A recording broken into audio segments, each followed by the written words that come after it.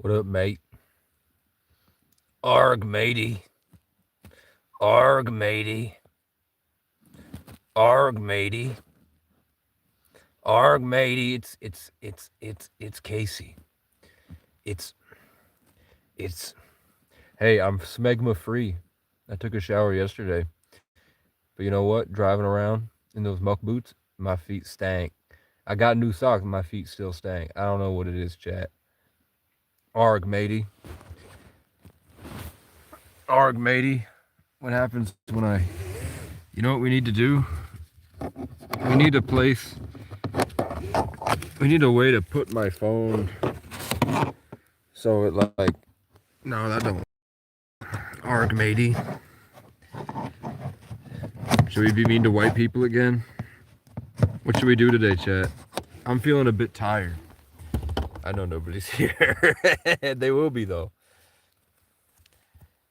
I should probably get an energy drink from the front of my car. I gotta go all the way over there to get it. I'm 11. Did 11... How come there was no scene in Stranger Things where 11 wanted a Monster Energy drink from the back of her car and just yoinked it? All she did was fucking throw Vecna around. Yo, that Stranger Things ending was trash. It was fucking trash. I hate Stranger Things and I hate you. Okay? What the fuck is that? Look. What the hell are they doing over there? Do it again. Do it again. It was just like pissing snow off the roof for some reason. Arg, matey. How's the audio? Audio. Audio. I don't have my tripod, man. I don't have my tripod. Oh! Was I muted the whole time? I was muted the whole time, wasn't I? Fuck. 2 minutes of my life wasted. And I made some pretty good jokes, too. I'm gonna practice my... Okay, cool. I'm gonna practice my 11 powers. You ready? A black girl once told me that she had a lanyard in her room and that she could move it with her mind in 2020, and I believe her. Because I can understand birds when I first wake up in the morning. Audio. We're gonna grab my monster. No, I'm not talking about OnlyFans. Okay. Yeah. Give me this. I'll donate 300 cash if this baby vanilla back does 50 push-ups. Can you send me I swear to God, I will go out. It's like 1 degree out. I will put the camera like right here and I will go out and do 50 push-ups and I'll even scream. But I need like 100 down.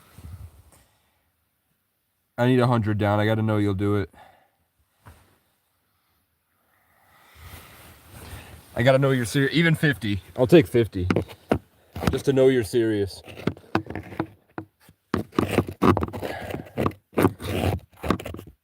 I said if somebody donates me $100,000, I'll take my hatchet and I'll cut a toe off for the rest of my life. For $100,000, I will cut my toe off, I swear to God. But yeah, my Cash App's in my channel bio if you're actually serious. I'm trying to set this up here. What the fuck is this used for? What the fuck is this? Yeah. I don't know. Yo, fuck the Stranger Things ending. It was trash. The show was... Season 5 was trash. Season 4 I didn't like. I kind of liked it better than... I didn't even watch Season 3. Season 2 I don't even remember at all. I think the Mind Flayer. Season 1 was... I liked it a lot as a kid. Chat, which one of you took my tripod? Did I put you there? No. Did I put you there? No. What's up with these car manufacturers and making it impossible to put your phone out here? What about... Guys, come on. Help me put my phone here. How's that? Nope. It is what it is. The Stranger Things ending sucked. Every time that Will was gay, I was like, this is fucking gay. Gay. In my car, I'm going, gay. Cringe. Cringe. I saw a meme of Vecna making out with Will, and I was like, that doesn't seem like it wouldn't be in Stranger Things. Gay and cringe. Even Natalie Dyer stopped being hot, and she looks more like a one of those stick bugs that you see on branches, and you think it's a branch, and then it goes eh. Especially at the end when she cut her hair. Dude, Natalie Dyer with long curly hair, that was amazing. Natalie Dyer that looks like Ellen DeGeneres, no thanks. No thanks. I have a seatbelt in the back here. For what? I don't even know. Look, I have an extra seatbelt. For what? I can't position you on here. It doesn't work. Okay? But you know what I can do is I can blow my nose into my long johns that I've worn. I wore these long johns for 2 months straight. I can't describe to you how it smells. But it's bad. Oh, it's bad. Lois. Hey, Peter. There's really... I'm trying hard to find a place. What about if I take this off? That might be better. What up? I'm like Rango. I'm a lizard person. I'm a lizard man. And I'm hanging out. It's snowing. It's like 1 degree. But my car thermometer might be fucked up. You know what I'm saying? It might not be accurate. It's pretty cool. You think that guy was serious? I doubt it. I would go out and do 50 push-ups right now.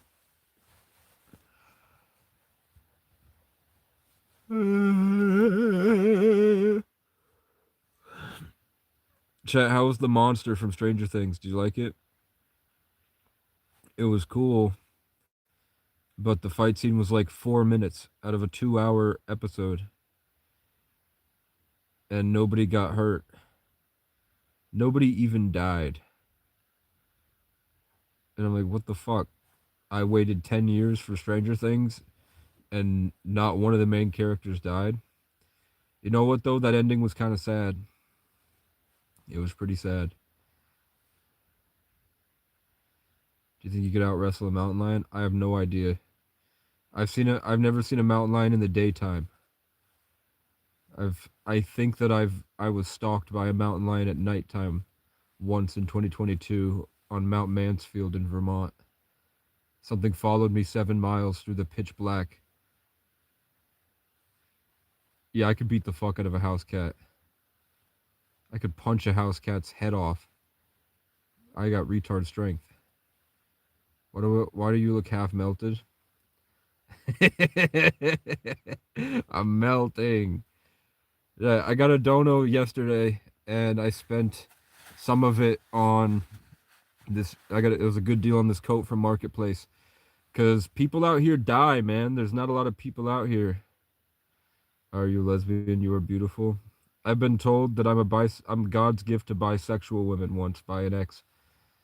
It's 12 times 10, like 6. King Cobra rules our sad lives. Hey, you could worship me at least. I'm King Cobra, KC. What's 12 times 10? I don't even remember. What if I just peeled my face off and I was a Five Nights at Freddy's exoskeleton? Fuck you. What if I peeled my face off and then I was just me still? And I was wearing a mask of myself. What if I peeled my face off and I was a snake? That's how it feels sometimes to be an ancient Egyptian. What, do I look half melted? I don't know. Well, check out that mane. Thanks, man. I grew it myself. Shameless elegance.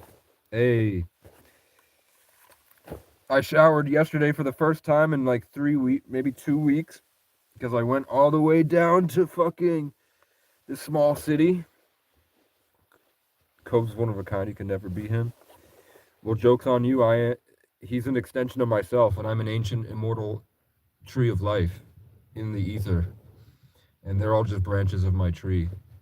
King Cobra, Kaz, Kai Cenat, Kendrick Curry, Queso, Casey Rocket, Cassius Culpepper, the Kansas City Chiefs, Cassius Clay. I met MGK once, and then it turns out his daughter's name is Casey. Whoa.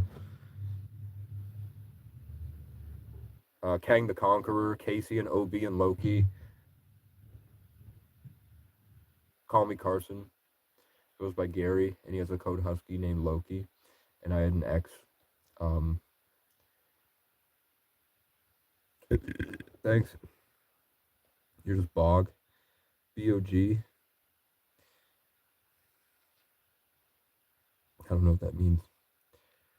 Should I shave? Should I shave? Should I shave my neck beard? Yeah. Where's my vape? It's been 11 minutes without a vape. I need it. I need my vape, man. What did you guys do with it? Oh, it's right here. Did I name the car? I haven't named the car yet, but August is pretty cool. But it's not, if it was like, it's like black with a greenish hue. If it was black with a reddish hue, I would name it Augie. But with a greenish hue, it's gotta be. What did they? What did it?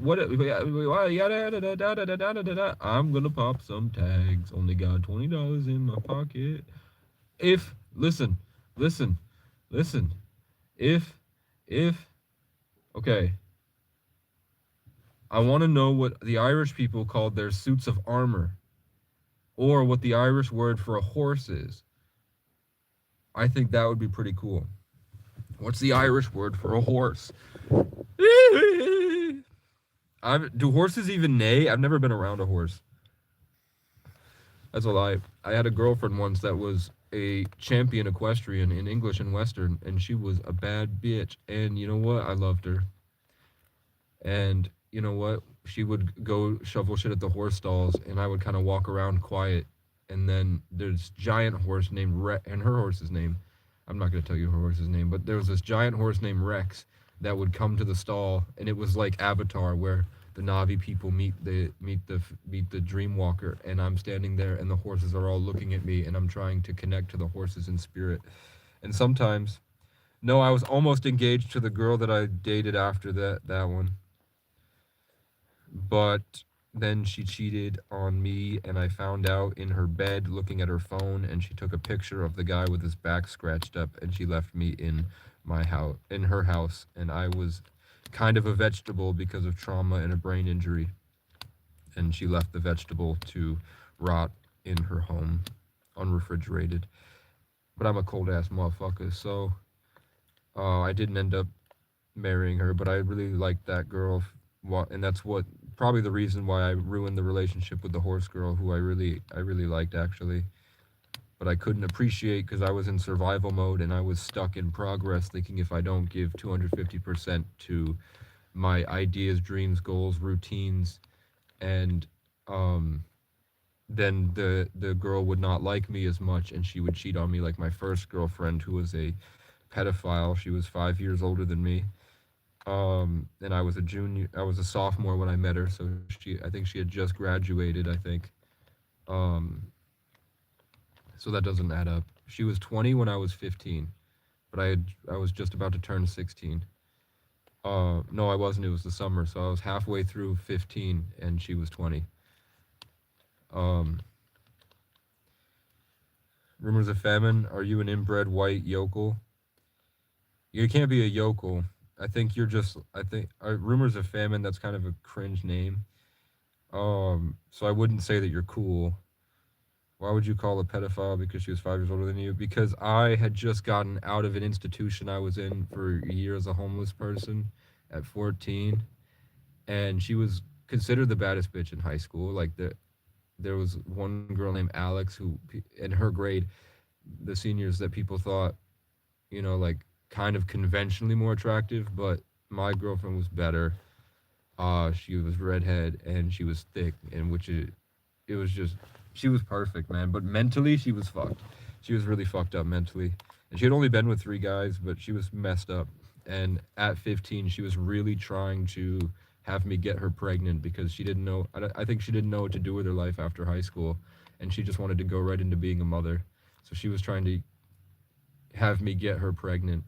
And then when that didn't work out, she had this rule where if her friends in school saw me talking to another girl, she would cheat on me. And then she would go cheat on me, and then she would come back and say shit like she would kind of, I don't know. It was just really crazy, and I had abandonment issues from being in survival mode for my whole childhood.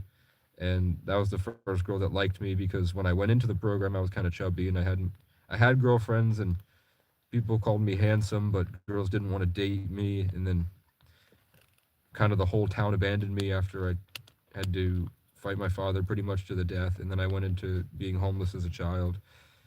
And nobody messaged me or said anything. And then when I got out, I thought I had to fight to be good enough. So I had fought for a long time to get buff and learn skills and be outstanding in the social field. So it just made me I was a delusional psycho, and I didn't know that love was a drug. So in my first relationship, it was crazy, and she would do things like go hook up with other guys, and it broke my little boy heart because I had a mom that would just abandon me all the time, and it sucked. So after that, none of my relationships worked out because I thought that if I invested at all or if I showed any interest or any of that, I was like red pilled, I guess, before that came out. So I wasn't able to appreciate what I had. And now I look back and live in faint memories I can barely remember pre-brain injury about what it was like to experience them. And I miss them, and I'll never get them back. And I didn't appreciate them while I had them, and they weren't. I mean, they looked great, and the energy was great, but they were also making bad choices in their life. This was pre-Age of Aquarius 2020, so everybody was kind of influenced the wrong way and didn't have the awareness and knowledge and understanding to really actively make a choice in their life. So we weren't spiritually up,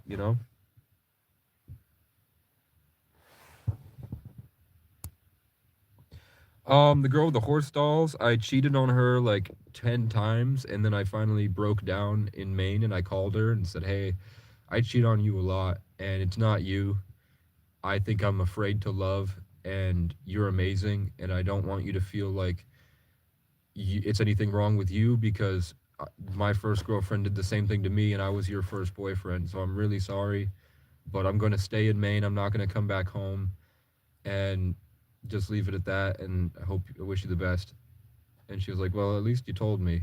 And then she hung up, and I saw her again briefly, like 5 or 6 months later. And then the next time I saw her, she ran away from me. And then the next, like she had broken her leg in an accident or something with like the horses or something. Not broken her leg, but like hurt her ankle. She was in crutches, and I sent her a picture on Snapchat saying, "I'm in your school." And I knew what class she was in, so I went there, and she fucking took off in the crutches, and I was like, there's something wrong here. Because I couldn't recognize how much I actually hurt her because I was living so far I was running because my childhood really sucked, and I could only make any progress by like isolating and compartmentalizing into a really small version of myself so that I could go to the gym, work 2 jobs, sometimes 3 jobs, and do good in school and be dating and put on this character and perform for people in school because I didn't want friends, but I wanted all the people that left me to die to look at me and see me as better than all of them, but it wasn't that serious. It was more like it was all intrinsically focused. It wasn't like I really cared about what they all thought, but it was more like I want myself to be this shining light, basically. So I got with a lot of girls and made my friend group, and I just spent every day trying to have fun, but it's like you can only go so far before you break down. And then my car literally broke down in Maine, but I ended up cheating on her a lot because I was just young and 18, and I would drive around and girls would be there, and they would message me on social media because my friend would take a picture of me or a video of me hanging out, and they'd be like, "He's cute," and then my friend would go, "My friend thinks you're cute." So I still feel abandoned by my mom. Um, yeah. But it's not like that anymore. It's more like I've outgrown her and now I just look at her with pity that somebody could be as fucked up as she is. I don't I've kind of moved on. Are you the homeless guy from last time?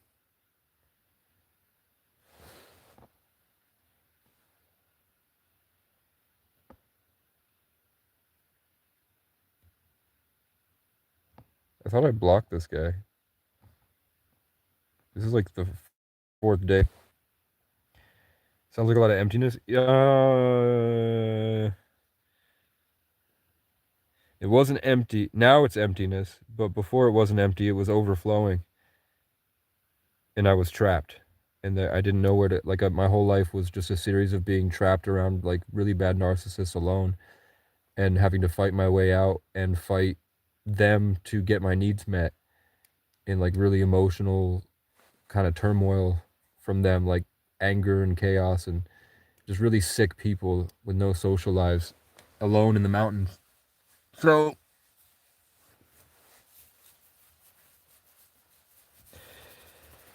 then I was put in like institutions because my parents gave up on me and my dad tried to kill me.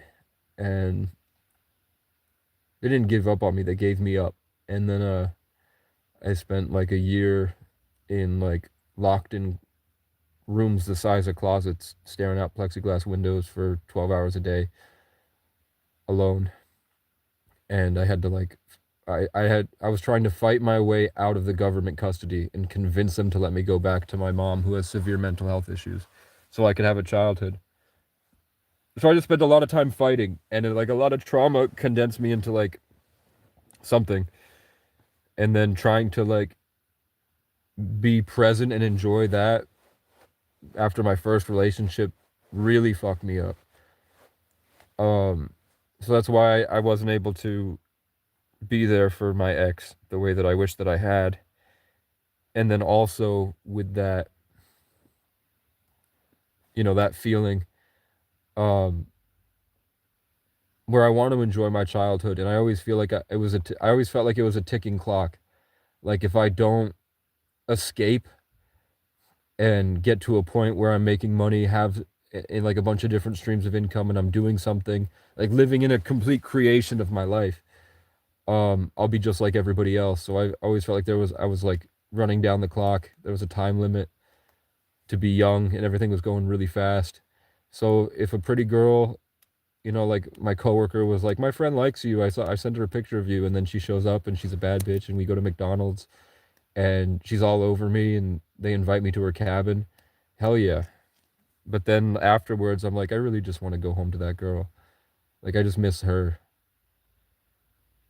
But then I hang out with her, and I think that it felt like a wall. Like everything that my first girlfriend had done to me was keeping me from like breaking through.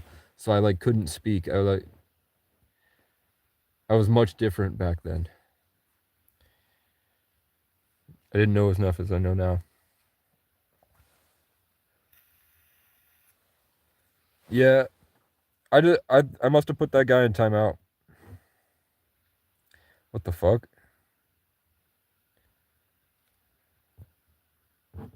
What the fuck?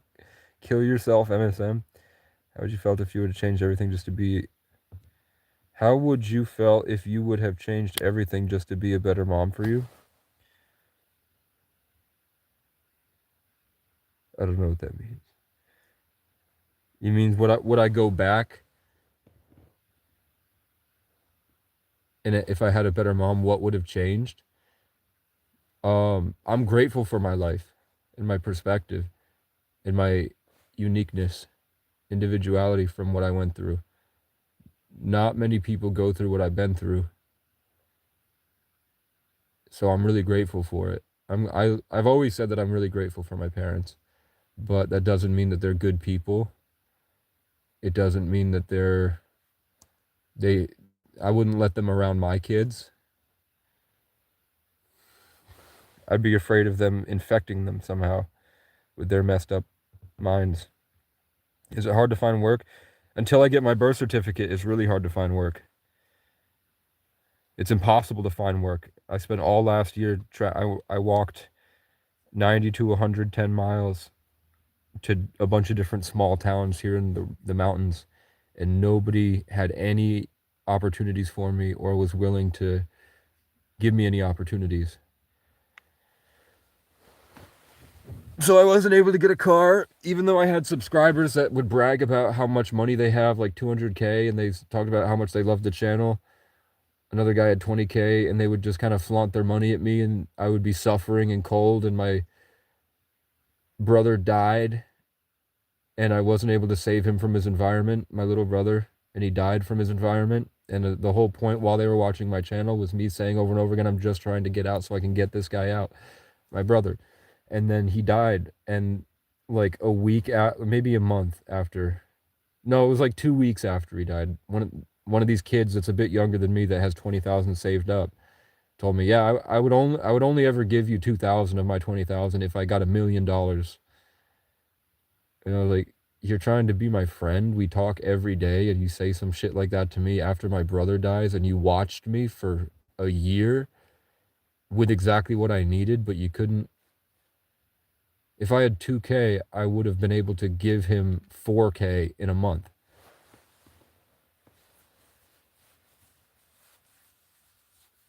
Because I'd be able to get a car.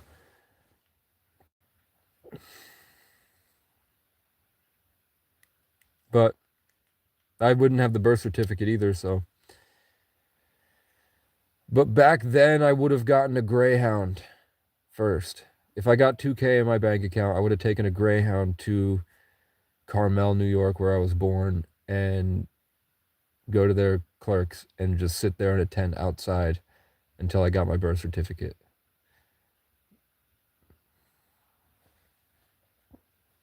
I think it was just scary. Not really scary like I was scared, but more like there was just a lot going on. That's why. Easy from the paint.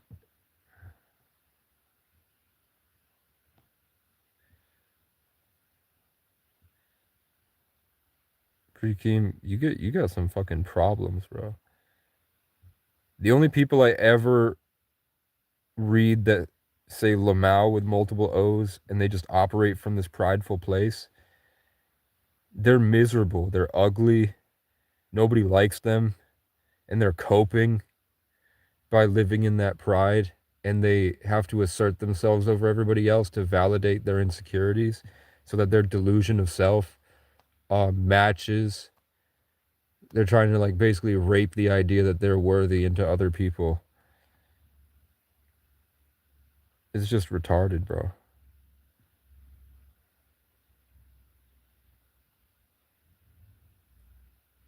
If my mom changed everything. Well, I'm 20. I mean, I did have a brain injury at 19 and I lost 5 years. So I'm not, I would say I'm like 20, 21, just with a lot more trauma and a lot more endurance and skills and perspective. But I don't hold myself to the standard of people my age because of my setbacks.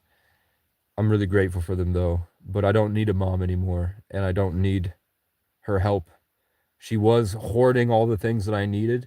Like I would say, I really need a portable battery so I can charge my devices so I can live stream for hours out in the woods and I can make content like Will Survives and I could really do this.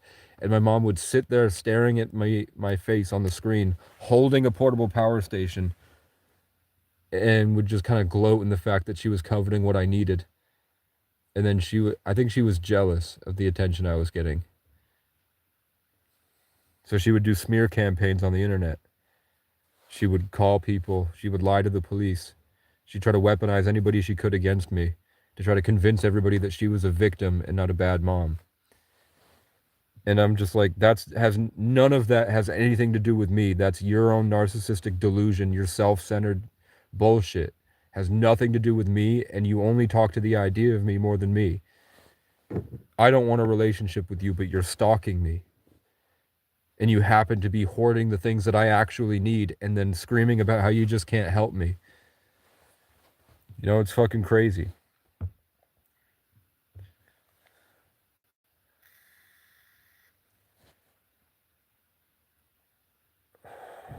I know you're grateful. I'm just saying that if she would have changed everything just to be a better mom for you, even at this time, the only thing that look at these people, man. I gotta believe they're bots. Um, all I really wish my mom would do was the bare minimum. Like like if she didn't want to show up and visit when I was in the residential program, she could have just said I don't feel like it today and I'm sorry.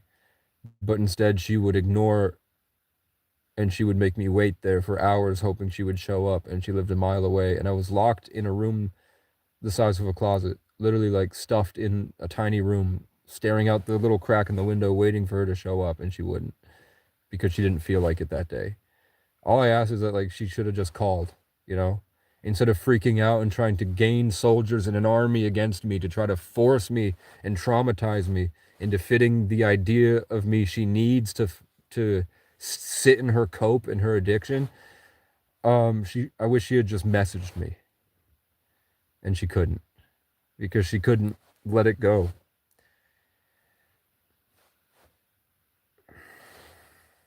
That's the only thing that really needed to change. Thinking of relocating it all, I mean, people told me that Montana's cheap. I really want to see Montana, but I don't want to lose a place that looks like this, even if the people suck, and I just don't have enough money to do anything right now. I'm just kind of in limbo right now. I've ended one adventure and I'm kind of just waiting for the mission. I'm just kind of making slow progress here, working towards a computer title, find a piece of land, get a camera, music software, organize my stuff, guitar, which is down there. But right now was just going to be a rest day. Don't tell him the past is crazy. I've been trying to save my little sister from what she's going through too. Dude, look at these guys are losers, dude.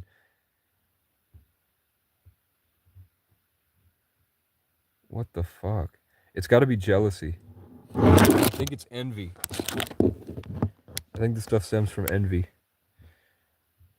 The gratitude is a step ahead. Okay, hold on. Okay. From the past, look back, look forward, to keep walking. Yeah, crazy. I've been trying to save my little. Save your little. I was trying to save my little brother.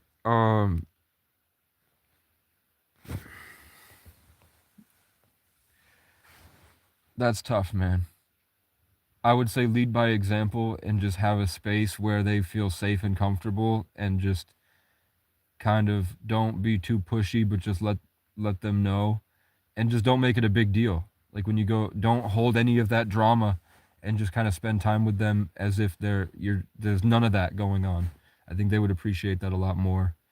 That would have helped me in my situation with my younger brother. And he's not by blood. I just call him that because he's the closest I've had to it. I was an only child, and I was in the system. So I have like 100 little brothers being in the system. But he was special.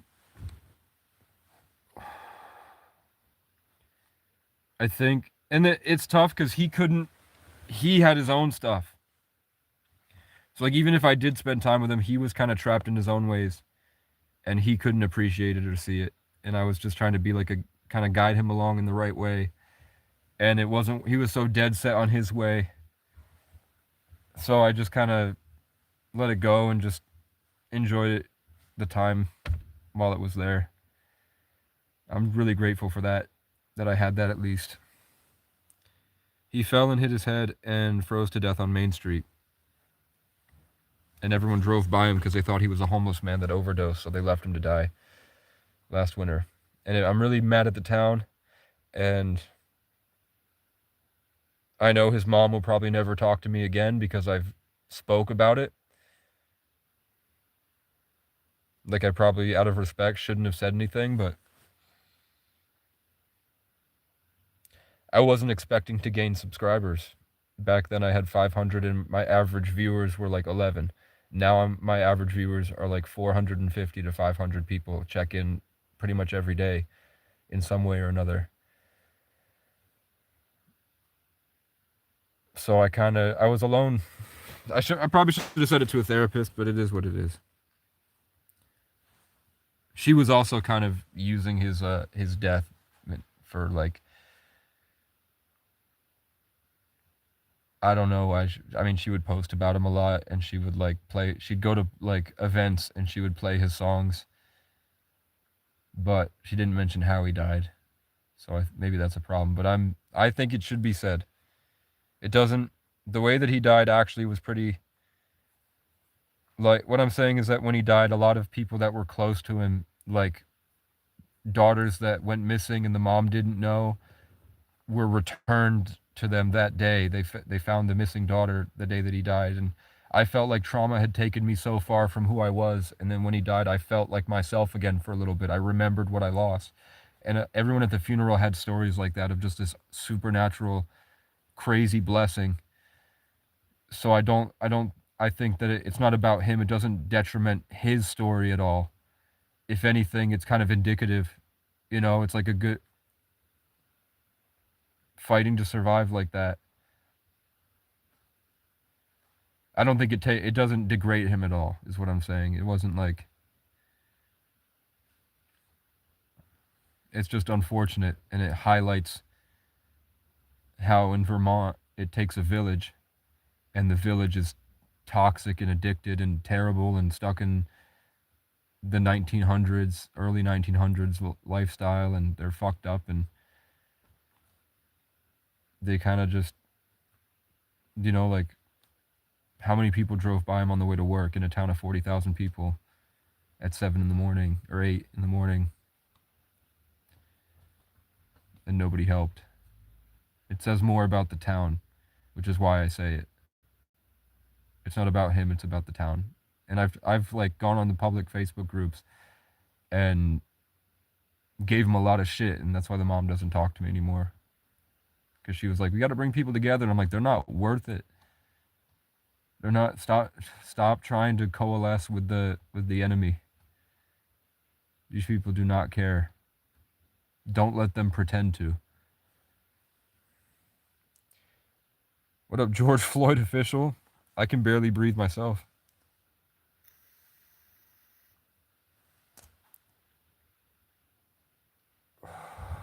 Am I homeless? Yeah, I've been homeless for 12 years since I was 14. Them kind of crazy people be making me crazy. Facts.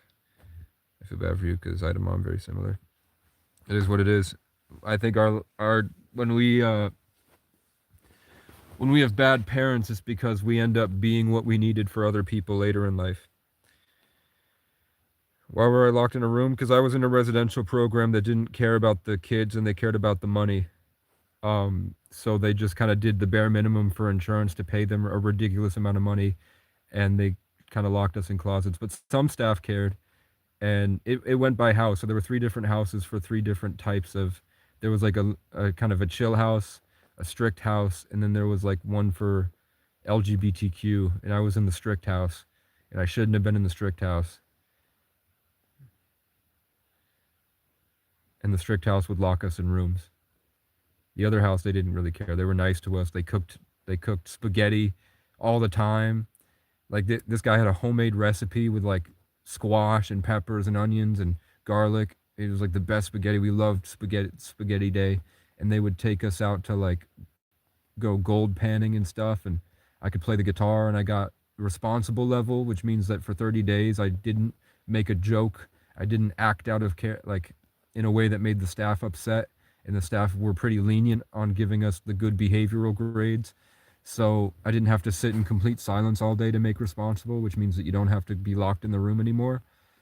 So when I finally, some kid broke he like picked a sprinkler off the wall and it flooded the entire place, and there were kids that couldn't be at the carriage house up the road that they allowed the kids to stay at while they fixed the house. But I was responsible enough, obviously, even though they gave me so much shit and they pretty much tortured me all the time. they understood that I was the one that wouldn't cause trouble, so they moved me there, and then they moved me into the lenient house. But before that, pretty much like 4 days out of the week, I would be locked in a room by myself, and all the kids were crying all day, and I would just sit there. One time I took my friend's shark tooth necklace, or my roommate when I had one, and I dug a hole to the other room, and we would pass notes to the girls. And he wouldn't because he had a girlfriend back home, but we'd pass underwear back to each other and shit. That was pretty cool. And I would like go behind the staff's back to like, we would feel each other up. And that was pretty cool. 6'7". What up, twin? Honda guy? You have the same name, Casey? That's how it works. You just live in Belgrade, Montana. Word. How do you like it? Whatever you do, don't give up. Thank you, Manifest of Time. So I'd say hi, you're not alone. As far as I'm struggling with that same dilemma. My family's broken. I'm stuck with the past parents' mistakes. Yeah. Bitcoin Darth Star. That's pretty cool. It sucks. Is that whore your biological mother? Yeah. Well, I don't know. I'm a 33 life path, born on the 11th. My dad was cool with the DuPont family, which supposedly are reptiles that eat babies.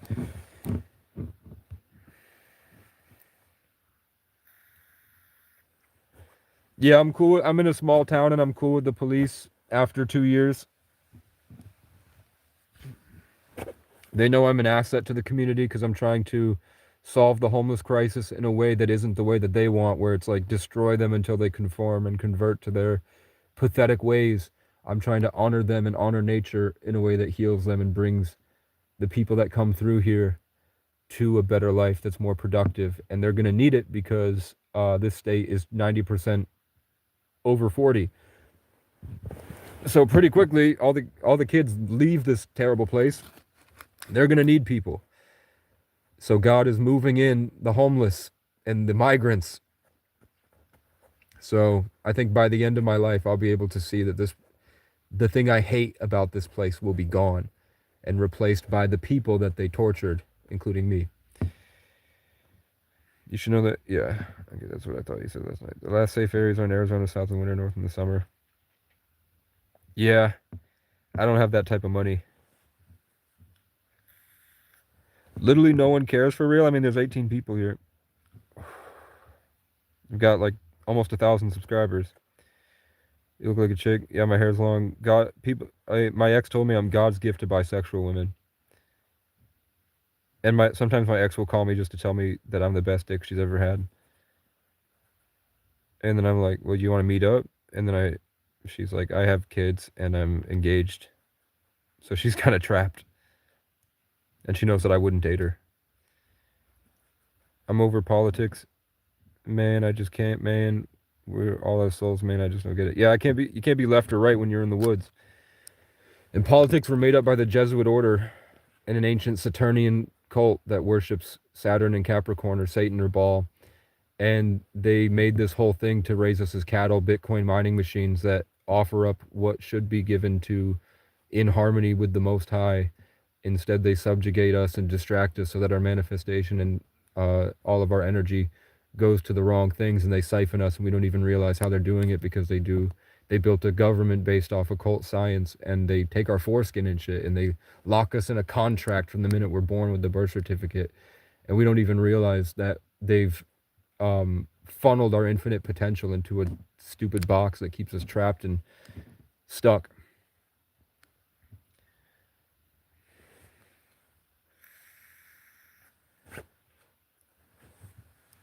I think the first step to helping the homeless is not calling them homeless.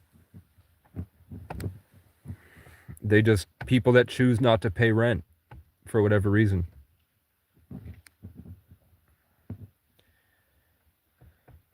So I'm glad that there are people keeping them homeless, but I think that we need to start guerrilla warfare in building public showers and getting Jackery power stations and doing programs like a church van that can take people from panhandling instead to the road crew where they can hold a flag instead of a sign.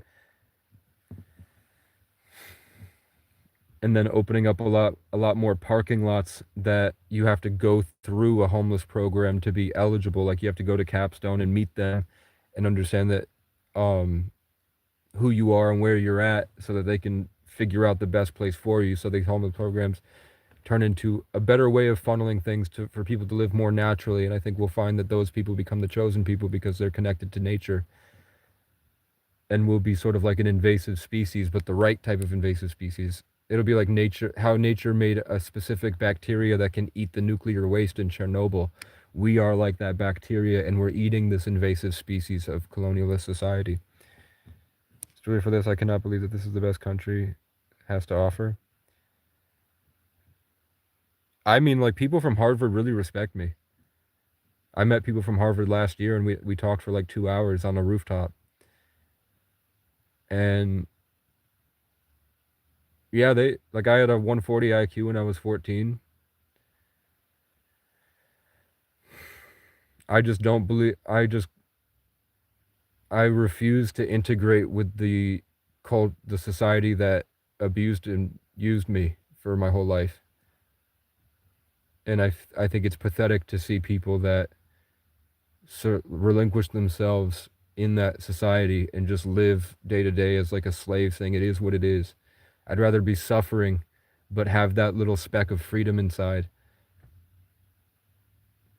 than have to let it all go to be a part of that monster.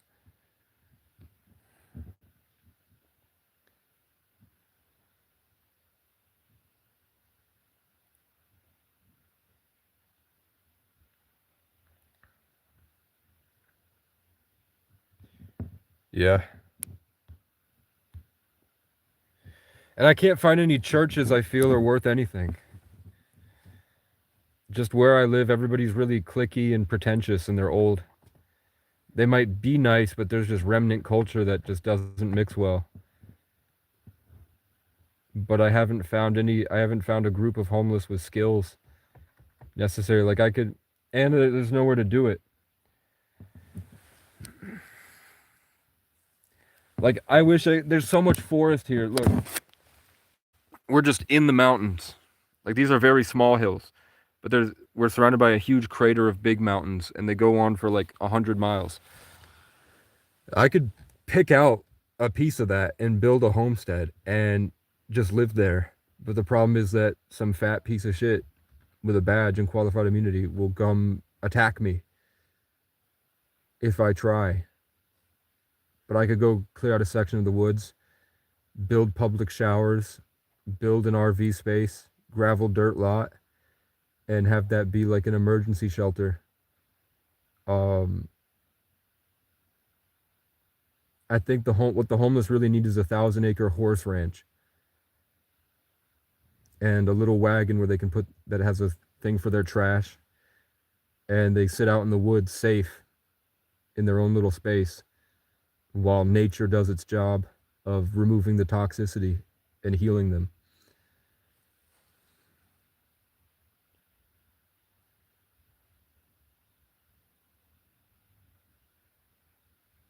Therefore, you have no home. Sleeping on the beach was 10 years ago. I went from the ground to a minivan, then a bigger van, then good at it. Hooked up solar, even got a 3D printer to make custom fit. That's pretty cool. I'm kind of similar to that. I want an RV.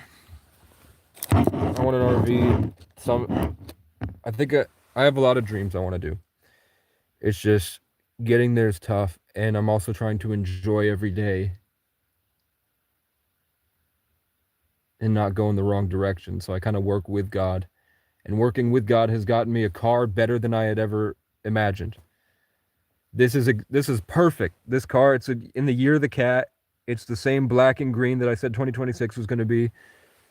It's got an aux plug in. It's like more than 20 miles per gallon. And I got it for a third of the price that it's worth. But it took like 2 years of suffering. But now I have the skills and the gratitude to appreciate it. And I've been through so much that it means so much more. And there's a story attached to the car, which makes it even more special.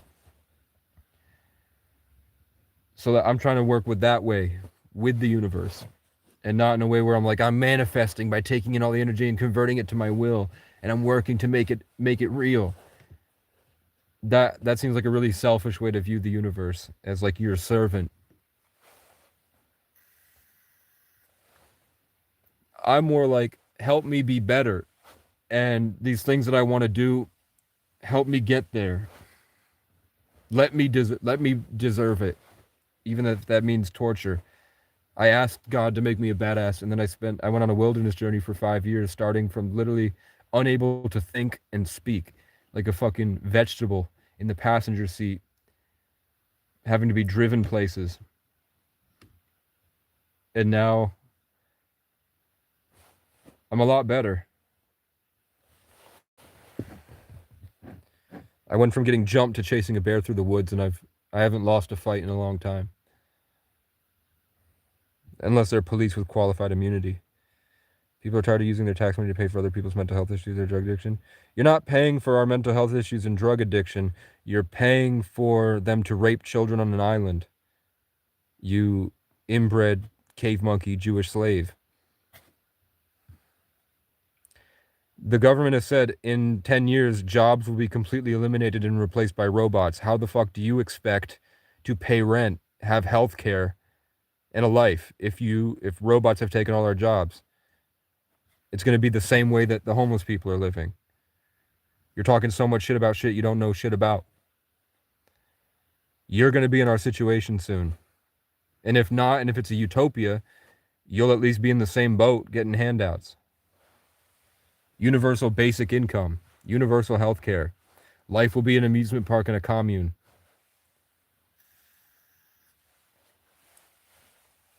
Or we're going to have social credit and it will be an AI apocalypse with the Antichrist.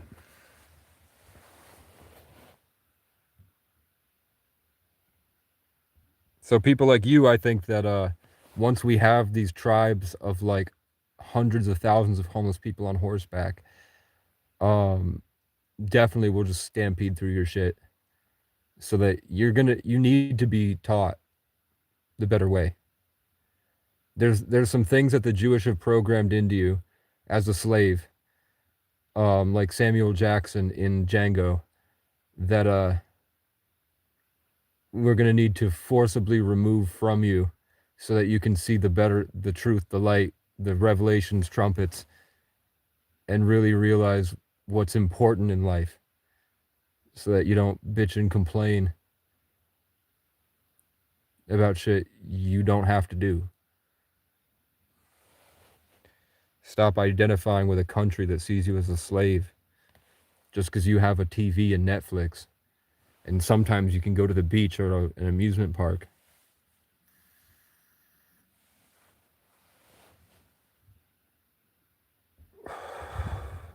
People aren't using their tax money to pay for mental health and drug addiction. They think they are. You see, that's what I just said. Where are you from, Maine? I was born in New York, just outside New York City, but I'm from New England. Been homeless for 10 years. Nobody ever paid for a shrink for me. Get that propaganda. That's what they're saying. All the homeless people want the benefits of society. They don't want to contribute to it. They do want to contribute to it. Every homeless person I've ever met wants to help in some way to something. It's just society was made in, American society at least, was made in a war against the Irish, the African, and the indigenous, who refused their way and built their own. And then there was just so many of them, then they integrated. But the reason that you can't live in a tent is because there used to be a whole culture of people that lived in tents and were happy. And they actually were better carpenters. They were better musicians. They were more physically fit. They were more genetically healthy. And they were living life, having fun at the Jukes and down by the bayou and everything. And the government couldn't have that because they needed slaves for their Capricorn Jewish matrix. So they had to make it illegal. They had to create trespassing. They had to give you this false pride in the schizophrenic delusion of owning land. Where in reality, it's more like you just go, like a group of you go out into the woods and you have your teepee farther away and people just don't bother you.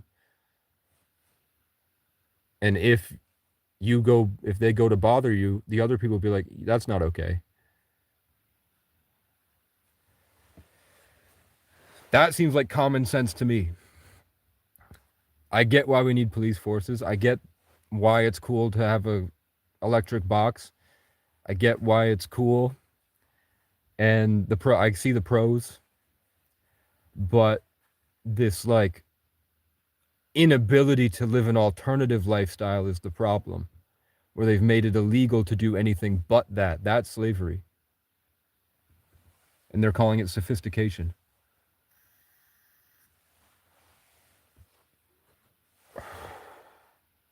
If I want and I'm respectful, I should be able to go out into the woods and live and not have to worry about police showing up because I'm trespassing and beating me in the woods, torturing me.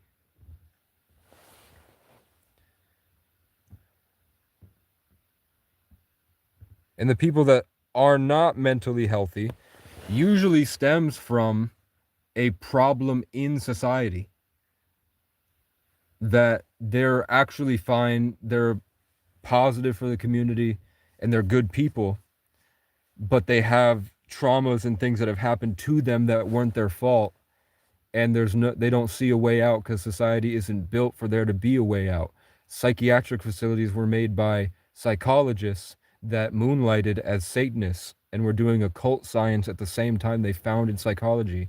The people that you read in psychology that contribute to that perspective on humanity were active Satanists that were doing occult science. They just hid that because they hid that from us so that you wouldn't know about your infinite potential, because you would leave your electric box, stop paying rent and taxes, and you would go have fun in the forest.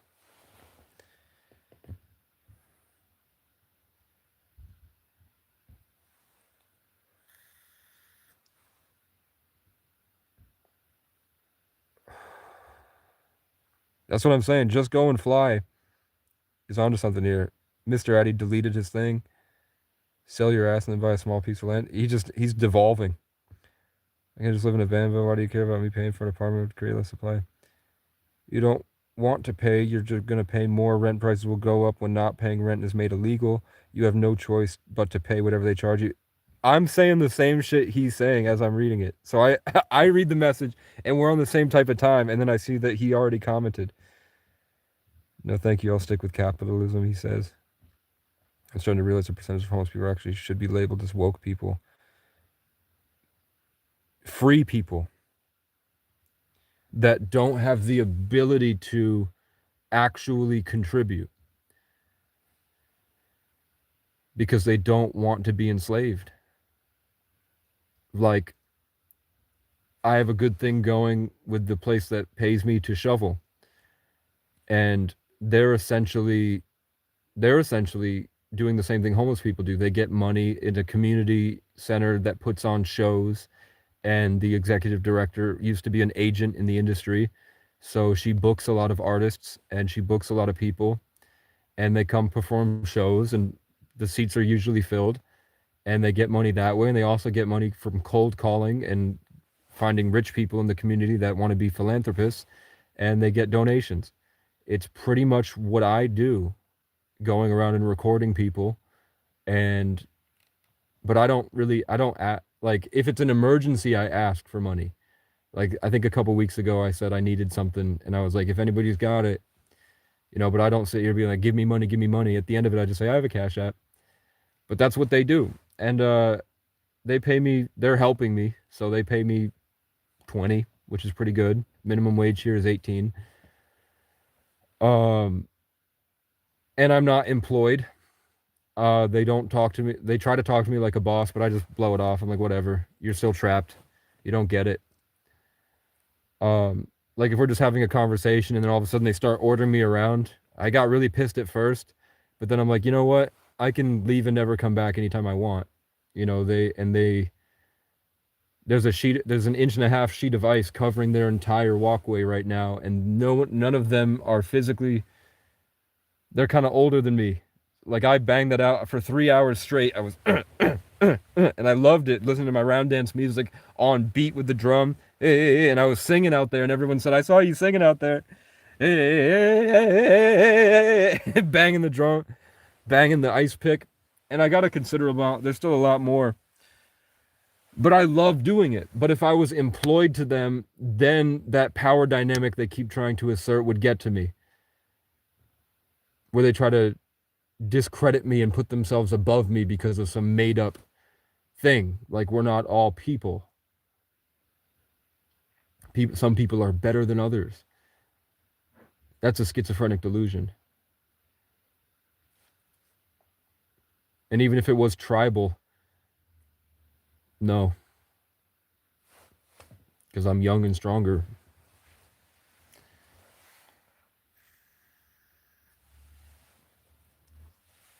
It doesn't mean I don't respect them, but I'm like, that's a byproduct of the wrong society. When I get a job, and my dad had the same thing. My dad couldn't keep it. My dad was a ski instructor. He was a carpenter. He was an electrician, but he can't have somebody overbearing on him. He can't have a boss. My dad would say, like, he did his best. His bosses would say, Gary does his best work when you leave him alone to do it by himself, and he does it great, and he's a great at what he does. He's really wicked smart, really smart person, really funny, but trauma from people that were dumber than him and jealous, that hoarded him like numbers, like the Vikings. And he whooped their ass, but there was just too many of them, and they had qualified immunity.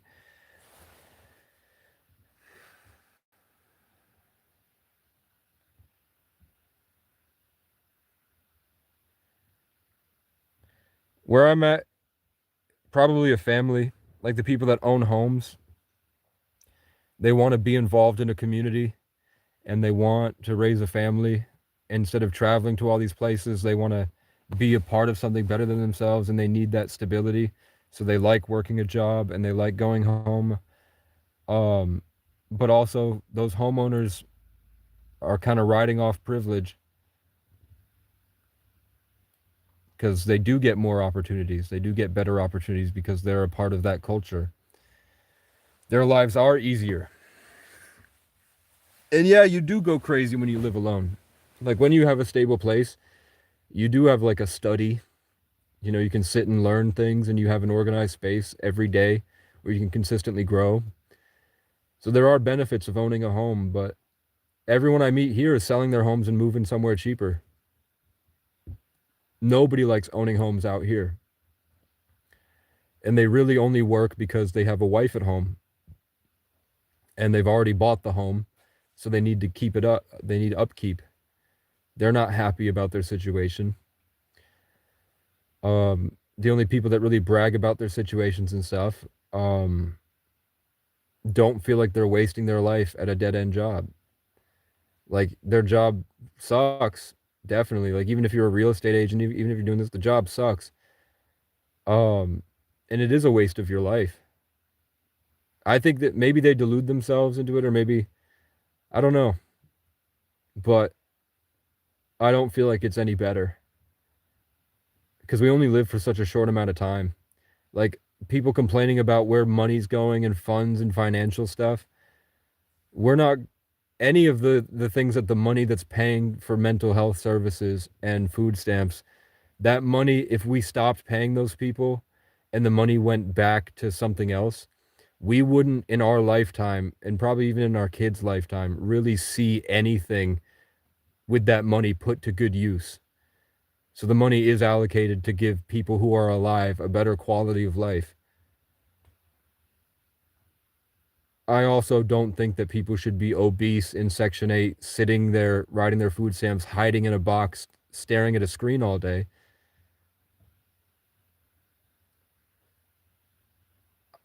I get trauma, and I get that there's no alternative. I know that Phoenix Gym in Boston has like an 88% success rate for completely recovering addicts that never go back and relapse.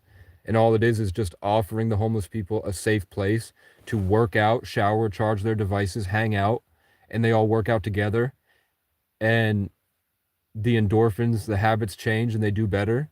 And then, because now that they're out of their suffering, they're allocating more of their day to more positive thinking, because they're capable of it, because they're not trapped in survival with the enemy all around them at war.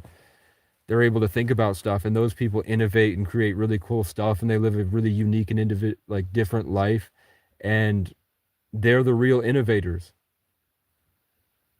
They're the people that are actually doing things. The people that can talk shit about the homeless and do all this dramatic stuff about their home ownership and their job and everything, I never see those people inventing anything. I don't see them building communities. I don't see them doing anything really other than working and talking shit about how good it is that they're working. But the people that I meet in our day to day here, they're like, they're special. They're different. They have things to offer. And I just don't really see that from the other people. I see a bunch of limiting beliefs on the other people, whereas they're trapping themselves and they're talking shit about people that are trapped from somebody else. How many cats do I have? I've been thinking about getting a cat.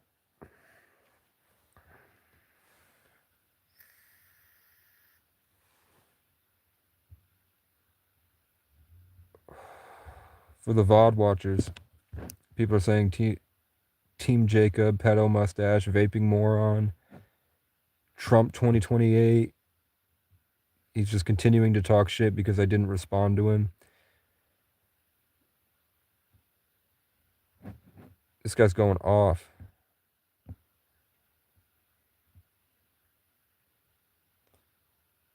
I don't see you doing anything, brother. Join the military. Cats don't go well with your kind. I don't even know what that means. Join the army, tough guy. Dirty Mike says join the army, tough guy. Spaceman on planet Earth thinks it's funny. I think they're funny. I just can't. I couldn't imagine being you guys. It's pathetic.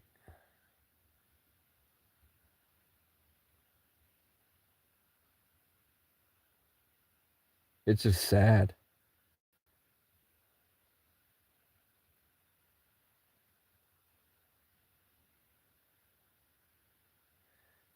They're people that these guys commenting are people that would go to like a big party and they would stand there completely silent. And the only time they could speak, they would be sort of like forcing themselves into everyone else's life while everyone else is just trying to have fun.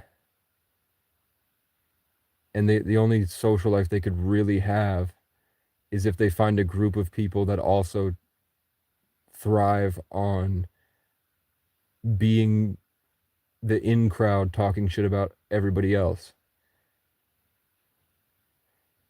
They're a bunch of losers that associate with one little thing that makes them feel better.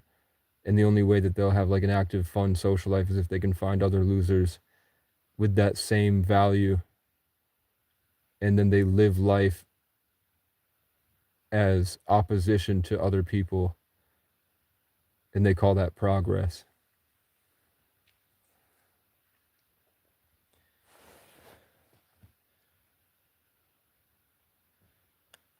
And they're all white.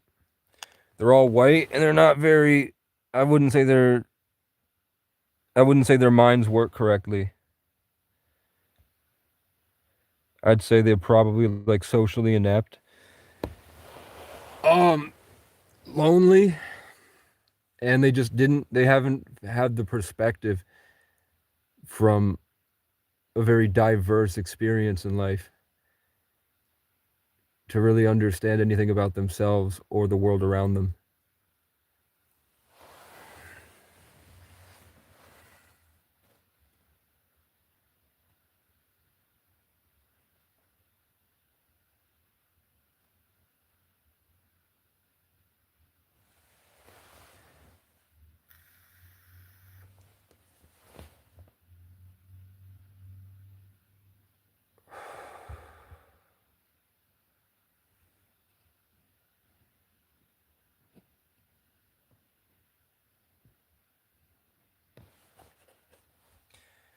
Should we go off about the Jews again and how they built American society, and they've spoken very vehemently that white people were raised as cattle that they selectively bred and programmed for hundreds of years to disassociate them from their infinite potential, and they survived taking orders from whatever's on their feed, because they're cattle that gets feed.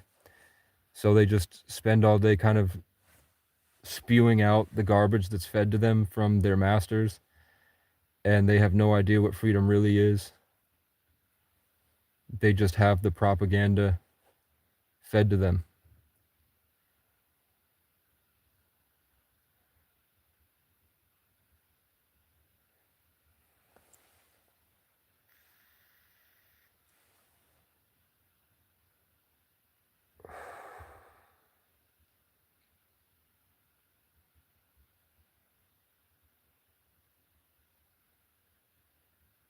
Any day ones in here reading these that have heard me talk long enough to really like see what I'm talking about? That these are sad little boys. These are sad little boys.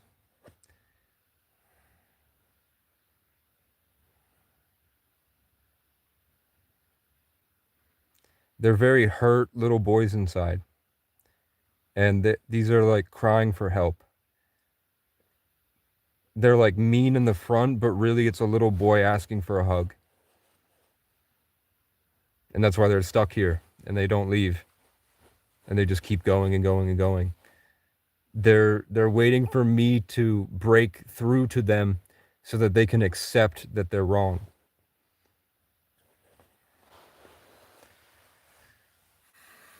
Which is why I say that white people are naturally narcissistic, because of the programming from the Jesuit order that raised them as cattle and slaves.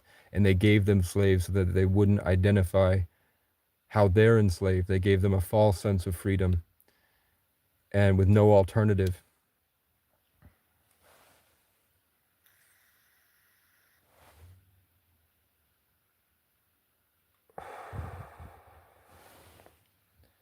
Just repeat, man. They need my attention like I'm their dad. They see me as daddy and they won't admit it.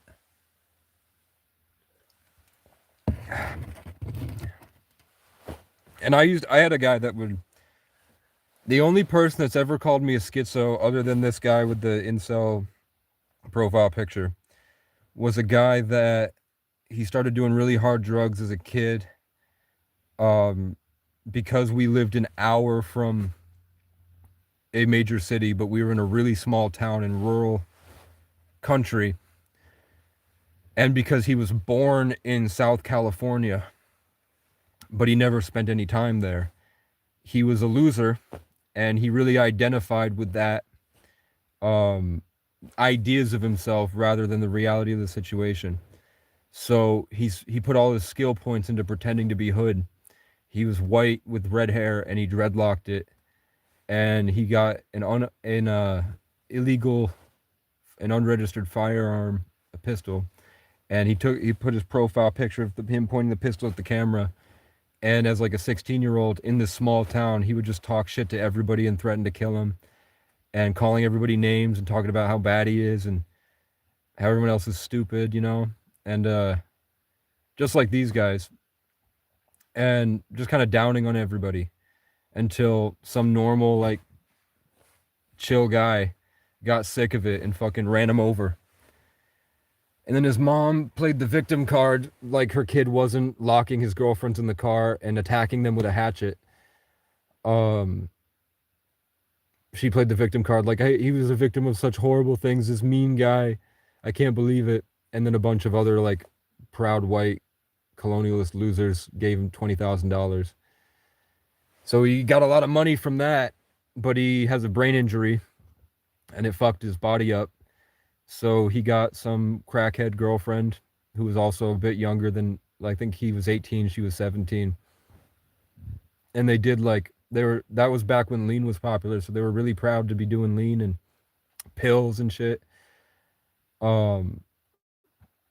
And he would talk so much shit to me, calling me a schizo, faggot, loser, homeless guy, blah blah blah blah blah. And then a year later, he held his pregnant wife at gunpoint in their trailer in Maine because he was hallucinating that the guy that ran him over was sitting on the couch next to him, and he freaked the fuck out. And then the cop showed up and he held his wife at gunpoint.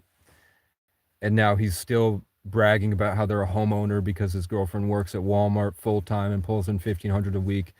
And he says he has his own business, but I think that business is driving to and from New York to where he lives with drugs. I think that's his business. And everyone in his town, who he thought he was going there to be around like-minded people, like homeowners, white, but they're all talking shit about him on the internet. On Facebook groups, you can find them being like, this fucking piece of shit, pathetic loser. And I'm like, he's so proud. He thinks he's so much more. But the community that he escaped to, thinking he'd find like-minded people, see him for what he really is, which is a sad, pathetic little kid. And being hood didn't work out for him, so he decided to be a white homeowner.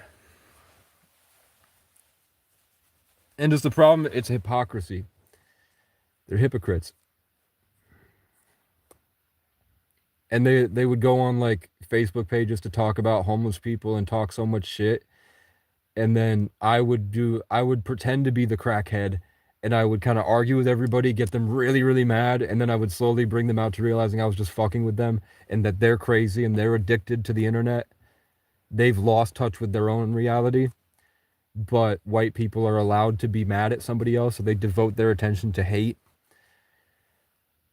And then I would break through to them all, and I broke through to him, and I saw him change his tone in that same comment section to where he was like, you know what, they're actually not, he was like, he kind of stuck up for the homeless people for a second. Like I saw that he made a change, and then all of the people that he was trying to be close with, all these lemming, cave monkey, inbred retard losers, colonialists, flocked him with haha reacts, and then he never commented again. And I was like, I got him. It took me 3 years, but I fucking got him. Now he registers he's just an ugly retard. And he has an ugly wife. And it didn't matter that he was so much better, because he wasn't.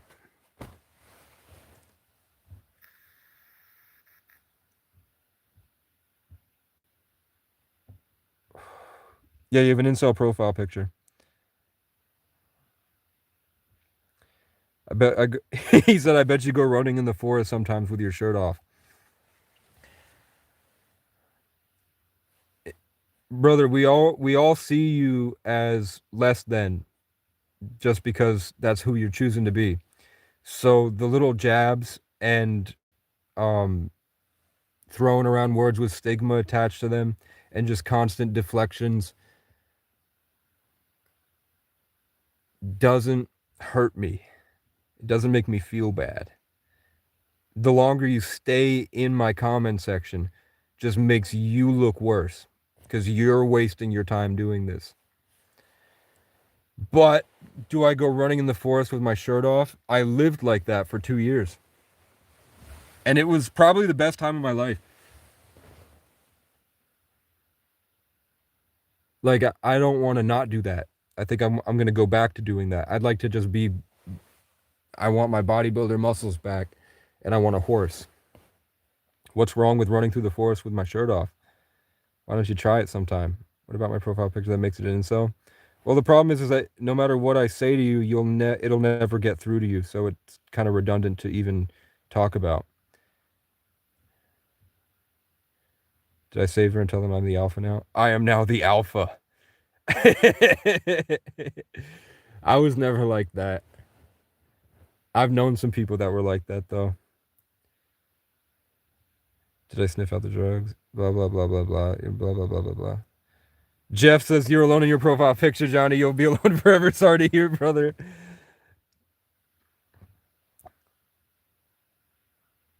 There's a crow nearby. Maybe you'll find a pack one day. I'm going to have to make my pack. I'm thinking about getting a dog.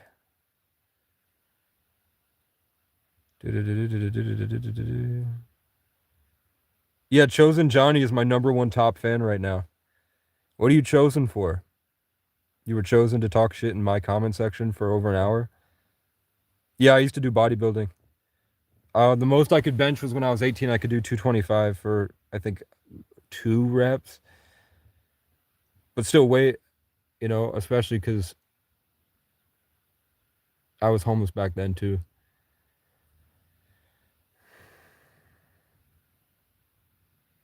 I'm just ignoring him, bro. I skipped by his comments and he's like, he can't even read my comments. Oh, somebody's getting pulled over.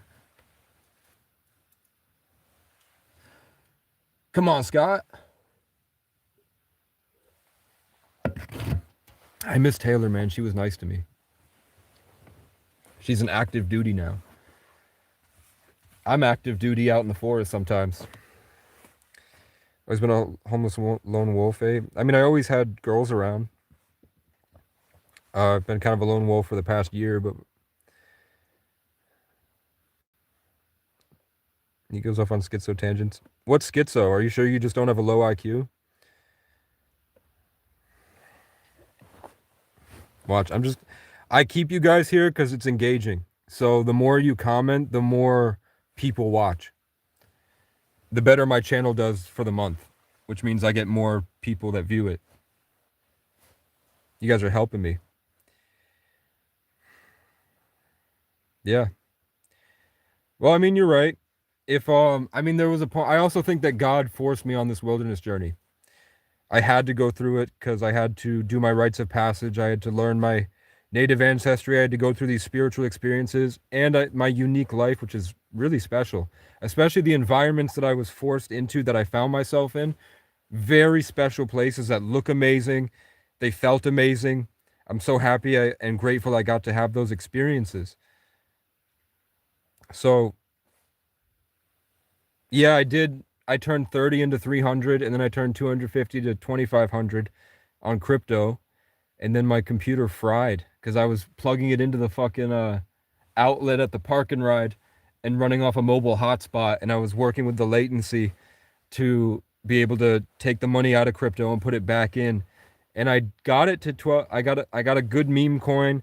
I was kind of moderating the Telegram, and I knew I had gotten in early enough, and I knew the brand was good and it was getting people hooked, and a lot of kids were about to come and invest. So I got there and I got the 10x. And then I was about to pull it out, and I swear to God, and this is why I think it's the universe, or worst case scenario, I didn't have the right Wi-Fi and everything for a VPN, and somebody got into a lot of our different, because with computers you can do a lot, got into all of our different stuff and just fucking hit it so that when we were gonna pull out, we didn't, so that they took all our money. That's worst case. Best case scenario is God wanted me to stop making the money so that I would, instead of getting another car and leaving the park and ride and going back out into nothing, traveling around looking for a place to buy land. And really, I was looking for the right town to settle down in for my brother and for my family, to get my dad and little brother out of their environment. So I was taking my youth to travel around, and I enjoyed it. I like the perspective and the strength you gain. I like how it feels to be free. It's different. And if you've never done it, you should try it and you'll really appreciate it. It's like Jake Sully trying to get Quaritch to be like, wake up, don't you see? But yeah, if I had made that money, I would have left. But because I stayed, I found that sugaring shack that I had literally drawn a picture of when I was making my TV show 6 months before, which I owe the rest of my life to. That place is amazing. I really want to buy it one day. Um, I'm not sure what I'm gonna do next. I think the next steps would probably be, as soon as I get my birth certificate, find a good. I mean, there's a good opportunity somebody gave me today that I'd like to chase, or at least try it out and see if I like it. Um, but yeah, it's a different life, and you only have one life. There's not really a good or bad way to spend it. It's just basically personal preference. Like, you guys might see living in a car as sucky, but I feel trapped in a box surrounded by people when I'm in an apartment. I can't walk around. I can't, when I get out of the car, and I spent a fair share in an apartment too, and I hated it. Now I really liked being in the car like it's a bed, and then having the entire world be my room and walking around. I liked the perspective I had, and I became somebody that people needed, because people that were yearning for this life and perspective, that were afraid to leave their life, would meet me and see how I'm doing it, and it allowed them to feel more free in themselves. Like, a lot of people would cry hanging out with me because they had been so trapped and they were yearning for this, and they didn't understand that's what they wanted. But then seeing me, they were able to really picture and recognize that in themselves. And then immediately, like I say, people that meet me go from one stage of their life to the next. I'm like King's Cross Station, where you meet Brian Dumbledore on platform 9 3/4, or just at the cusp of Sagittarius season,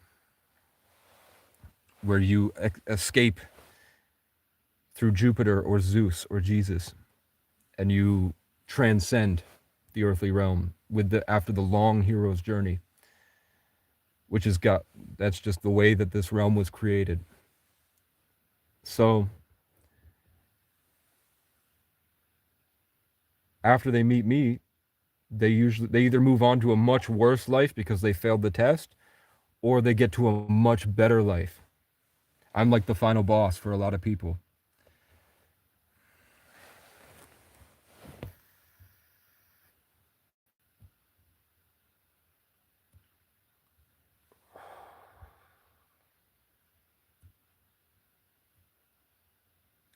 Yeah, I don't want to get into like Section 8 and shit. That seems pointless. I'd rather do a program where I can rent to own a piece of land and have that be my sanctuary and then devote more time to traveling and seeing more of the world. And then I just have a place to hang my trophies and stuff when I come back home that I know is safe. And if I want to build a log cabin, I'll build a log cabin. If I don't, I don't. And then I want like to get a bunch of land and then get a bunch of people like me that are really nice, I won't have any problems with, that deserve to have a safe place like this, but they just don't want to waste their income on an electric box. So instead I'd give them a section of this huge property to make their own. And then pretty soon we're going to have this technological revolution where we'll have RVs that can drive from the sunlight and they can go on water and shit. They're like houseboats too. So there's going to be so many people living nomadic, and I guarantee a lot of you will do it, and you'll be talking shit still about whoever you're allowed to. But you'll be living the life that you're talking shit about because it's free and it's fun. It's an adventure. And there's more out there. But you don't, because you guys are cowards. But it is what it is.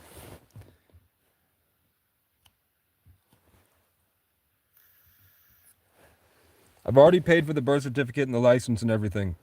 It's just I was born in a place with hundreds of thousands of people, and I've been waiting on this application for 6 months to get my birth certificate.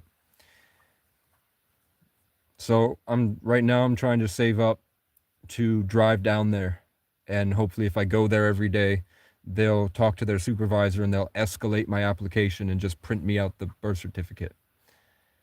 So I don't have to do all this shit with mailing. I was supposed to be born on the winter solstice, but I crawled out on the 11th, and the umbilical cord was wrapped around my neck, so they took me in a helicopter north, which is really cool because I'm a Sagittarius, so there's that adventure, but Sagittarius, Sun, Mercury, and Pluto, which is that righteous growth. And then I'm also Aquarius, Moon, Mars, Neptune, and Uranus, which means that pretty much all of my consciousness is devoted to this highest vibration in rebellion against the world. So, but that upward force of Sagittarius, especially in the 8th house, which is Scorpio, which is the transformation from the Scorpion into the Phoenix.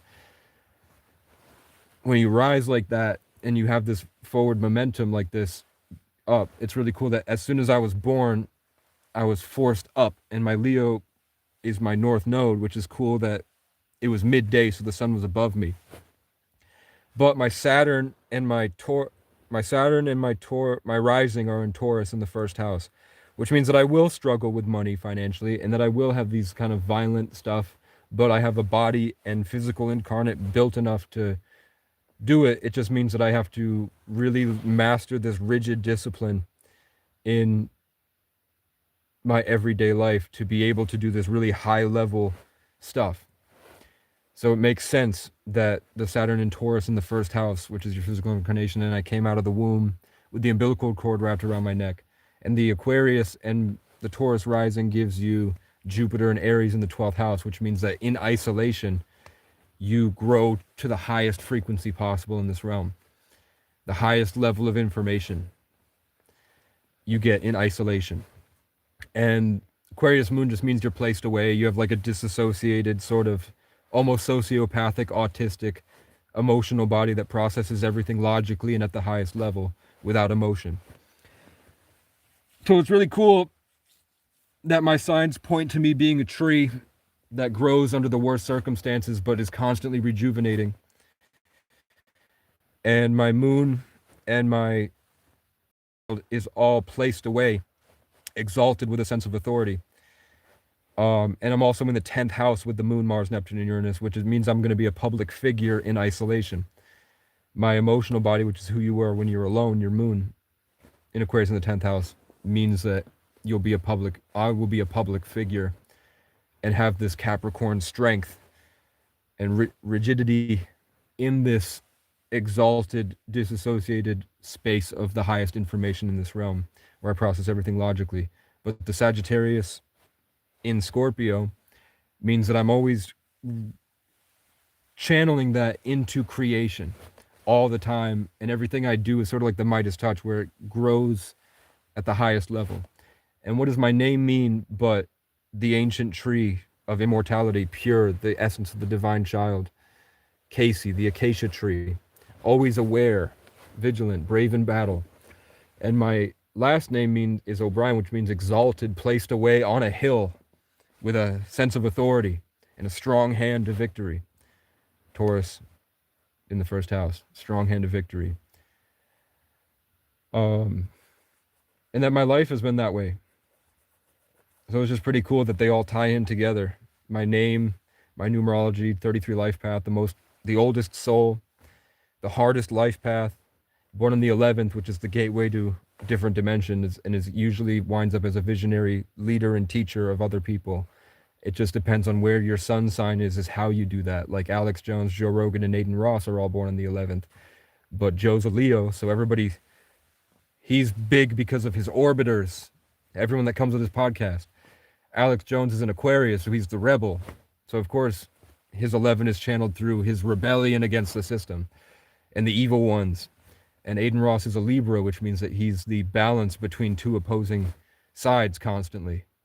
So he got big because he was the gangsters he'd bring in and the suburban little white kids. It's just how it works. And I'm a Sagittarius, which means that I'm on an adventure. I'm free.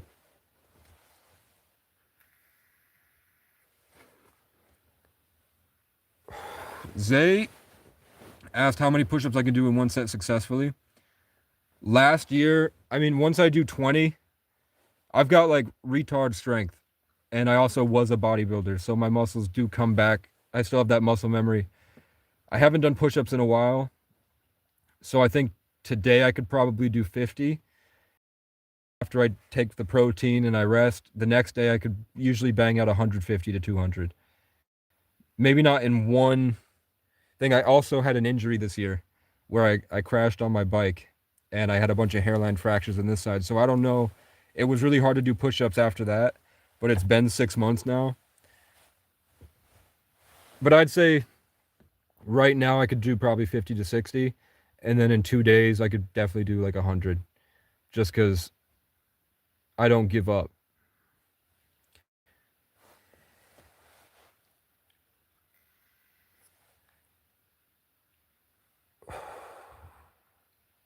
I don't know what any of that means.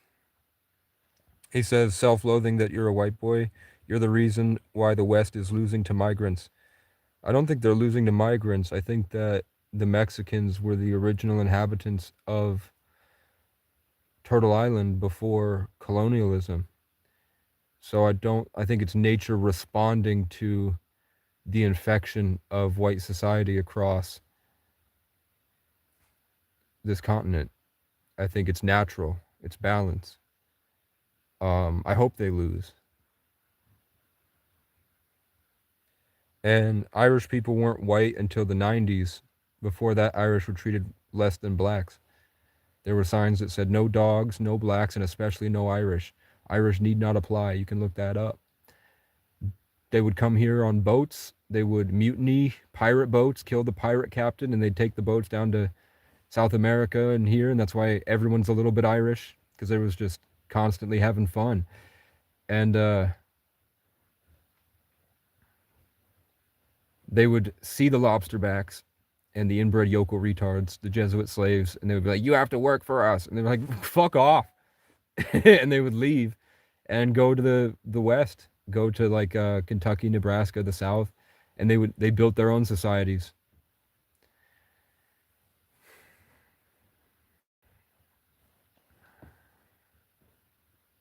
The only reason they lost was because of Jewish money.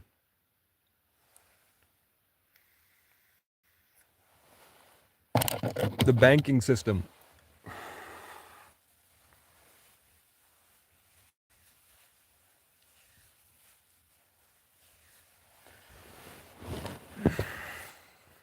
Biological warfare.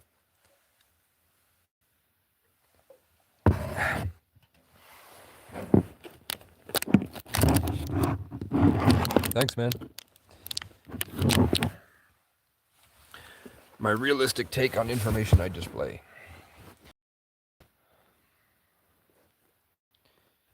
God. We just see you as sad, Diego.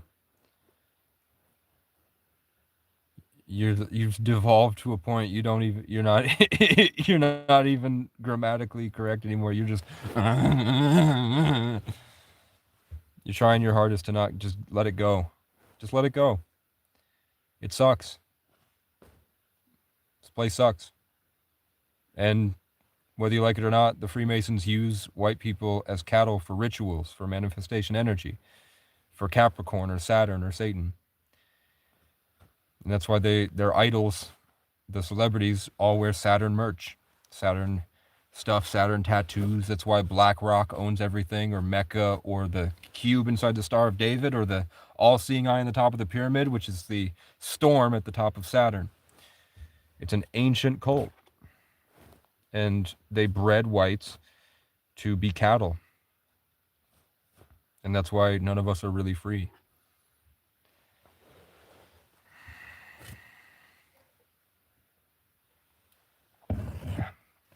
It definitely could be worse.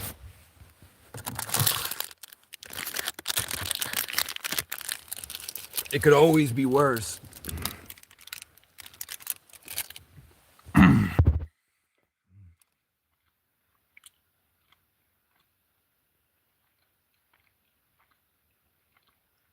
Zay says, everything in this world sucks. That's why this realm is hard to get around. It's stressful and frustrating for all genders and ethnicities. If you lower your expectations, it's great.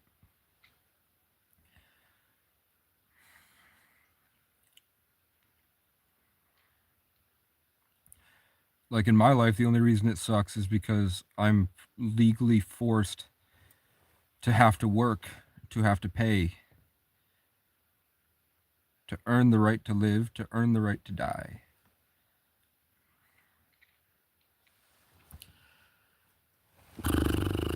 It's capitalism, which has pros and cons. I think we would be just as innovative and just as progressive in a different way than capitalism, but I think it would be more focused on nature rather than the consumption of it. Like,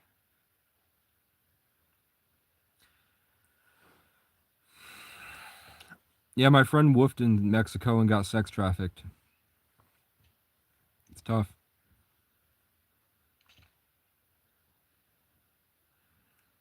It's tough, man.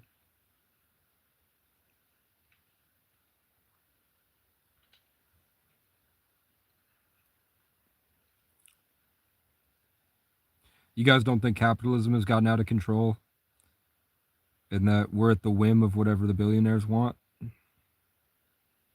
And if they choose to extend slavery further, to impregnate us with artificial intelligence, are you going to be still talking shit then? I think you're just sad and lonely. Which is why I haven't blocked you. I can just never hear from you again, bro. You know? I figure your life sucks. If you need to be here talking shit in my comment section for 2 hours now,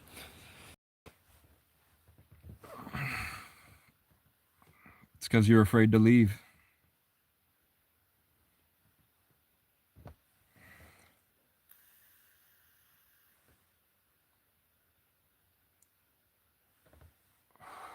We put the doll back into idolatry. There's no I in team, but there's con in economy. Haven't you heard the company policy? That's weird. It's kind of gay, though. Here, we'll give you... Watch this. 10 minutes.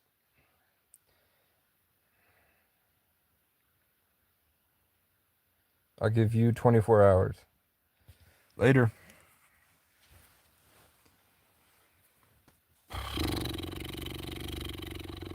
So I met with a realtor today and talked to him about the options that are available and how he feels the state is going. And he showed me just around that small town that I went to today that there used to be a car dealership there.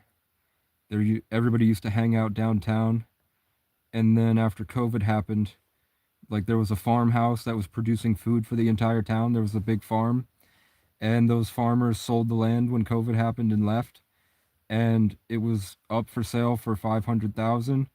And some rich guy panicking about COVID bought it for 1.5 million, and it's just his summer home. He's barely there. So now the small town is suffering because there's no agriculture. The car dealership left, and that small town that used to be like a little community has turned into basically like a vacation spot for the elites that are never around. The land is getting eaten up by the rich, and they're not even here anymore. So the people here have to work twice as hard now, and they're not producing any food anymore. So the agriculture is gone. So they're just dying. They're not manufacturing anything. Nothing's happening in the state. It's just withering away. And these old people are going to die in nursing homes, and their kids won't visit them because they'll have to be at work to pay for their house, talking shit on the internet. And the homeless people this is one of the most beautiful places I've ever been in my life. Homeless people love it.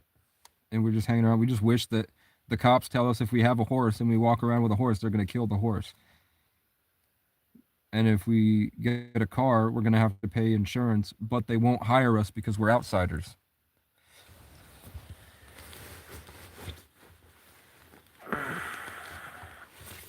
So it's tough. People are angry at their life, so they're taking it out on us, and we're living better than they're living. Like, they might be able to watch. They don't even get, like, we bootleg we go on the same websites to bootleg the movies. They spend their night in an electric box, and some people spend the night in a tent out in the woods, which is like a 1 billion-star hotel.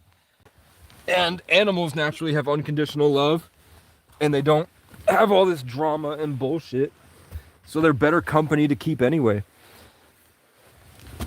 But I asked him about land, and he said he's going to look into it. My uncle's an architect. I asked him if he'd be interested in doing a legacy project, and just kind of expressed my feelings about my dad getting old and whether or not they deserve it. I still feel obligated to try to make their life better.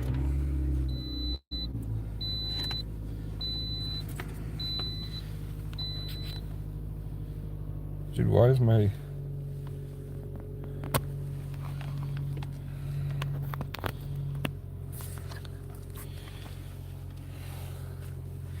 Have the other haters read Dirty Mike and realized, have they kind of woken up yet?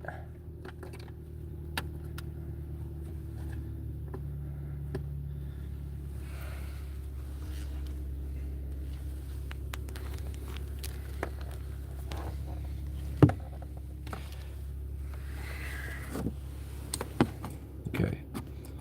We put the doll back into idolatry. People who work can earn more money for food than people on Social Security benefits for just a month of food. With food stamps, I get $292 a month, which means that I can buy 2 gas station burritos a day, plus maybe 2 Arizonas. And that's pretty I never go hungry. I feel healthier than when I was binging chips, and the money spent, if it wasn't going to me, it would go into some rich man's pocket.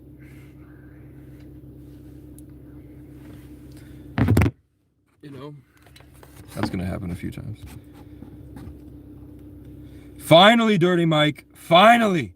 I've been waiting for 1 hour and 45 minutes for you to say something kind of a little bit conscious and a little bit humble, a little bit to me and not at me. Why can't I work a job? My car was stolen when it broke down at a park and ride here, going from where I was the top dasher in a city, working 16-hour days, and I was going home to visit my little brother. And I really tried, man. I might block you soon. My car broke down here, and because I was in a car, I must be a junkie, you know? So this small town, within the first week of being at the laundromat, learning cryptocurrency, making money online, making content, some guy came in and said, I don't want you in this town. I run this town. I deal drugs here, whatever. And I was like, I just met Linda at the Chamber of Commerce. I don't think you run shit, but your mouth. People say I'm crazy. You're fucking nuts. I'm just an overthinker. You're fucking crazy. Have you ever spent any time in a city acting like that? You're a nut job. And then he had a baton in his hand and he swung it at me. I had a hatchet hiding behind my back. I swung the hatchet at him. We wrestled for the hatchet. I picked him up and threw him on the ground and hacked him with the hatchet. By God's grace, in the struggle, the hatchet flipped around, so I only hit him with the dull end.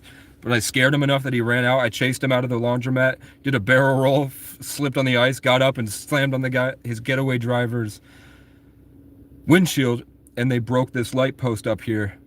And then I was trespassed from the laundromat. I was supposed to work at this music hall.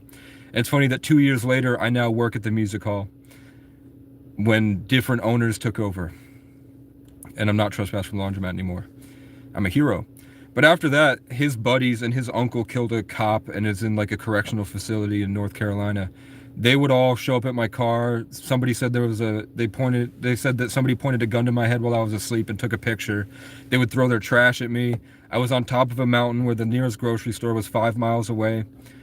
And people were telling me they don't take food stamps. So, I don't know, can you name one excuse I made?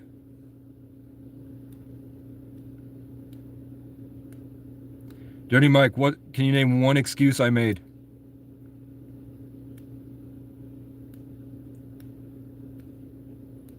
Name one excuse I just made. You asked me why I can't work a job, and I'm telling you about what happened between when I was a full-time top dasher, best of all the dashers, working 16-hour days. Are you sure you're not slow? You're not an inbred retard?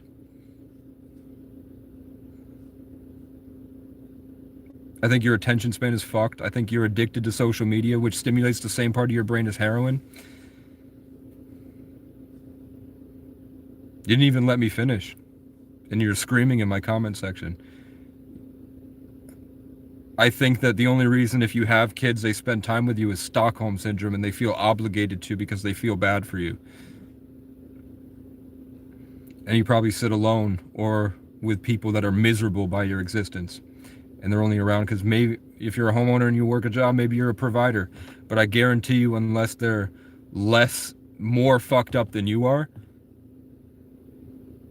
they don't want to be around you. I've known you for an hour now, and I would never want to spend any more time with you than this live stream. It's like a privilege that I'm allowing you to be here. But basically, thanks for letting me finish, man. Because of him, that guy that attacked me in the laundromat, a lot of drama went around, a lot of rumors about me, the idea of me rather than who I really was. So I went to every single, in that 5 miles to town, plus more, I went to every single business in that town, and I put in an application, and I told them my situation, and I said I'm motivated to work, and I tried to get a job there, and I was met with trespass orders, people throwing shit at me in the car, trying to kill me, attack me at the park and ride, trying to hit me with the side mirror, throwing like gardening tools and scrap metal and cigarette butts and beer cans out the window, shooting at me, tons and tons of drama, false police reports, and then the police are just as bad as they are. So just trying to make my life hell, so I leave, and I literally could not leave. So God talks to me one day and says, there's a sanctuary in the woods, and I'm eventually forced to go out into the woods, and I find this abandoned sugaring shack deep in the middle of the forest.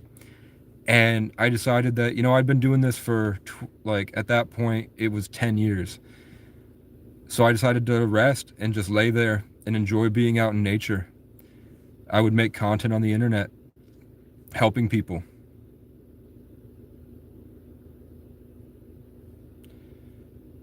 Eventually, it got so bad and I was just really tired of it that I decided to leave, and I walked from where I am now 110 miles last year making content and doing this stuff. And I showed people that, okay, I'm going to go in and apply to the job. I'm going to go ask if they have under the table work. I'm going to go do everything I can. There's no e-bike programs here to DoorDash. There was literally nothing I could do, and nobody would give me any opportunities. And I also felt that because there's so little people here and it's such a beautiful place, I also kind of like enjoying this, and I felt like it was a rite of passage to be this adventurer. Like probably when these old pieces of shit were young, they were told to be a man and go out in the woods and be a cowboy. You know what I'm saying? So I'm doing it, and I did it. And I stood up against a lot of bullies. I went up against entire small towns that were allowed to act like this, and recorded it, survived it, got stronger, proved a lot of them wrong, exposed a lot of this behavior in the communities, and I got to meet the needles in the haystack and get a real perspective on what people are actually like. I really got to know the culture that I loved so much when I was a kid, and I got to see it for what it really is. So I'm really glad I went through that journey. Then when I got back, the only work that was offered was kind of like clearing weeds and stuff. I did for a while, and then nothing until a carpenter hurt his hip and I helped him out. And then the guy was just doing too many drugs, and he lived alone as an old man, and he got really fucked up. He'd start getting butt ass naked and walking around and screaming at me and stomping on the steps that I was sleeping under, and I was helping him a lot. He just got really nuts. And then another guy helped me out at this music hall, so now I shovel. So when it snows, I make $20 an hour shoveling. And when they have sets or stuff they need to take down or put up, I help out. And they helped me with this, and I made a GoFundMe, and then their philanthropist board of directors helped that out.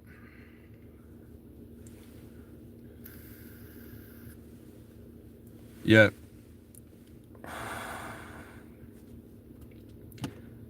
I don't know. I think they're a byproduct of privilege.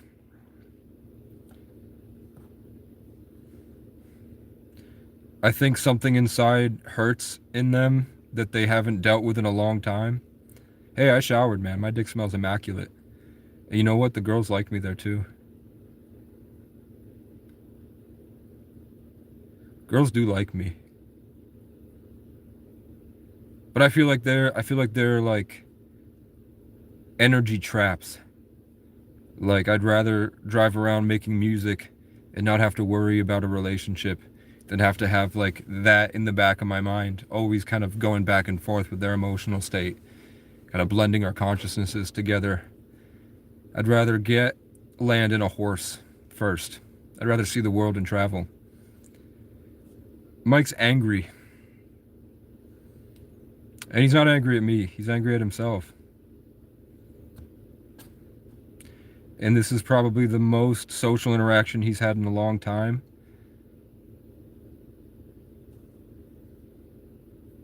It's a cry for help, really.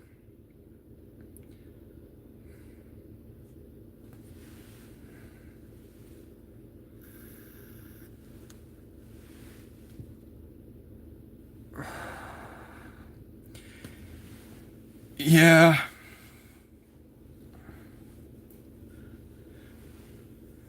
It's tough. Now that I'm older, I can be what a 20-year-old girl needs.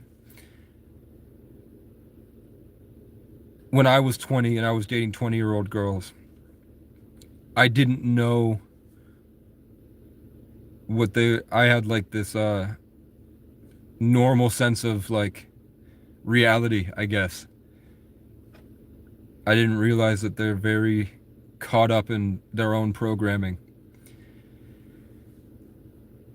And they have so many options and they understand that their youth is probably the best time of their life. So they're trying to make the most of it. But there's a lot of other shit going on with them too. Yeah, Uptown women love dirty bums, man. Women love the guy that fucks them once a month and never talks to him. It just is what it is.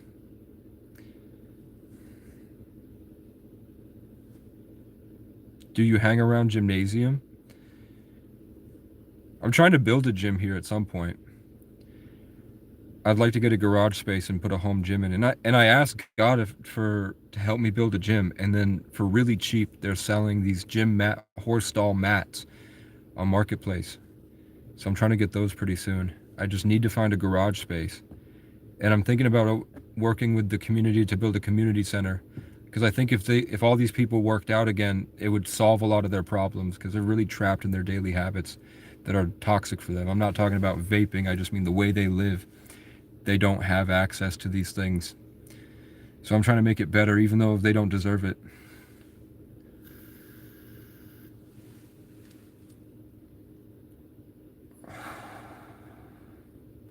Let's see.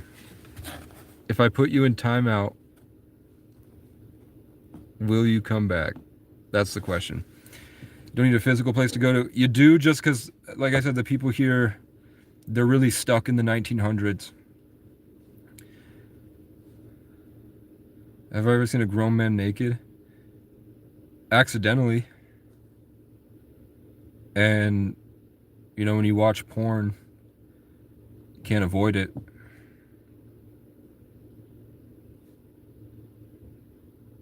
But I stopped watching porn a while ago.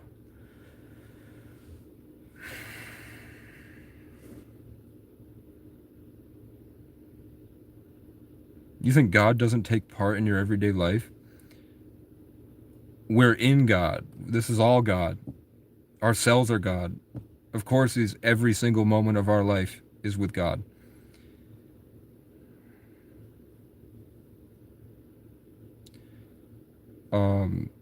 Like they say, I mean, with God specifically, they talk about how you need a willingness before the big stuff happens, because you have to hold that frame in order to actually ascend and understand, to gain knowledge and wisdom and actually use it with discernment.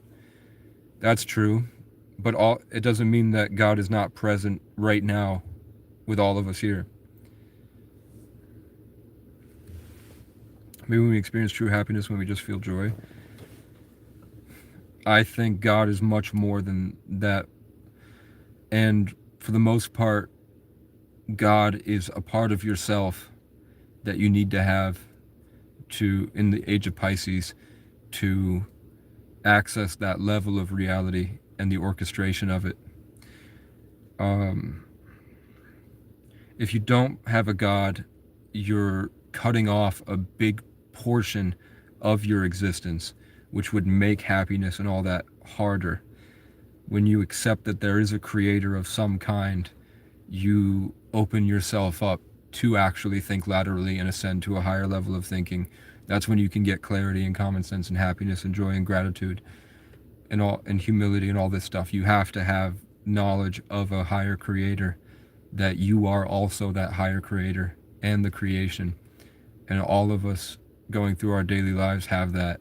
When you get too distracted in the outside world, the age of Pisces has that separation. So you forget, which is why you had to believe in Jesus. But in Aquarius, you will know the truth, which is happening.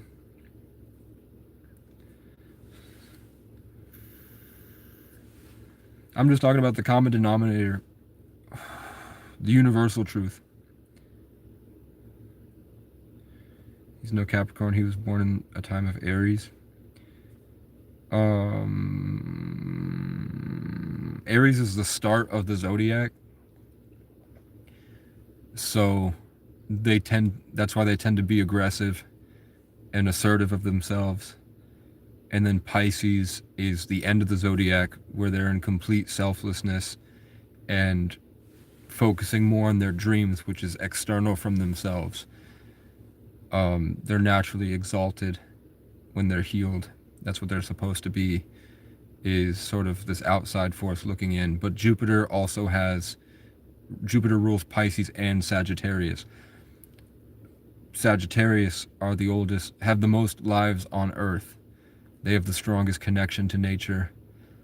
But instead of like Taurus, where they're just a part of the earth naturally, they also, Sagittarius, because of their many, many, many, many lives, they have this natural curiosity to connect and grow to the highest levels of the existence. So that's why they're the tree of life, or the man horse. They're the connection between God and nature.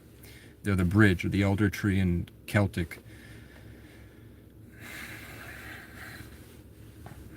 And they live in divine childhood and spiritual enlightenment, which is divine childhood, which is why they just mainly try to have fun, and they try to create things at a high level. And that's why they choose to adventure instead of hide themselves in boxes, because they naturally understand how short life is. And they wind up as teachers just because they feel like the world needs to understand what they have to offer. So they wind up being these sort of like invasive truths.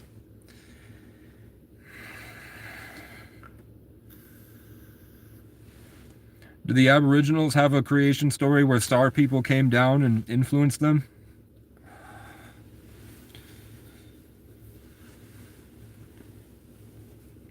What's the since you know so much about it, man? What's the creation story for the Aboriginals? What do they believe happened that brought humans to fruition?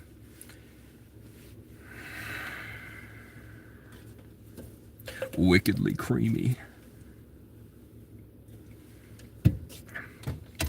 Wickedly creamy.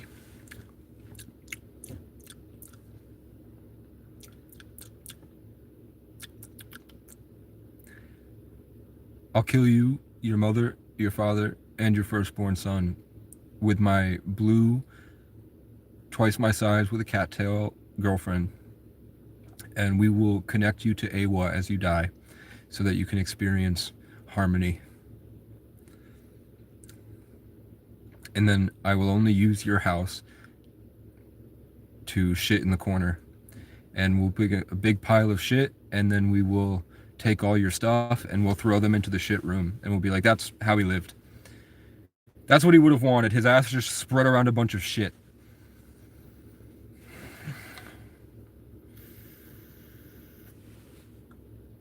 Because that's how he lived. As a big pile of shit sitting in a house. And since he loved his house so much, that's where he'll be for the rest of time. You heard me? I'm not even hungry. I had 2 cold burritos. And I'm waiting till tomorrow to go get the rest of my stuff and organize this stuff. I'm just hanging out today. Why waste your time of this ever-fleeting lifetime to try to argue with someone who rejects the truth you have to say about certain topics? It's entertaining. And I was kind of bored watching Queso in the back seat. And there's no gyms around here. And I don't like when I go to regular gyms and seeing that stupid social dominance hierarchy, energy stealing crap with the whites that can't exist unless it's obsessed with the groupthink. I'd rather have my own space that I can go in and use my bench, pull up and dip bar, squat rack, deadlift, listen to my own music in my own little space. But I don't want to waste a third of my day working at a place I hate, and then I feel unmotivated, drained by the Jesuit order, empty and lifeless, and having to delude myself in order to function just to be able to pay for that box when this state is empty. I think it's more productive to do this. You know what I'm saying?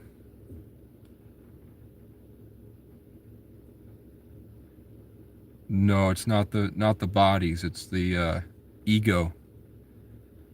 So if I'm feeling really good, I just got out of the woods. I'll tell you a story. The first time I went to the YMCA,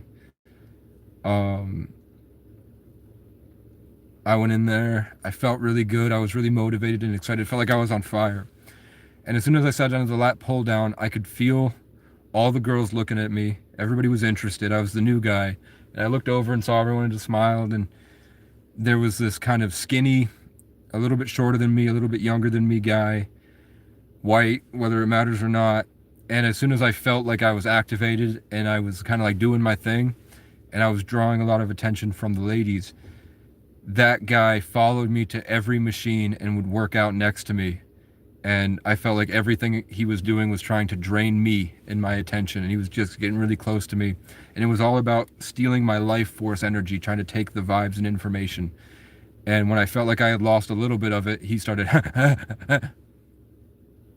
like a nut job. But they all do it here.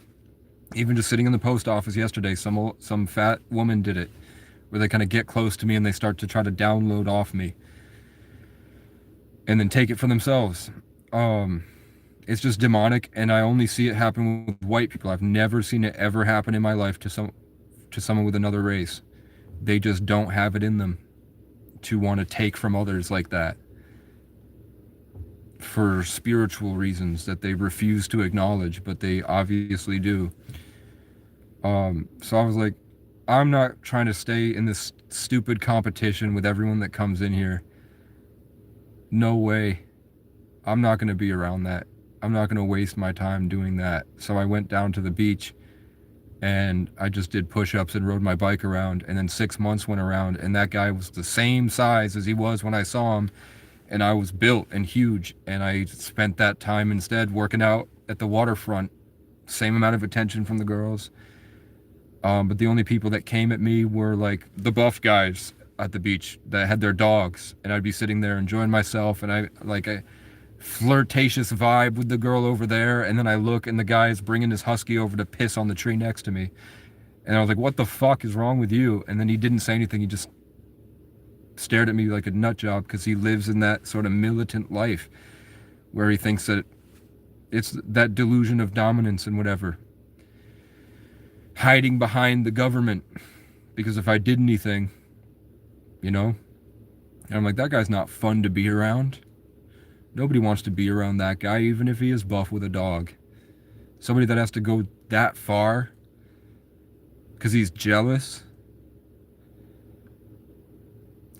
But then I go down to Miami and the black people weren't like that at all. They had to make sure I wasn't like those guys,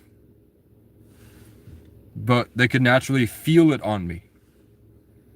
So they didn't even have to check me or press me or anything. They understood, because what's understood doesn't have to be explained. They could just see it. So we all hung out and it was a great time. I was hanging out with people that were wearing tons and tons of chains with bedazzled, and they had a gun in their pants and hitting on bad bitches. And I was in a Hawaiian shirt and I would show them the stuff I learned where I'm from. And how it really, I didn't learn it where I'm from, I learned it here, but it was my own philosophy and everything, the way I decided to live life, the skills I learned. And we just hung out, it was great. But then there was a bunch of people going into the nightclubs and everything, and those guys were, all of them seemed really, deluded and whatever, taking pictures of themselves in the waiting line to the club. And I looked in the club and everybody was just kind of standing around doing nothing. And I was like, what's the only difference is social stigma. They could be out here where it's fun. But, and I've been to the rodeo. I've been to events with a lot of white people, and it's just, they're holding this focus, and everything they do is kind of like a punch. Because they share their experiences and information that prosper everyone. You're on thin ice, buddy. Rumors. Let's see what they're saying. He's saying, why am I using the white man's technology?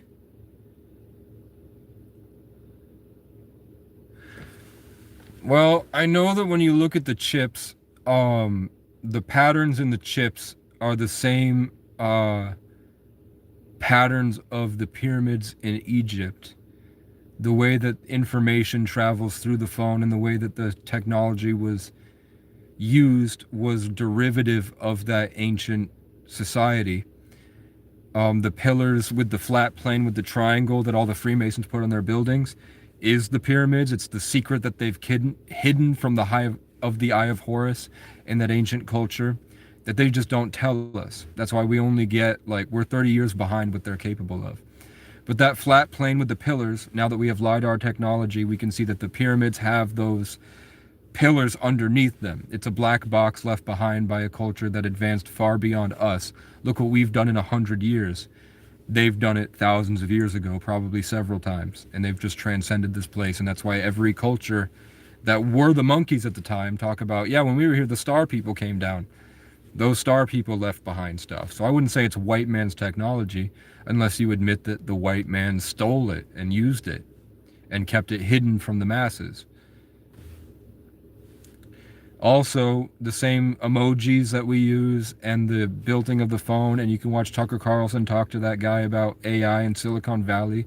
Those white people, if they're white or whatever, that breakaway thing responsible for the technological innovation, all say that they did so in communication with a greater intelligence in the electromagnetic spectrum outside of the earthly realm through their consciousness, and they do rituals and sacrifices to communicate with that thing on the other side of the upside down or through the wormhole to that other dimension where the mind flayer lives.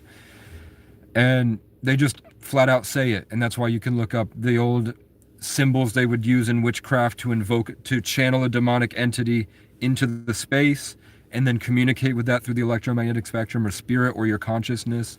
Once you have the veil lifted and you disintegrate these blockages programmed into us, when you can communicate in spirit to these things, they tune their frequency to communicate with that. And that's where they get the innovation and the ideas and the direction to create these things. That's why they call it a black mirror.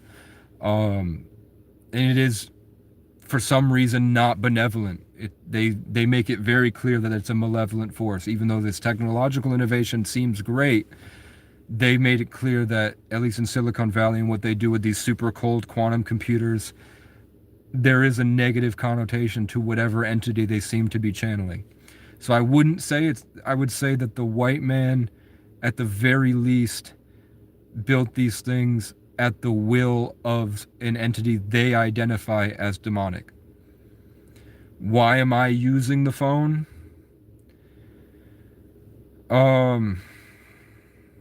To pass the time. I don't have an iPhone, but I don't really care. It's just a $40 Walmart phone.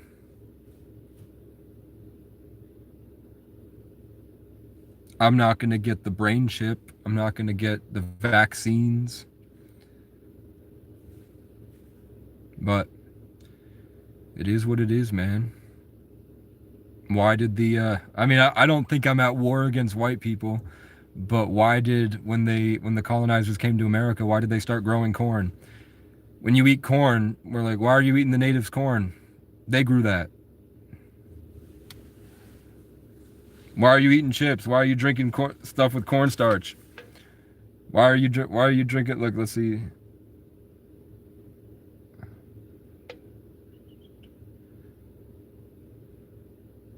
I think is maltodextrin corn syrup?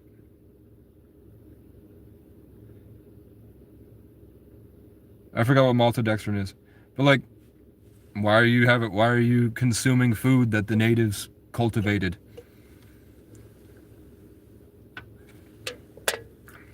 And I'm pretty sure this is a Chinese phone, by the way.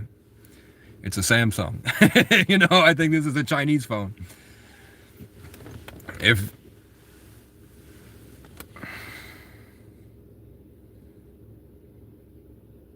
you got an answer for everything, fuck you, I'm gone.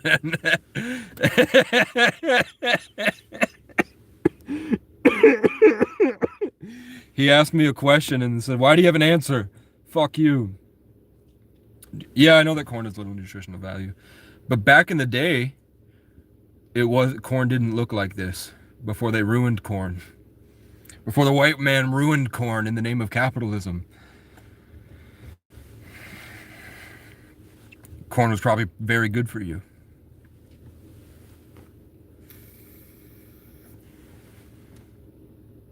It was amazing. Chat, would you fuck Arya from Game of Thrones? Maisie Williams? Corn on the cob. Yeah, popcorn is dope. I fuck with smart food popcorn. Heavy. But I don't want to eat it because I want to look good this year.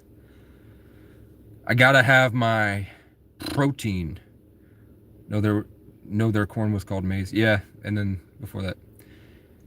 I have a serious question. If you had a feminine spirit appear 10 feet in front of you, would you try to talk to her? And if you did like her, how much would you truly show unconditional love to her?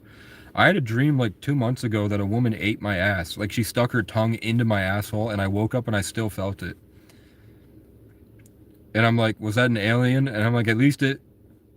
And in order to try to eat my ass in my dream, it pretended to be a girl, which made me feel better because I'm like, if it was a... Probably because it knew if it was a guy, no can do. I would kill it. So it had to be a girl, and then it fucking stung its tongue up my butt, and then I woke up and I could still feel it, and I had to like will that feeling out of my asshole. And I was like, I'm glad it happened because now I can live with that experience and I never have to ever debate whether I want to do that in my life at all. Like if a girl's like, can I eat your ass? I'll be like, no. A ghost did it once and I'm good. And it was just one tongue lunging. It wasn't like, nah. It was just a quick lunge. And I was like, what the fuck? And then I woke up. Beat on your tom-tom? My tummy? Chat, you like my coat? Thank you, Mike. The good Mike, not dirty Mike. Thank you, good Mike, who sent me a donation. And I used it because people shoot at me. So now there's no excuse. Because I'll have a reflective thing if I have to go back out in the woods. And it's warm, and it looks cool. And it was a very good deal. And I would have bought it regardless, but now I can use the money I'm about to get from work to work towards the birth certificate. I like this coat, man. I kind of wish that it had the, like the old hunting jackets that had this like cover right here and a button. That I thought that'd look cool, but this looks cool too. Did I accidentally do Mike for 24 hours? My bad. I gave him 10 minutes to see if he'd come back. Christian witness? What do you witness? What do you witness, Christian? Speaking of Christian, remember that schizophrenic man that said he was a Viking that killed me 1,000 years ago? And then we had schemy, slimy, smelly Ethan, that power-hungry energy harvester that I brought to the gym, and I tried to bring him around girls, and he gave me a polar bear card, but then he would obsess about power, and he told me there was this secret that he's not allowed to tell me about who he really is. And then he tried to steal the energy one day, and when he felt like he had taken it, he fucking took off running to try to use my energy. And then when he got there, there was a guy in the basement of the shelter that said, I am Jesus Christ. So they were arguing about whether or not he's Jesus, and I was like, what's my middle name? And he's like, I don't know. And I'm like, you can't even go into Skynet and figure out my name? My middle name? But they spent those two schizophrenics spent like an hour debating whether or not he was Jesus. I didn't find the spirit I talked to sexy. I was just confused why it was there. Because some dreams I have, it's indistinguishable from reality. Some dreams I have, it's so bright I can barely see. And some dreams feel like I'm in a TV show. Like a Truman Show thing, where everyone in my dream, it's obvious that they're not real. And they're all kind of like, they have like a sort of demonic thing with them. Like it feels like there's a dark secret they're not telling me. And then at the end it's revealed that they were my ancestors fucking with me the whole time. And that in real life, they're encouraging me to wake up and see that in real life I'm also dreaming. Like I have a lot of dreams where they're trying to teach me about how to stay conscious and aware of spirit when I wake up from the dream and come into this dream. And then some dreams I have that tell me the future, and then I don't understand what the dream was about, and then I experience that a year later, and I'm like, oh yeah, like I had a dream where I left my Section 8 apartment in 2021, and I walked up the street to an abandoned house, and sitting in an abandoned house was this big, fat, black guy with gold teeth, and he was just sitting there happy, and he didn't really talk to me, but spiritually he told me a lot. And then I looked down, and I saw that the road had been turned into a river, and I got onto the river, and I was kind of sledding down it, and I heard a gospel choir in the background, like following me as I did it. And then the next year, I became homeless, and I traveled, and then I met that guy in real life. Wee Man Champ, I've been waiting for you to say the sleep paralysis thing for a couple days. I will get into it, I swear to God. Let me just say that year was the year of the water tiger, and that's when drill music popped off, because the water tiger is that aggressive tiger with the water undercurrent, so that's why they have the deep bass, because of the water tiger. And I was driving around in my Dodge Magnum making music where I would live in that. So I was sledding, and that was after I met that guy in a motel program for homeless people after my car was... I snuck into Montreal, outdrove the police, and got deported. So they had my car, so I was in that program because my other program burned down while I was in at the Stonehelm Motel. And I went down to that program where I met them. I was literally forced from the Canadian border down to that place where I met that guy. And then I drove around in my car when I got it back the same way. So that dream came to life. It was just symbolic of the story. In a small dream that showed me the future. And then the next dream I had like that was a year later. I dreamt that I had really long hair, even though my hair was cut at the time, and I had antlers, and I was this like green forest growth all over me, this like walking forest spirit. And I walked into a school.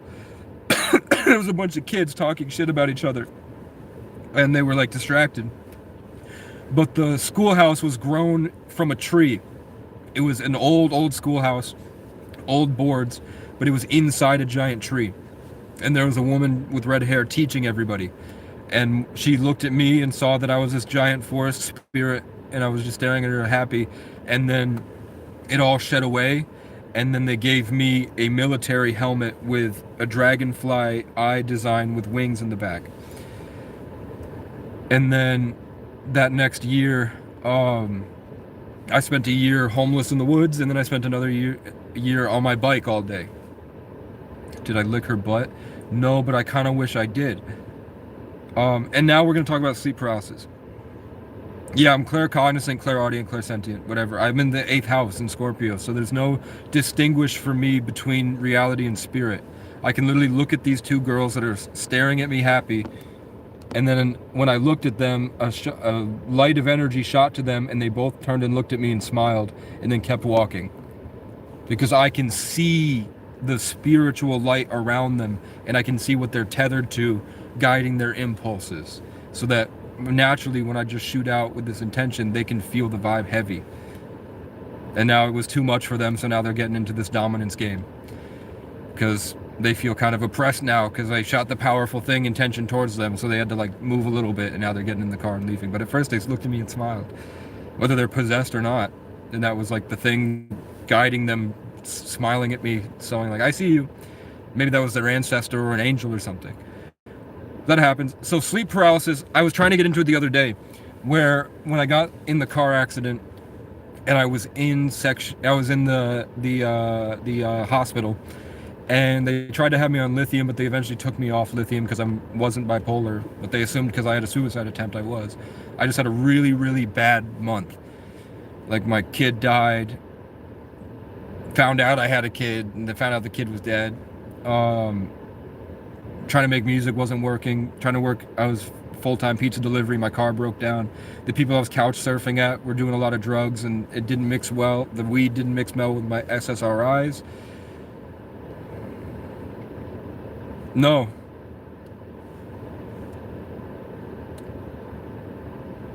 No, I wasn't staring at them. Like, it was just like I looked over. And then I looked over again. I looked twice. And they were looking at me. So, are they creepy? Because they looked at me? I don't know. They didn't seem disinterested, but when I felt like there was this oppressive energy, when I kind of clocked their T, they were uncomfortable with that oppressive energy that I also felt. I felt like it came from me, but it wasn't because of the Sagittarian curiosity. I kind of accidentally tuned into where they were at more than it came from me. Because we're all in this big network, because we're still in the year of the wood snake. True story. So,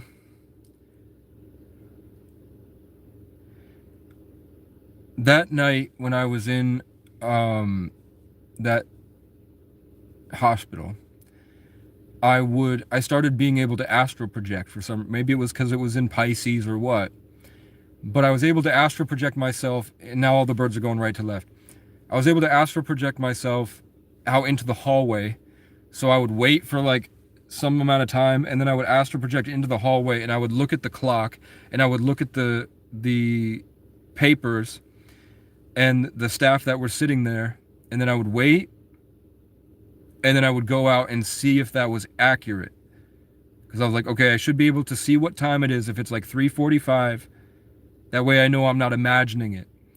And the time was right, and the things on the paper were right, and the staff members that were there were right. And I did that for the first half of the night, and then I felt like this huge pressure on my head, and I was knocked unconscious, and then I woke up, and there was this gray figure in the middle of the doorway, and it was eating my spirit. Like literally all the stuff that I had just learned about living in spirit, it was taking it from me, and then I passed out. And then I woke up, and that's when why I say I have a brain injury. And you can find I've been talking about this for years. I say I have a brain injury because after that, I was fucking not nuts, but just like not able to function for a long time. It really messed me up. Whatever happened with that gray thing, that gray humanoid looking thing that I've had dreams about several times after.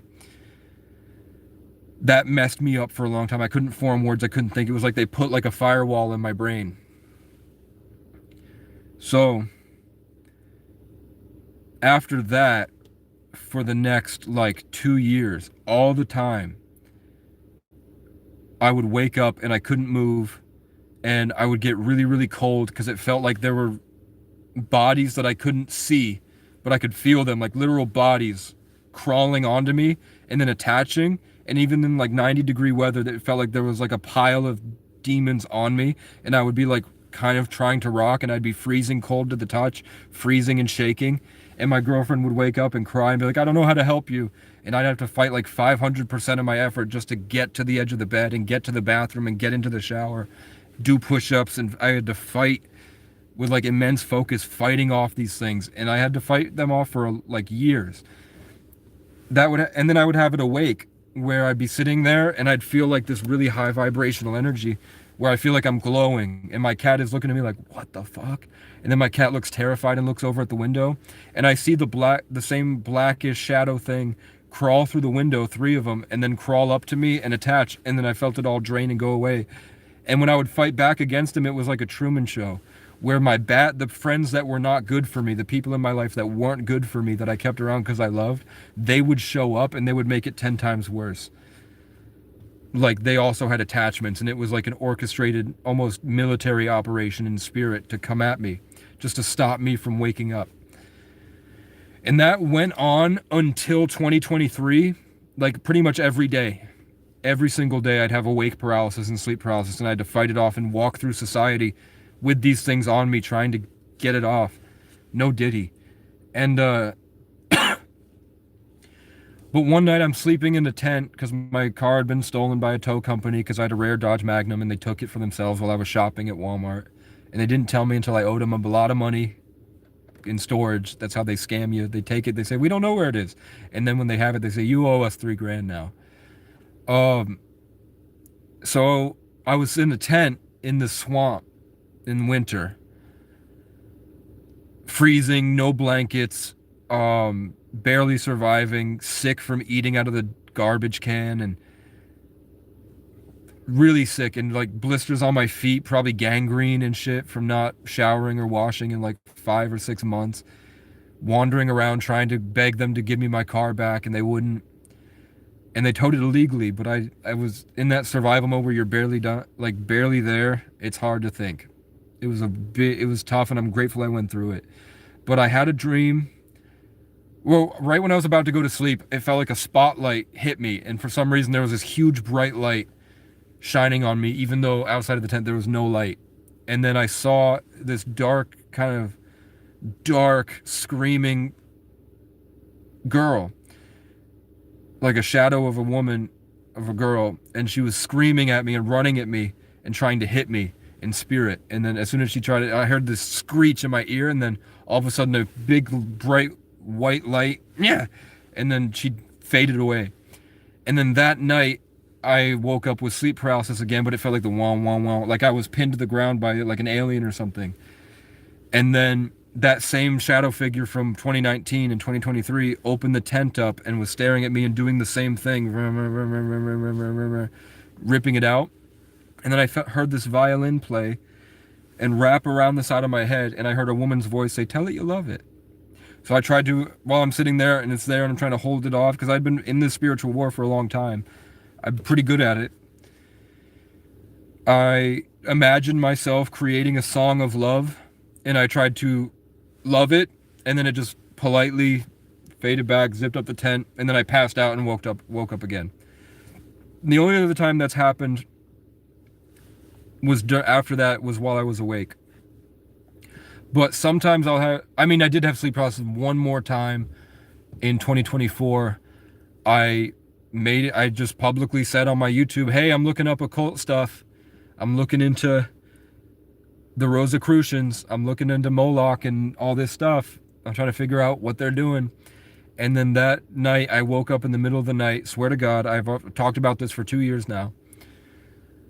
I was pinned to the ground. I was laying on a pallet in an abandoned timber frame and corrugated metal with no doors or windows shack in the mountains. And there was this dark, huge darkness and the same one pinning me and keeping me, I can't move. And I can feel it and I can see it. So I'm just like, ask it in spirit, what are you? And then immediately I'm hit with the picture of a dark magician from Yu-Gi-Oh! And I was like, okay, so I see kind of like the word Freemason. And then I'm trying to fight it off, and what it's doing is eating everything that I held dear to myself, like my heart. It's just eating it, and I can see that it's extending its will to this group of addicts down the road, and it's taking them like a extension cord and trying to plug it into me. And then all of a sudden I'm filled up with their personality and like their feelings and their demonic energies and stuff of their addictions. And then I hear a bunch of rustling in the forest outside this door, because there's 3 doors and they all are no doors, just door frames. So it's just right out in the forest. I hear a bunch of footsteps and they circle around the shack. And I don't know what it is. I'm thinking it's deer because of the trots, but there's also like scurrying. So I don't know what it is at all. I'm terrified that it's Satanists. And then I swear to God, something runs in like a coyote or a fox, and it lays against my leg through the tent wall, and it's like shaking, and then it starts to calm down and match my rhythm. And then straight in front of me, on top of that little hill outside, I hear a and it shoots this wave of light like a wall that connects to the fox or the coyote, and it blocks that thing from touching me. And then I see that thing gets angry, and it extends the image of a buck's head on the wall and then shoots it to that thing. And then whatever that thing is, I feel it ask me, like kind of look, and instead of like asking with words, I can feel the intention of it. Like, do you feel like we should be killed and put on walls? So I'm trying to imagine I'm like, no, I'll fence off this whole place. It'll be a wildlife preservation. And I'm trying to imagine me feeding it feed. And it goes, and it smacks a birch tree down and walks away. And then that thing fades away. And then all those things leave. And then at the very end, if it was a fox or a coyote, gets up and leaves. So when I did mushrooms, I took one stem in 2023 after this instance, and after I saw UFOs, and there was this big fog, and then it told me to go out to the dock and look up, and then a big circular shape of wah opened up, and I felt a pull upward, and I said, fuck no, nope, just come to me in the daytime. Look out from behind a tree and wave if you want to show yourselves to me. I'm not doing that. I'm not doing that. And then I didn't really hear from those things for a couple years, maybe a year. But when I did mushrooms, I just felt like my frequency was able to enhance. I had more focus, so I could hold that different frequency longer, and then I could feel like like a magnetic pull between me and the forest. And then in the middle of the night, a bunch of birds flocked to the edge of the forest and were calling to me to go there. So I went there, and then I saw this forest spirit, but it didn't have like a physical thing. It was a spiritual thing, and I talked to it, and it just showed me like the pain of having to be an animal, and it showed me mice running from foxes and eating the mice, and like how animals live in fear of like that constant thing. And I was like, I'm sorry, but that might not be the case in the future because of technological evolution. And it just basically hit me with the truth, like this dark forest truth that stayed with me for a long time. And then I walked out into the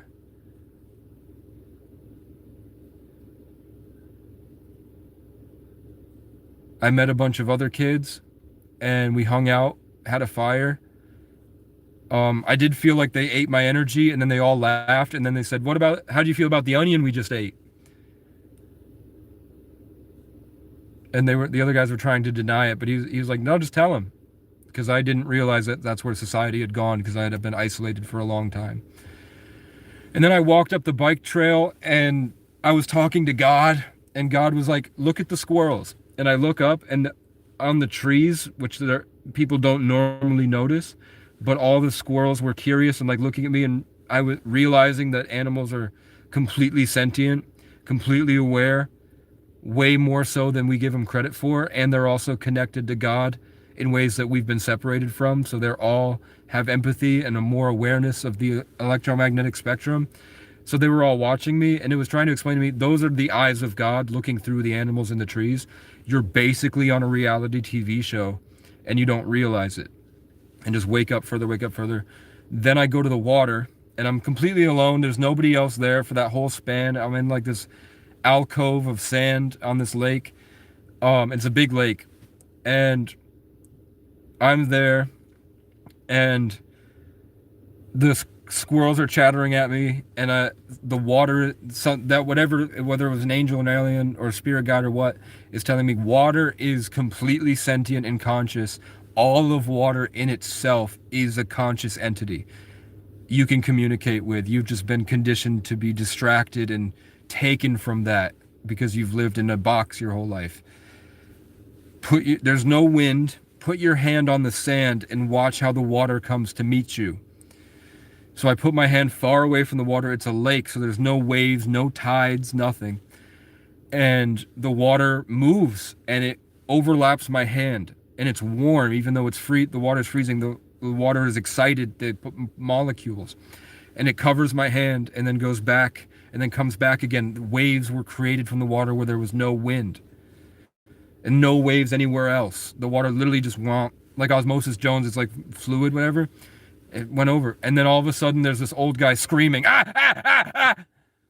And I look, and he's like, this old fat guy is like, he has a bunch of raw meat and peanuts, and he's like curling them into little balls and placing them in trees.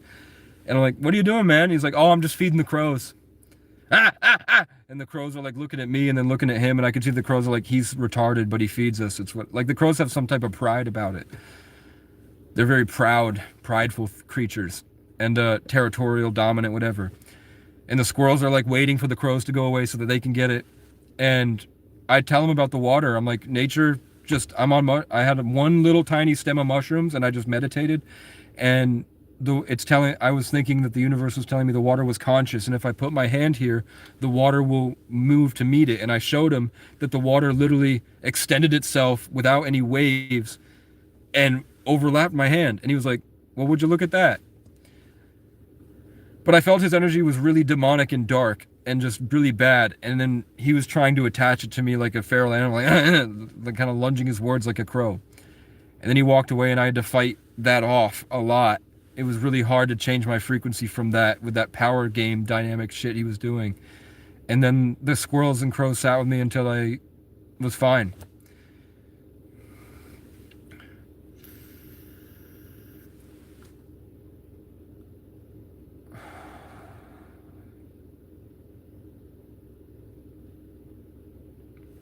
You know? And when you live like that, that's reality. In this day and age, that's pretty much the only way to get bitches. You have to be spiritual.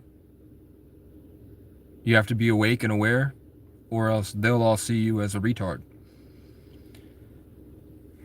I just choose to ignore a lot of it. Like, I don't get caught up in empathy or anything in social situations anymore. You know? Christian Witness, I'm really disappointed in you.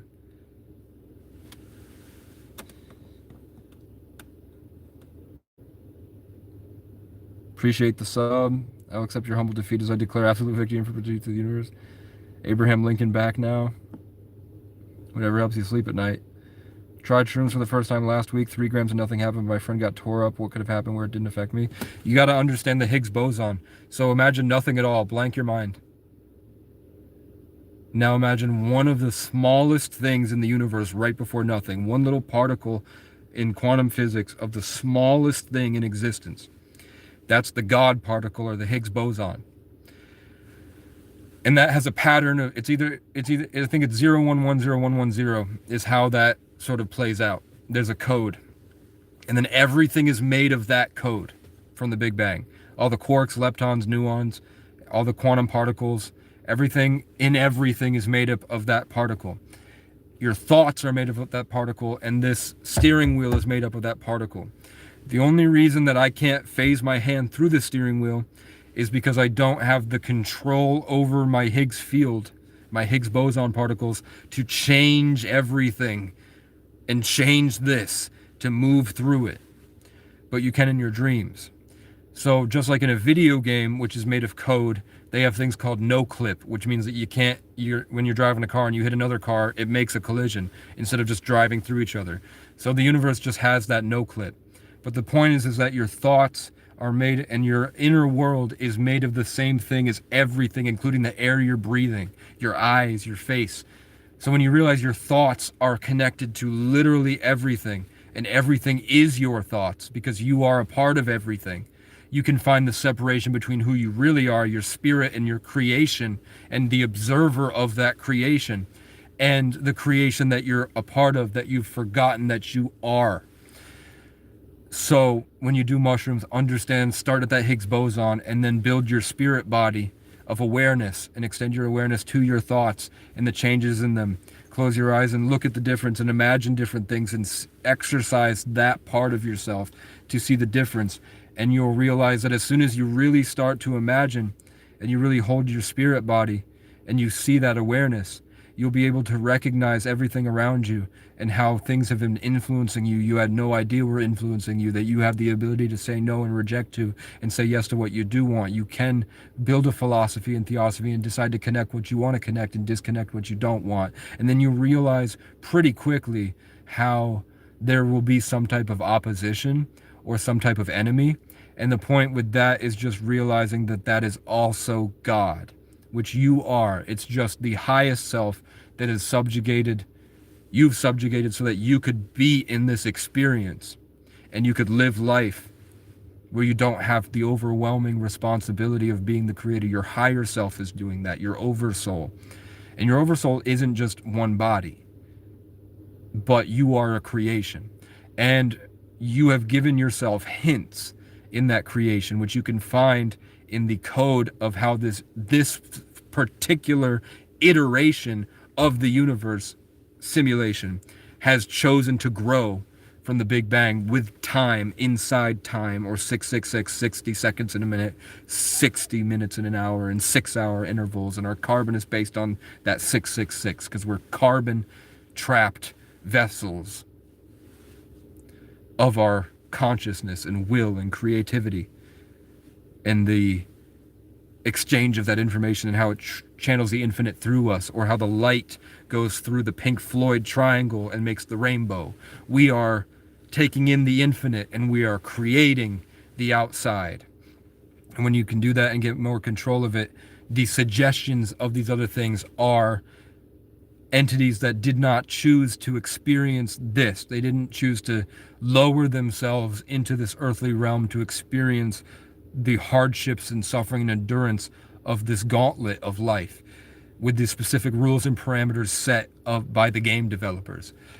But when you can access higher levels of consciousness, you can change your reality at will, and then you'll feel pushback and stuff, and that's traumas and programming and differences in that. And there also does seem to be a force that is designed to stop it.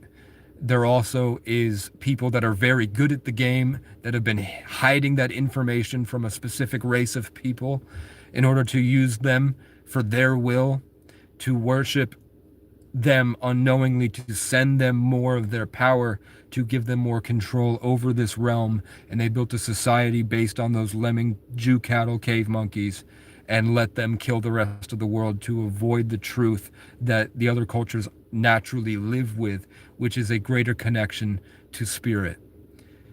They hide it, and it's called the cult information. Hidden truths that they reveal to us through, because they feel like they have to tell us, but not give, they have to give us 2 + 2 in order to not be karmically liable by the balance of this entity controlling this realm.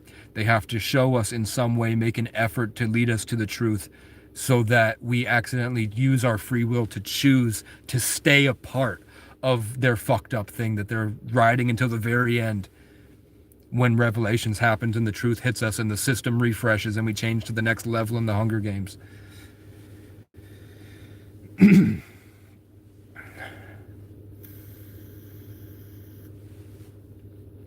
And that's why consistently you can find these reoccurring patterns in people that feel awake but don't have the full spectrum of knowledge, can point out patterns and breakages in the system, but they can't correctly identify them.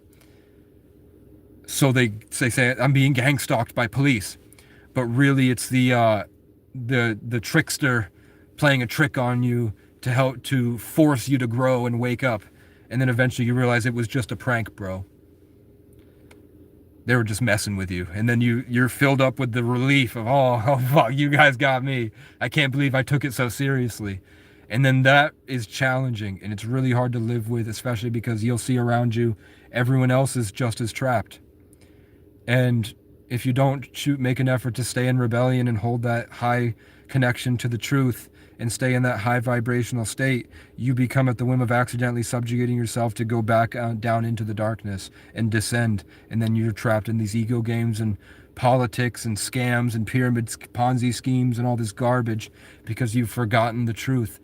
But when you hold on to it enough, I get challenged. You'll see they come at me a lot, but I'm usually blessed right afterwards.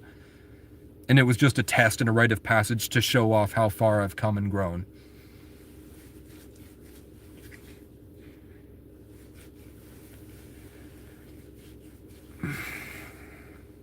But it all starts with the Higgs field and the Higgs boson.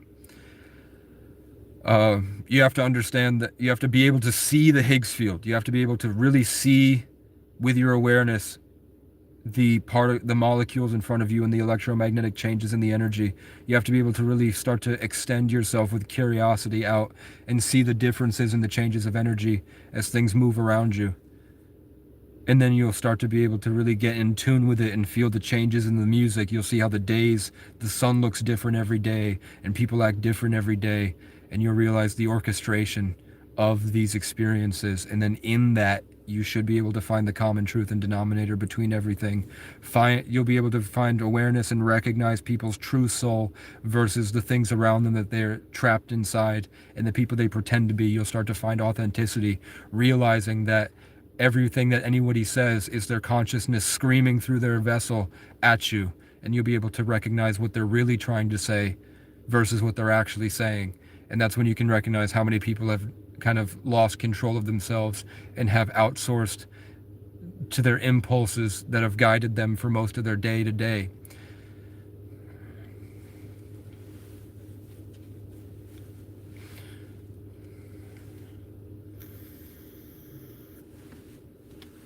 That's just how I'm feeling lately. What's up, brother? I just came back. Let's see what they say. MK Ultra. I probably wasn't MK Ultra. You ain't really lived until you boofed DMT. I think they told me that I produce a lot more DMT naturally because of the circumstances of my birth and because I spent a lot of my life in isolation where there was no real difference and no real challenge. I didn't really, when I would wake up from my dreams, I had no challenges in my life because I lived alone and had parents that were pretty checked out. And I lived in an abandoned ski resort and I had my own property with my dad. And um, I had a room full of Legos that when I woke up, I would just go build Legos and let the TV run in the background. I didn't have friends or social challenges or things to keep me trapped in the matrix other than parents that had horrible traumas that would get influenced by, it looked like the enemy, that then they would attack me. But for the most part, when you produce extra DMT before you go to sleep, when you wake up, it usually wears off, but I didn't have to let it wear off. So I would stay in spirit for my whole life. Just integrating that with the world takes a lot of effort and takes a lot of real-time creativity in the present moment. You have to live like a war chief that rode into battle. You want to talk about past lives. I'm pretty sure, I mean, I have dreams that my ancestors were shoving a war bonnet on my head and I'm crying and it hurts and it burns my whole body and I hate it because it hurts, but they're saying, no, this is good for you. And they're shoving the war bonnet on my head until the feathers are seared in, while Celts are branding me blue. And I didn't even know that the Celts used blue woad to make their tattoos, and that was their symbol of connection to spirit and blessings for their battle. So I'm earning the feathers, and I'm being blessed by my ancestors in real time. And I had a reoccurring dream a lot until I recognized what they were trying to say. And then I found out I was Native and Irish. I didn't really think much of it, but I kept having these reoccurring thoughts like, you need to understand Irish are the true Israelites, and the world has been at war with them because they're fighting to create, and that's what God feels is the most beautiful, is because they've had to overcome the worst parts of life for thousands of years just to endure because they want to create music and art. That's what it is. It's not the Jews. It's not the Jews who feel like they own everything. They're pretending and distracting us from the true Israelites, which are the Irish. And the Native Americans are the descendants of the ancient Egyptians that still practice that culture. And I would just say that years and years and years ago, but it didn't really click until this year where I saw a picture of Sitting Bull and he has the eyes of Horus with the feather and the feathers. And then I saw immediately scrolling down a bit, and then I see the hieroglyphs in Egypt, which are people with the feather and the feathers on their arms and the same jewelry and dress that they wear. It didn't hit, but I've been hearing that for years from my ancestors, which I ignored so that I could be normal. But now that I understand I'm a Sagittarius in the 8th house, born in the 11th, it makes a lot more sense. But they say, like doctors have said, I probably produce more DMT than normal because I was normalized into living with that. Without the social challenges and the circumstances of my birth, because you release DMT as you're dying, and I was born dying, so they think I got stuck with it. True. I am actually more sane than a lot of people, because this doesn't rule my life. I'm just talking to a camera right now. For the most part, I only really say this stuff to people that I feel need to hear it. Like, I don't really tell, like, if I'm in a van and I'm locked with a guy and the universe has obviously put the symbolism and he needs to hear it, then I'll say it. Like, they need more evidence that there is a higher level of creation. But when there are people at that higher level of creation, that all they want to talk about is this also. But we can just have fun and shoot the shit. We don't have to talk about it. We can just hang out, make jokes. Girls love this stuff. They love it. But the sleep paralysis goes away when you stop trying to fight it and you start to love it. Like in Harry Potter with the thing in the mirror that shows your worst fear and then you have to laugh at it. The bog, is it like a boggart or something? You have to laugh at it till it goes away. And then the Dementors, you have to have the Patronus. You have to use the Higgs field to channel your favorite memory that gives you the best feeling. And then with that, you have to display that memory, which shines the light that scares all the Dementors. But you need to understand the Higgs field first before you can do any of that. Did I play D&D? No, I was never invited to D&D. 23, you're opening something nobody really understands. True. DMT is smoking the essence of spirit. I've never smoked it, but you do a spiritual... A shadow of a doubt. Yeah, I don't need to have it. It's just, it hits me in waves, and it's terrifying. It's just your body downloads the right essence to start to channel your energy into opening up more of the electromagnetic spectrum, and then you have to realize that, and you have to hold on to that in a world that doesn't want that around, and then it takes perseverance, and you have to be triumphant with it. It was terrifying. And the people that don't do that work are jealous demonic puppets that will make life impossible for you because they are not willing to do that. India showed Christ how to meditate and use a spiritual eye. I believe that. I believe that Christ went on a long wilderness journey in that block of time where nobody knows where he went. And there are but I can't really prove or not if the people that say that Jesus went to them, like the mystery schools in Tibet, I can't really tell you whether or not he did. But I have this strong feeling that Jesus was in Ireland, and that's too much to say. I can't say that, but I told Boone that. I'll tell you that when Jesus turned water into wine and he gave it to the servants and gave it to the guy who ran the party, it says that the guy who ran the party didn't know how Jesus turned water into wine, but the servants knew how he turned water into wine. He could have had it. He could have brought it with him. It could have been a parlor trick. Because he's clever and he's funny. DMT is the jungle juice in short form. Ayahuasca is what you're talking about exactly. That's delusional. Tell my friend ayahuasca. Don't get 5150. I don't know what that means.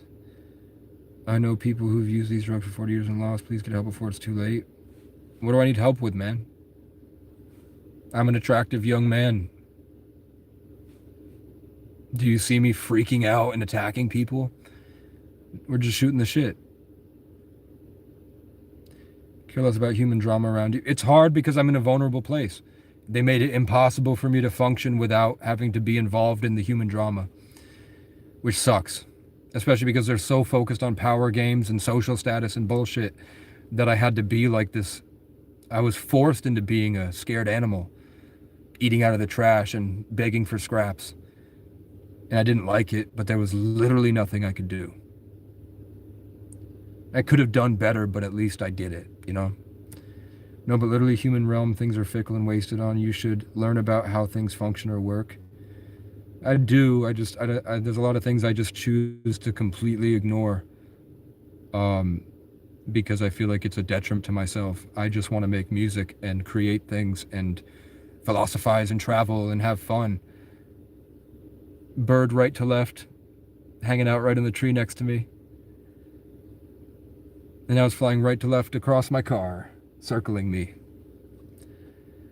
If you believe in a higher power, listen to this message, please get help. What do you think I need help with? What's unhealthy about this? I'm just talking to a camera. I think that's your own personal prejudice. There's evidence of Jesus being in India. Yeah, exactly. And it feels so nice. I don't have to go anywhere. I'm allowed to be here. I have money for gas. Thank you to Mike who donated. But I also, if I wanted Cash App, I could get $120 from my work. I'm just waiting. But I did earn some money from work. And that I'm just saving up either if they want to do the title first, or I will, once Monday hits, I will call the place that has my birth certificate and ask them if they got the application again. And if they don't, then I'm going to have to go down there, which will be it'll be like a few day trip to go down there. Maybe I'll go to Planet Fitness and I'll walk around with a camera and see this is what it's like. This is what people are like. And yeah, I mean, it would be fun to be in that world. I'd get laid a lot more.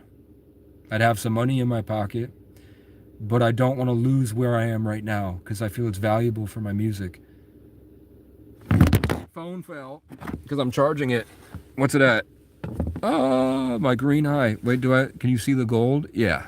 It's just a bit dimmer. Phone's at 46. We'll keep it charging. If you can tell me why you think this is wrong and I need help, I'd really appreciate it.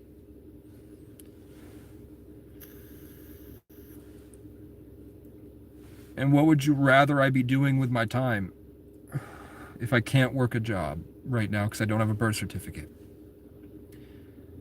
And I'm waiting for it to snow. It's snowing. It's going to snow tonight.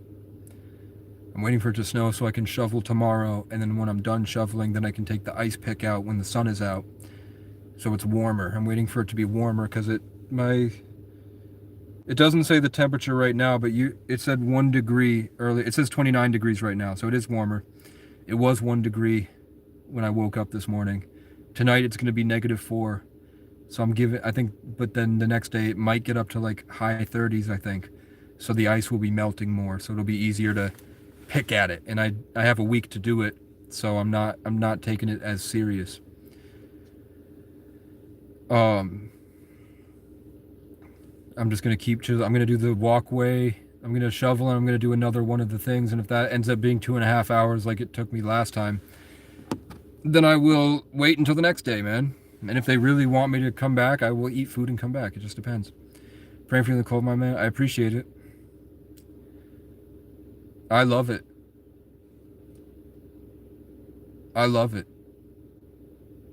I hate when it's warm out. I think that probably my ancestors were up in northern Canada once, and the other one was Ireland. Ireland's cold and it's wet. Yeah, they hid the snow shovel on me for a week, and then they put it back when they realized they needed me.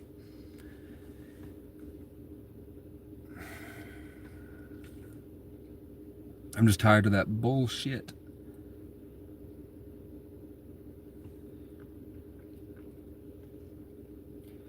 So the snow shovel has mysteriously found its way back right when they need me to shovel. But while they were on vacation and I could have shoveled so that they didn't have this sheet of ice, no.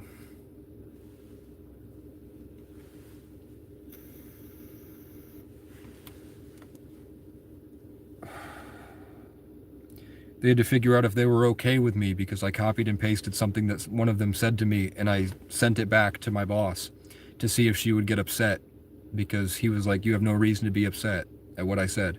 So I copied and pasted what he said and sent it to her to watch her get pissed, and she was pissed at me for a little bit. Playing games with a poor guy.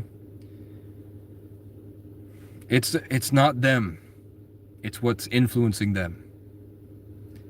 They saw me as less than, and they treated me like I was a liability, and that the board of the directors that pay for their community art center would somehow be upset at a member of their community who needs a space to sit and play guitar because he has dreams of the arts. Following his dreams and playing guitar in an empty room in the basement. And when I got there, they said, feel free to come here anytime you want and play guitar and warm up. And then I did it once, and they were really upset about it. Sitting there in the other room, he went and said, we need to really set some expectations for Casey, because I'm playing guitar in the other room. And I'm like, yeah, I'm traumatized. But I'm not mean. I'm not a detriment to you. I help out. But it's like they had it like a balance, like how much are they helping me versus how much is he helping us. And I was like, you don't have to take it so serious. It doesn't have to be that serious. And plus the board of directors, that they were so terrified of me being there. We're shooting the shit outside when I'm shoveling. They're telling me, great, that's a great job you're doing, man. It's good to see you, whatever. They're nice to me. They're friendly. They even called my boss slow. They're like, hey, you're kind of slow. Because he, I don't know if it's like OCD or what, but I had been having a conversation with one of the directors every time, this older lady that kept coming in and saying hi to me and stuff. I'd already met her And I'd known her for a long time too in the community. And we're talking, and we'd already been talking for like 2 minutes. And then he looks over and then introduces us. Casey, this is this. And this person, this is Casey. And she's like, you're kind of slow. And then she walks away laughing about it. And I was like, yeah. I think she said he thinks he's chief. Because I think they see us as Native Americans.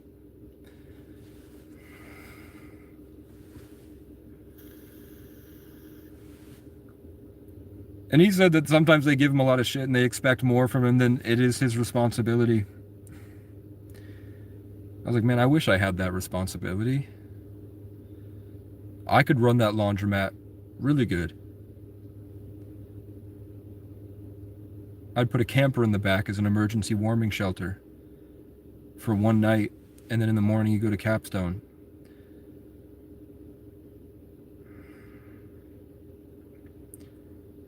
And I don't think they're bad people at all. But I think that I'm like an animal.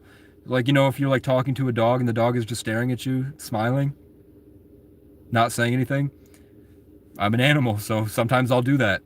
I'm like I'm just holding eye contact, staring at them while they're talking. And most people here, it's just a byproduct of the culture. They'll like hold all the energy in and then they'll order me to do something. Yes, now you need to do this, and then hit the shovel there, and then you're going to do the walkway here and then here. And it's just like a girl that was an agent. She was an agent in the industry. I'm like, you don't got to do that. I know how to shovel. But there was probably it's probably part of this that because they're not in the forest, they feel this connection to the whatever heavily. So there's probably something that they felt like they were needed to preserve themselves by doing that. And that's why they keep coming to me friendly, and then at the very end they order me to do something. They end the conversation with like this order, like I'm a dog. And it has to be because when I'm gone, they have to feel like they've taken the energy from me and coveting it for themselves in order to function, or else they might feel like I'm accidentally taking it all with me. And when you're in the woods, that doesn't really happen. You do have to assert yourself, hey, but there's this management system of the forest that makes it less serious. Like, I can incarnate better and the crows will eat my spirit, but there's this shield around me that doesn't mean I don't feel cold when they do it.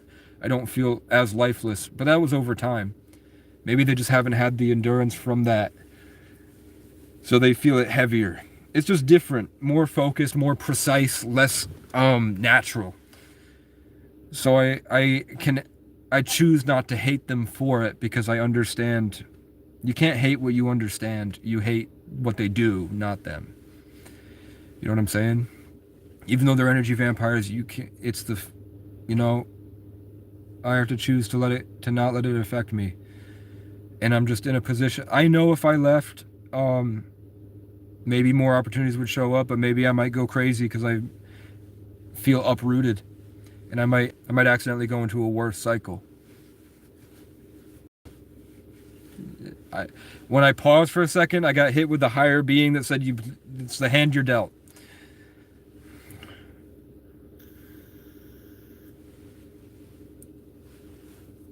You could say, yeah, the guy that helped me does make a lot of money. I don't think he's hurting for anything. He's got a nice house with a wife. He's got $100,000 Sprinter van. He makes a lot of money. This girl is an executive director. She drives a nice car. But the money that comes in is from philanthropists and the government. They're basically doing Section 8, but they're channeling it into putting on shows. They could just give me the car and not ask for any money. They could just say, hey, I have this car I don't need and don't use. But she said, I just want the money that I put in to get it up to inspection, which was $2,000. It's worth $5,000 easily. So there's that. You know, it is charitable, but it's just, as soon as money gets into the equation, it seems like it messes everything up with them, at least. It like gets in the way with like order and how things are supposed to go and the direction they want to take. And I just don't see it that way.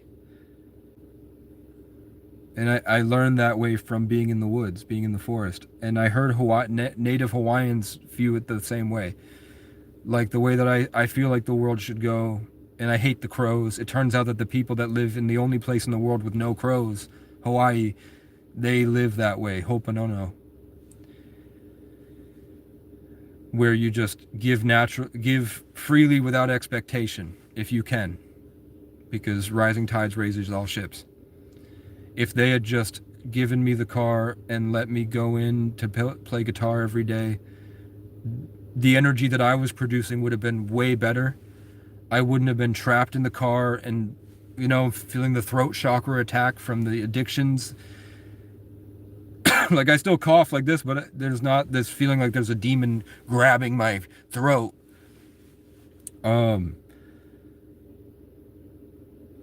I probably would have made better art. I would have finished Hawaii the way that I was playing it. But when I would go in there, when I first got there and I was playing it, I was practicing different chord shapes and playing different music. And the flow state was easier because it was Scorpio into Sagittarius. So I was like in my element and things were going nice.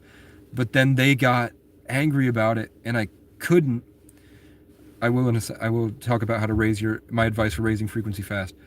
It's just letting go. Letting go, and then allowing your truth, lose your mind and come to your senses is the fastest way. Let it all go, and you will naturally raise. Crows aren't necessarily a sign of witchcraft, but definitely, yeah, a dark force. They can be a sign of witchcraft. And that's true, actually, because the one time I felt like crows were positive for me, because I got a free vape, but maybe the vape wasn't good for me. What I was saying, though, is the music would have been better. I would have had songs, and I probably could have performed with the Celtic artists that came out and performed for us for Christmas. If they had let me have my idea for the way I wanted to make the cameras, I would have had a really, really good music video for them and a really good presentation, but they kind of forced me into a place where I couldn't get good camera angles and I couldn't do it the way that I felt like I was supposed to do it, and the byproduct was bad. Like, they felt like their way was better and they kept exerting control over it, and it got a worse thing. If they had kind of just let me do my thing, I think everything would have been a lot better, because Casey naturally wants to give freely without expectation to make everything better. And without any sense of borders and control and hierarchies and expectations and all this stuff, I would have just made it better naturally. But for some reason they can't, and they try to box me into that stuff. And it's not I might be exaggerating it and making it a bigger deal because I'm not a part of where they're seeing it. I'm just coming from my own experience, which is, youthful, the divine child. People like saying, grow up. My life path is the divine child, man. I'm going to be like this the rest of my life. But I can get bigger muscles.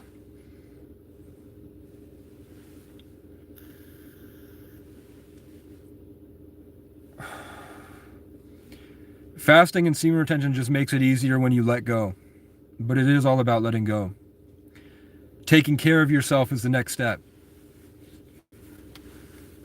You can focus and raise your intentions, and semen retention and fasting will help that intention to raise your vibration.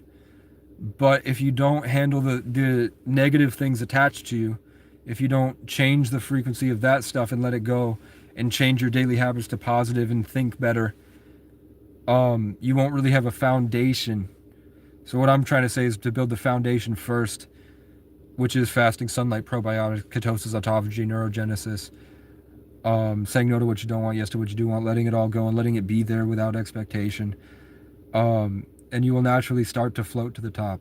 Drinking good water, eating good foods, healthy foods, like changing from chips to these nice organic burritos makes a huge difference. Getting rest, giving yourself the love you deserve, freeing yourself from the responsibilities keeping you trapped. But just if he wanted a quick way, and that is just letting go. Because when you let go and just stop, you will naturally start to raise. And then forgiveness, trauma, the past, all that stuff comes later. You just need to let go to be aware of that stuff first. You can't be aware of that, trying to fight to raise your vibration by doing this stuff without practicing letting go and learning that exercise of choosing being more in control of your thoughts and yourself. Without that, all of that's pointless and you're fighting in the wrong direction.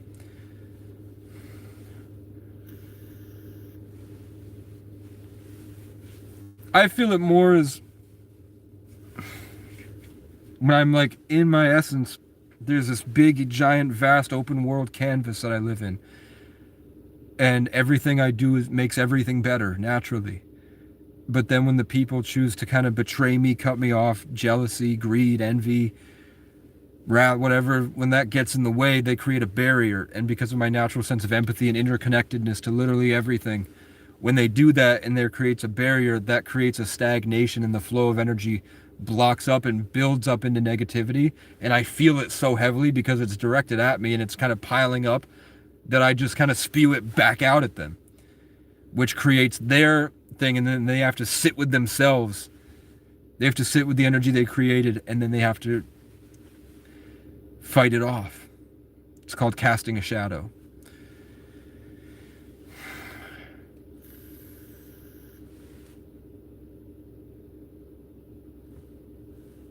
Why is it blinking when I move?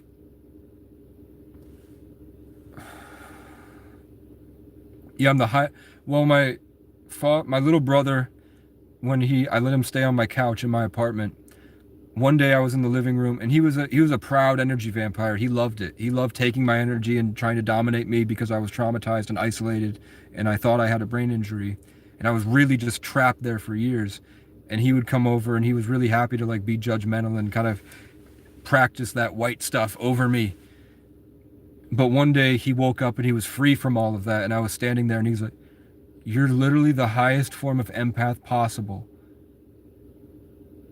And I was like, I love you, bro.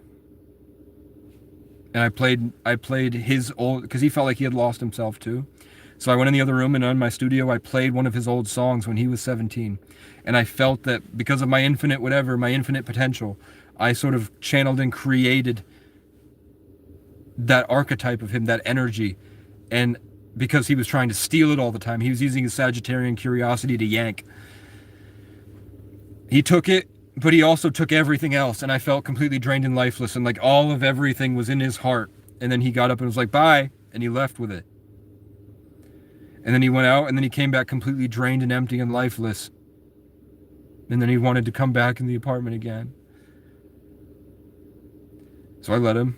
And then he gave me a pair of really, really nice Jordans that were red and white, and they were great. And he fucking went into my room and took them and put them under his couch. Took him back from me without saying anything. I was like, what a selfish piece of shit. But I loved him, man. He was like my little brother. But that type of energy vampirism, that selfishness, stops it. If he had just kind of let that be there and then let him learn from it, from what I was sharing, if he had just learned from it instead of trying to covet it and take it, instead it ruined everything and it ruined him, and then he couldn't stay at my house anymore. So all I know is that I was driving 90, I hit the pole and I smacked the steering wheel, and then I don't think the airbag went off, but then I felt like I was literally taken out of my body, and then with that little camera, where the red camera that kids have where you flick it and it changes to a different image of like a lemur to a fish and stuff. It felt like that, like all of reality just shifted to a different one, and then they put me back in where I was completely fine. I didn't really feel like there was anything related to a brain injury until they put me on lithium. After I took lithium for a couple of days, I felt gone. Like all my stardust had dissolved, like when you put lithium into a star and it supernovas. It felt like I supernovaed, and then I was just lifeless and empty, and I couldn't think and couldn't move and couldn't do anything. And then after that, I was still kind of there. I was motivated to go to the gym. I was still focused, this legendary war chief incarnate, this king that led victories across the universe, fighting my way through being a lone, homeless, scared kid to like win and win and win and win and get all these cool things from life and experience this amazing thing in a way that helps everybody else accidentally by leading by example. I was still doing it and like creating and making jokes and feeling like I'm a literal star in the universe. But then I got with this girl, and after we had sex a couple times, and she would just take it all, and I felt like I was gone, and then she would go and cheat on me, and I felt like it never came back. And so I lived with her trapped in the passenger seat, and I felt angry all the time, like really hurt and betrayed, which like guided me into this regression where I couldn't really think and speak and move because I said like how when you do stuff it makes me feel cut off and I can't flow freely. I was completely trapped, and I didn't want to leave her because she was the best girl I'd ever met. She was the best looking girl I'd ever met. She had our energy were very similar. It felt like we were soulmates.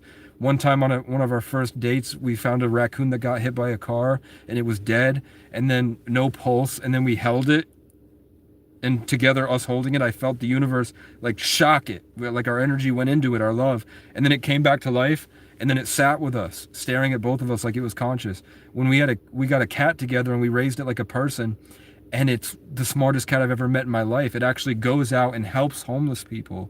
When my dad is like in a homeless program and he like wanders away drunk, my cat will go get him and will bring him back. The same way it used to lead me to get food when it was hungry, because I taught him if he wants food, how to come to me when he's hungry so I can feed him.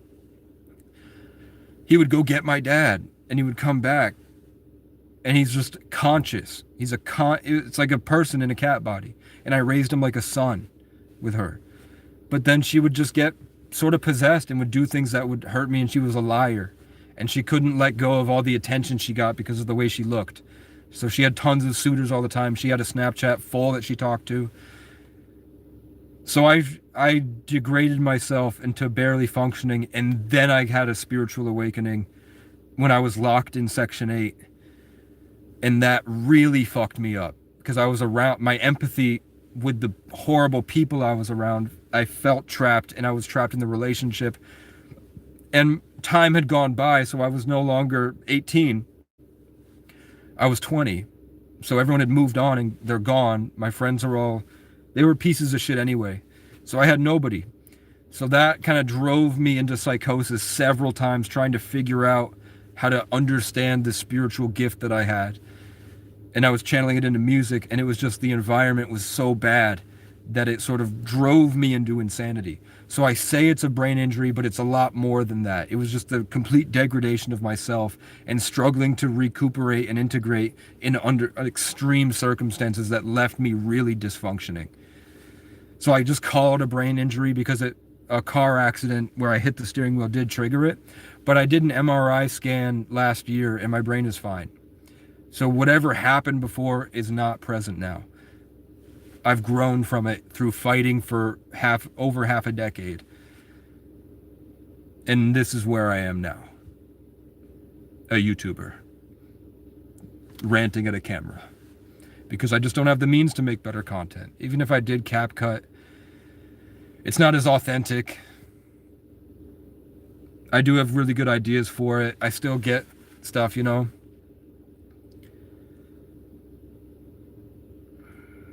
Yeah. And all she had to do was just, because I'm an empath, if I could feel a genuine, authentic change where she really felt bad and she really was going to commit and make a change, even though it would be simpy, I would still take it over trying to find somebody else because I still loved her and she was still my best friend. There was a lot more going on outside of that, but there was this little pocket. What sucks is that the overarching stuff with that, I can't live with.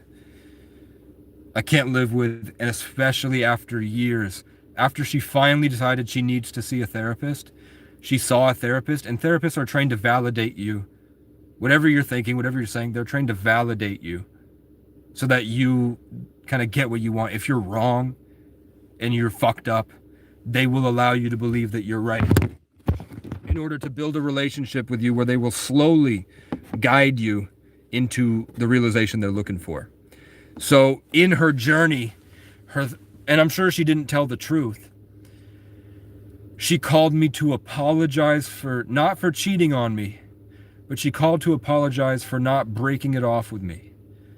even though she was writing me love letters. She would send me these long ass texts about how much she loves me, she can't wait to get married and have kids, talking about how much of a good father I'll be, and just going off about these very niche, unique things about me that I didn't realize about myself. That is why she loved me.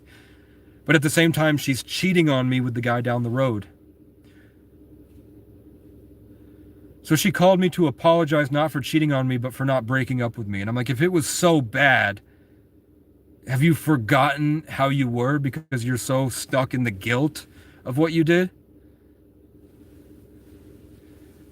So she called me because the therapist validated her cheating. It's okay, you were in survival mode.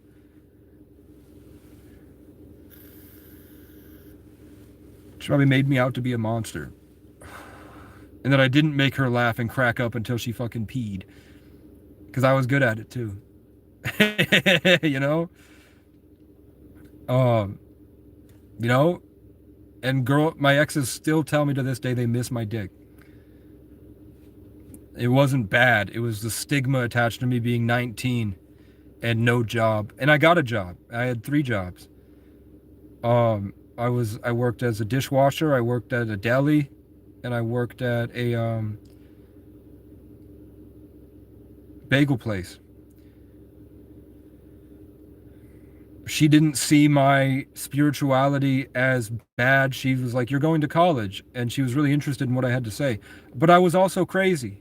I would get really mad at the things that she wouldn't acknowledge about cheating and lying to me and being in the car with her as a vegetable, basically. She would take me to another guy's house once, and she undid her hair. She looked really nice, and she went into his house for an hour. The guy was 4 years younger than her. When she was 18, he was 15. She said she wasn't involved with him like that. She said it had gotten there sometimes, but she didn't kiss him or anything because she was traumatized as a kid, so sex was weird for her. She cheated on me with the other guy because they had already been together. And that she said he hugged her a lot in school. Like he would, when she was sad, he would walk her from room to room and he would hug her before she went into class. But she's also a fucking liar. And her mom's a prostitute and her dad's a gang member. And her grandmother's really, really wealthy stock trader. And I think she's an author now. So she went from uptown to that. And she's from that. That's in her epigenetics.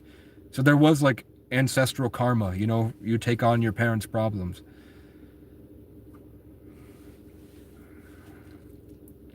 She's a Gemini, you know? Can you see the dichotomy I'm talking about? I loved one of them. I loved one of her many personalities, and the rest of them were sneaky and always to my detriment and didn't have the common sense to accurately see any situation for what it really was. But also, she grew up I'm sure when you're a beautiful child and you are a girl and you have sexual trauma as a child, you grow up fast. And I didn't grow up fast. I'm a divine child. I'm going to be like this forever in some ways. But I had a lot of trauma and ancient wisdom as a Sagittarius because that's how it's cool. It's complex. But there were things about life that I hadn't learned socially that she had learned because I grew up alone in the mountains and she grew up hanging out with her friends, doing coke at 13, going to parties with everybody, but she didn't have sex until 16 because she wanted a real boyfriend and stuff. But even her first boyfriend, she was hanging out with me, carving pumpkins, and I spit in her mouth once. Like I was brushing my teeth, and I was like, I wonder what would happen. And she was talking to my friends, and I just walked in and said, open. I spit in her mouth, and she swallowed it. I don't know. You know, I would pick her up and swing her around. She was touching me. We were like, whatever. But she had a boyfriend. So, of course, I signed myself up for it. I knew she was like that. I was just choosing to believe that I had finally earned it because she wanted to date me now after a suicide attempt. But I wasn't great either. I tried to kill myself probably 5 or 6 times after she cheated because I gave up on life. I thought when it felt like she took it from me and sacrificed it in a sexual ritual and I couldn't get it back, I didn't know that all I had to do was leave and it would come back. I didn't know that when you leave, there's a rubber band effect with karma, that whatever they do to you, as long as you leave that relationship, it comes back to you. I thought I had to power through and fight through it and get better and destroy it. But now I know it's about prioritizing.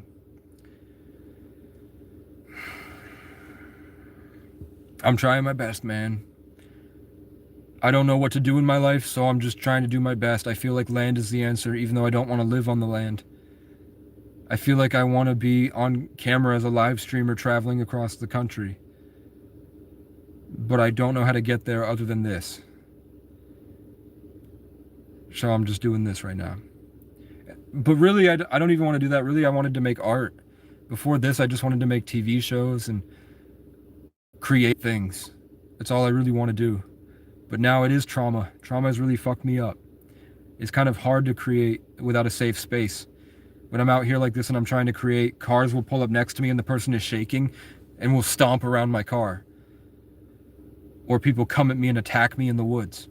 Right when I hit 900 subscribers and I feel great and I'm starting to create, a guy shows up screaming at my tent, breaking all my shit, trying to scare me again. When I connect to God, that guy shows up and screams at me about trespassing. When I feel like I've defeated everything and I've conquered everything, all my problems, when I do the Celtic Fest and I feel good because a lot of girls liked me, and then I go back to the cabin ready to clean everything and make it nice and make it cool in hermit mode and Virgo season, there's a big sign that says, "We are going to arrest you with excessive force if you stay here." And they show up every time I feel happy and safe. And I'm ready to, and I've processed the trauma and the fear, and I'm back to where I was when I started. Then the cops show up and threaten me again. And I have to fight through it instead of doing what I want to do, which is create. Instead, I have to use my creativity to make a change in people's hearts to stop them from hurting me. You heard?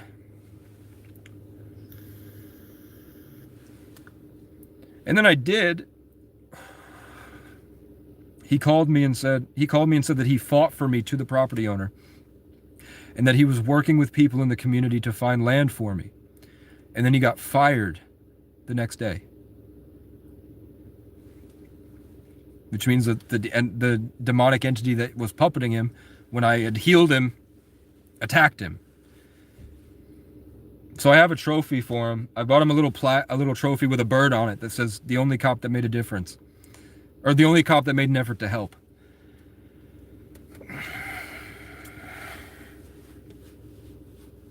But it took blasting him on my YouTube and fighting back against them when they would try to rape that society into me. I had to persevere. Where's my wickedly creamy? Like a Puerto Rican woman. The cheater will relapse? Yeah. She called me 3 times this year. And she couldn't realize. And, you know, with women, they teach them to submit. And I don't think they know what that means.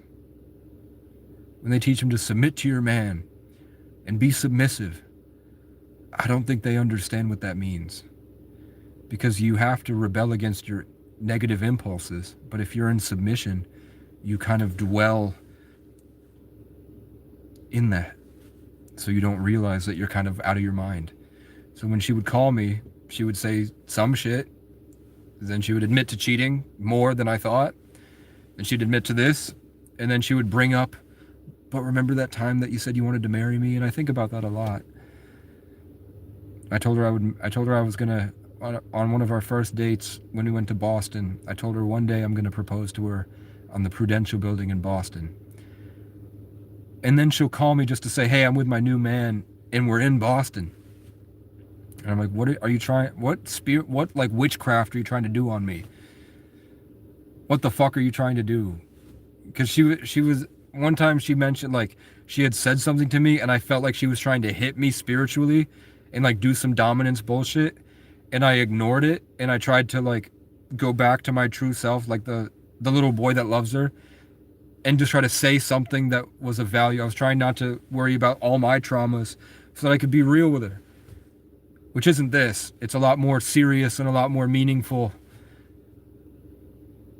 Trying to focus like that and do it. And she was like, "You submit to me a lot." And I was like, "What? I'm trying to humble myself so I can be real with you. I'm not submitting to you. If But I'm like, that's probably what she's taught as a woman. That's probably all she deals with is guys constantly coming up and trying to dominate her. Yeah. Thanks, Adam. Adam said, with what you learned, you now have the foresight on what it means to be a good partner and to set boundaries early. I feel like at some point we'll be able to edit the things that I say, which is why I rant like this. Like, there's a lot of really valuable stuff here that I think a lot of people would like, but it's in the rants, and eventually we'll be able to cut the rants and have like best of Casey roasting white people, best of Casey spitting facts. I just need an editor. But yeah, she has a kid now, and she has a new boyfriend that she said that she made out with at her job when she would leave me and go to work. She said she made out with him once, and she will lie and say that something small, and then she'll build up to the truth basing off of my reaction, so that she always has an in to blame me and attack me for it. She's a narcissist. So I'm sure it was a lot more than just making out. I'm sure they were sexting. I'm sure there was nudes. I'm sure they maybe sucking dick in the car on break, or fucking in the back room or something. And she's just telling me, oh, we made out once just to test the waters to see how I react, or if I press her more or call her out on her bullshit. But that hurt. So every guy that she admitted to seeing while she was seeing me, they all had girlfriends, and I messaged all of their girlfriends and told them, and a lot of them didn't believe me. She called me a pathological liar, and they all chose to settle into their lives because they'd all been in relationships now for 5 years. They didn't want to believe that her boyfriend was sexting my girlfriend, and she said over the phone, she said she was his little plaything while she was hanging out with me. And I'm like, I wish that I had known how girls were throwing themselves at me. Like, in Section 8, as a I'm not diagnosed schizophrenic. I don't think I'm schizophrenic, but I can see how a lot of people see that I might be schizophrenic because I'm spiritual and I'm maybe autistic or just a genius. I don't know. Or just I like to think about this stuff a lot, and I don't have to think about other things. Or I have a gift. Divine enlightenment and discernment I'm seeing from angels telling me that, but they don't look like angels. They look like light moving through the universe.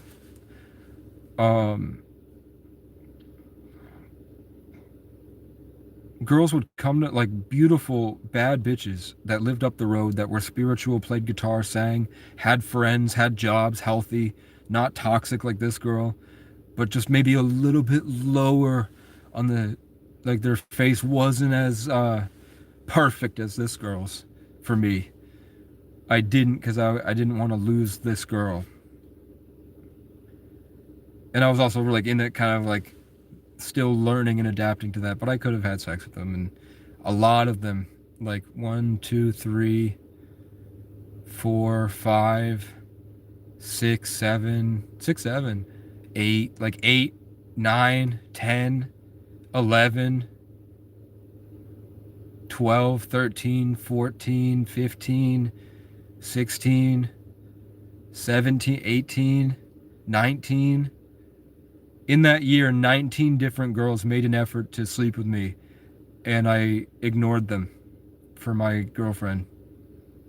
And they were like some of the baddest bitches you can think of. And they were like between 18 and 21, 18 and 20. And they all liked me. At my work, they would like show up in skimpy clothes and like be playing with their hair next to me. And I fucking ignored them. Because I thought there was something wrong with me because my girlfriend cheated on me. I thought I didn't deserve them. And that if I just got with them, they would just eventually, I wouldn't be good enough. And they would, if I didn't ignore them and I showed them who I was, now I know they would have loved it and saw me as special. But back then I thought they would just see me as pathetic and they would hurt me. And then I would lose the girl that I had, when I should have just left her and been a young bachelor. Rumors of famine. Come on, man. Get a life, bro. You need to live deeper in the forest then, off the grid and wireless electronics. I'm trying. I'm trying to find a piece of land now. I'm trying to find a piece of land, and I'm trying to make music, and I'm trying to work out, and right now I'm eating better. I went from cigarettes to the vape. I'm resting, but I'm not resting in a place where I wake up feeling lifeless because I'm in a parking lot with a bunch of people. I feel like my energy's drained and gone and distorted. So I need to get back into the woods, but I haven't really found a place I'm happy with yet, and I'm waiting for my cabin tent to come in. So tomorrow I'm focusing on what's in front of me and what I can do. And it was really weird that the guy gave me a lot of shit about that when that's how I live. I like to express my big ideas and work towards a goal in the future. Doesn't mean that I don't have, it's not black and white like that. But they only see it black and white.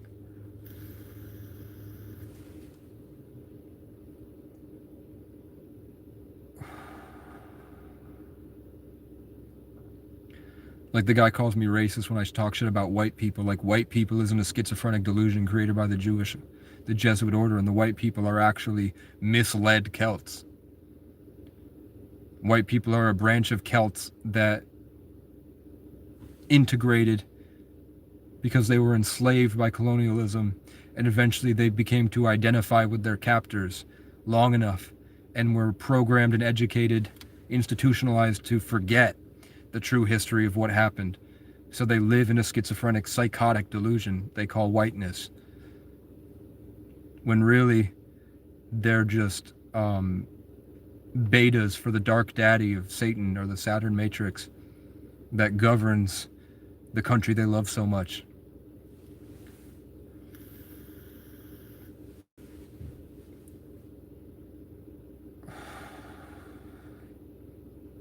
And they hold on to it when they should let go, and that's how they can have fun. But instead they hold on to it and they fight through that schizophrenic psychosis, and they ride their snowmobiles and four-wheelers and dirt bikes, and they climb to the top of Mount Everest and they jump out of planes. But they can't enjoy it. Not really. Because it's always at somebody else's expense for their own personal pride and ego.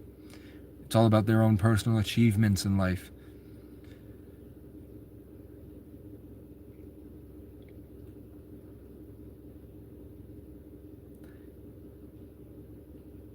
And you'll find that the people that talk like this, it's obvious that it's only a specific type that we're upset with. It's not the whole thing. But we say the whole thing because you all say the whole thing. These illegals, doesn't matter who they are. Doesn't matter why they were in that circumstance. They weren't born in this country. And they're brown.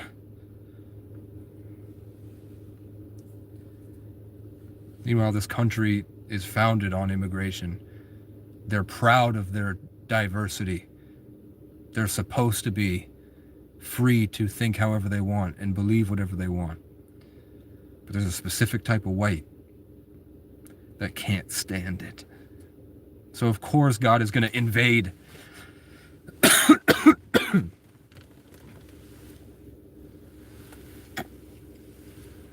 With people that understand him more because they've suffered more.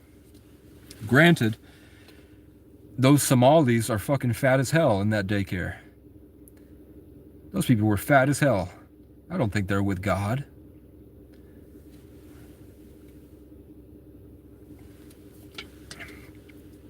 The Creator. But who knows? I don't know them. I've left it open if she wants to message me, but she won't because I've exposed her. So the only way she could talk to me is to try to deceive me. She would only hit me up ever again if she gets to a point where she feels like she can deceive, she doesn't have to let it go and be authentic.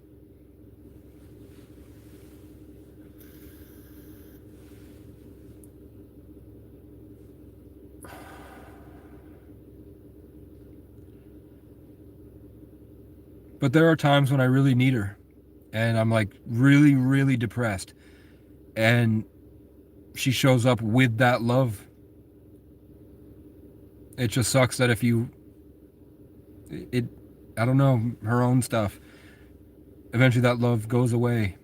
Or there's an expectation of me to be something that I don't know how to become or be, and it disappoints her.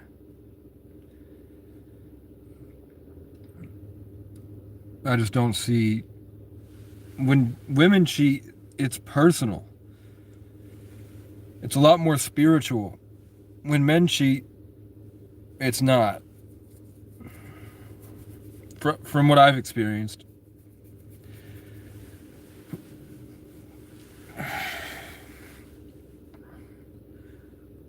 When women cheat, it's like the guy is floating in her mind and she feels him watching her cheat, and they kind of get prideful about it.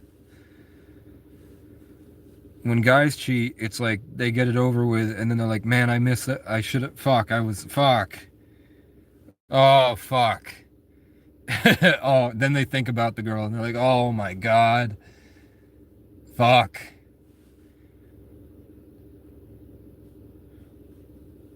Or guys that get a lot of bad bitches that naturally cheat like that. The girls love them.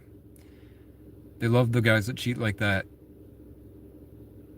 And they don't cheat on that guy because they literally can't, because they don't get the pride from it, because they know that he doesn't give a fuck. So they don't feel like cheating because there's no special spiritual stealing of their energy by hurting them. The guy does not give a fuck, and he's cheating. He's fucking everybody, and that makes her more drawn to him.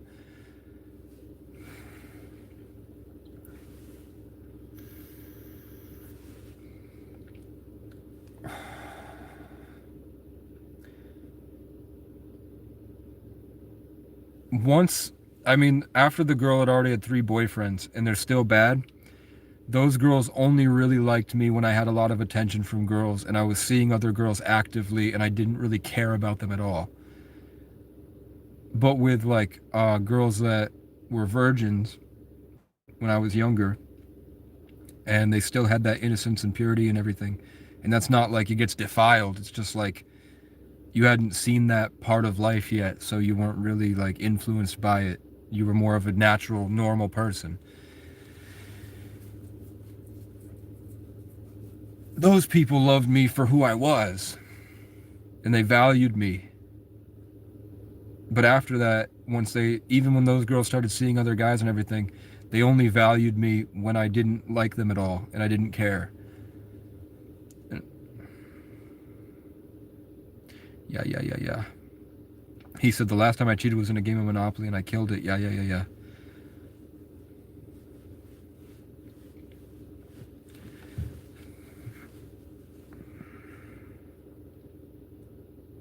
If I could go back, the only thing I would do was take it slower to enjoy more of everything.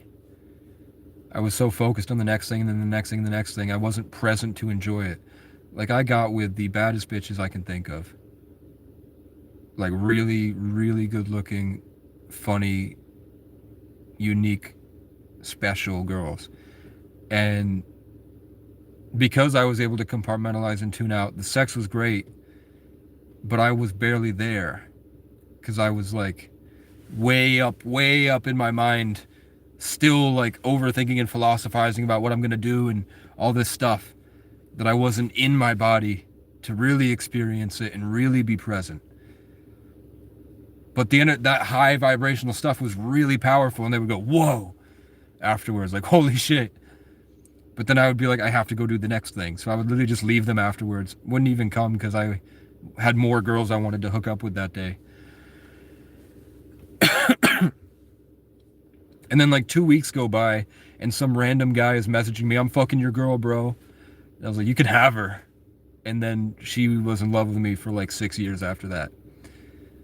Because it hurt, but I was like, who gives a fuck, really? And then I went on and met a better girl that afternoon, you know?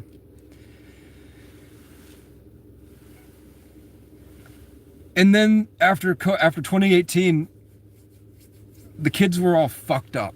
People my age, they all got messed up, and I didn't even want to be around them anymore. I was like, I just saw no point in having like dating and hooking up. because they just seemed like really dark and consumed by probably alcohol and bullshit, and it seemed like all my peers were crackheads, even if they were beautiful.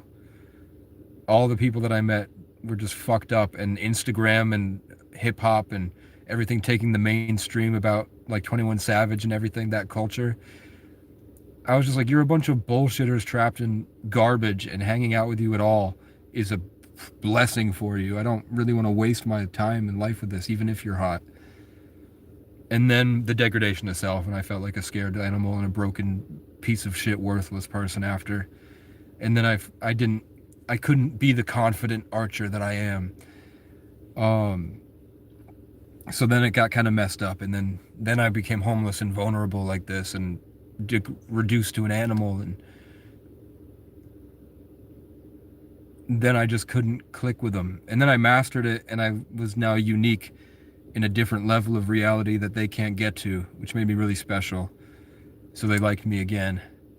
And now I'm just waiting until I feel better. I only have a little bit of fat left, but I'm trying to get that gone and get muscles again, and then I'm going to go out and try it and reintegrate it. I'm just taking it slowly, being patient.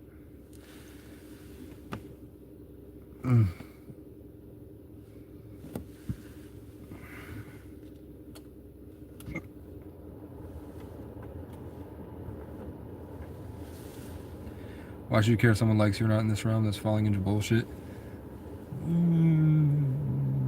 You should still care about people.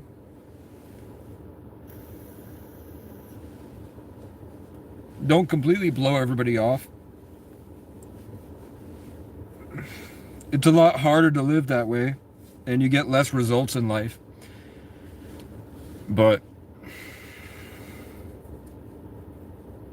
you're kind of denouncing God by denouncing everyone around you, because it's all God. It's just like it's like a skill you got to develop. But yeah, you should take time really caring about everybody, and then really not caring about everybody, and then find a good balance and be able to flow freely between that. You have to exercise your mind and not be so rigid, and not you, just in general.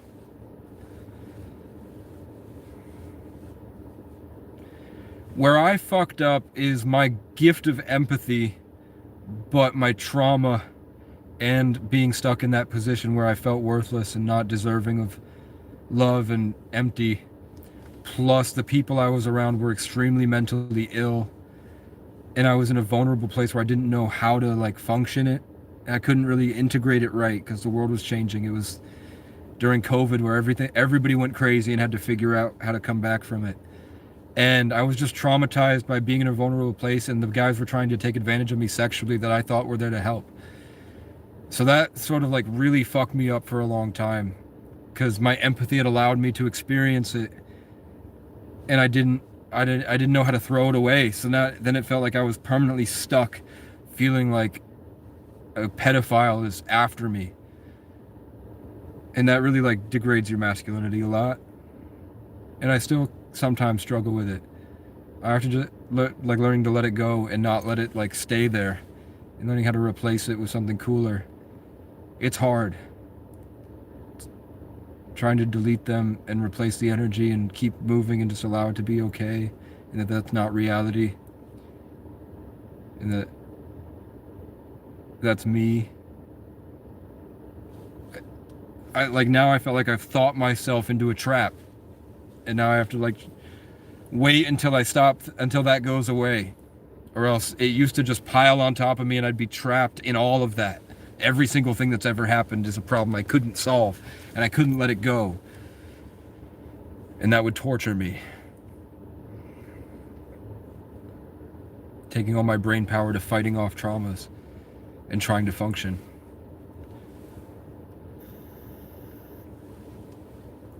After all of it, you probably realize purpose is more important than getting swept into the highs of relationships.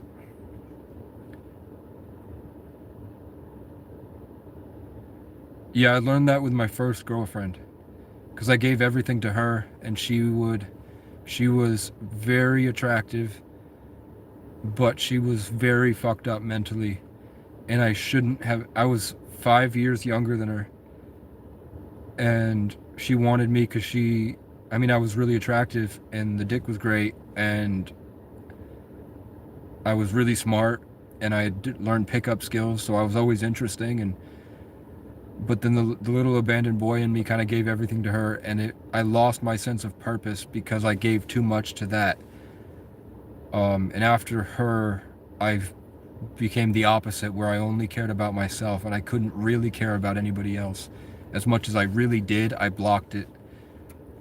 And now that I'm older and grown, I'm really just looking for somebody that mixes well, and I'm trying to get to a position where, where I'm buff and healthy and exercising, and I have a life that means that having them in my life doesn't negatively affect me at all. And sort of like my frame, they don't really detriment me at all. And then once that's strong enough, I can probably have many, many different girls and travel and do different stuff and live like a young adult is supposed to, supposedly, in American society.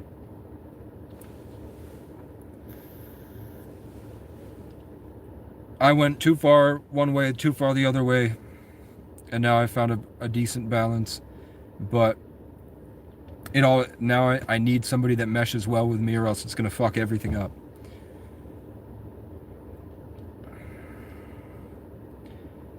And I'm nowhere there yet.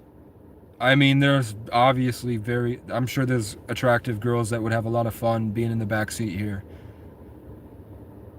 Now that I'm showered. I feel like I need weed to do it. To like have to have the focus and presence and meditative energy necessary to enjoy it. Because without it, it takes me like a month. Maybe I need to get back on my thyroid meds. That might be something that's detrimenting me. I didn't want to do blood work. I should probably do blood work at some point, just to see if my thyroid is fine.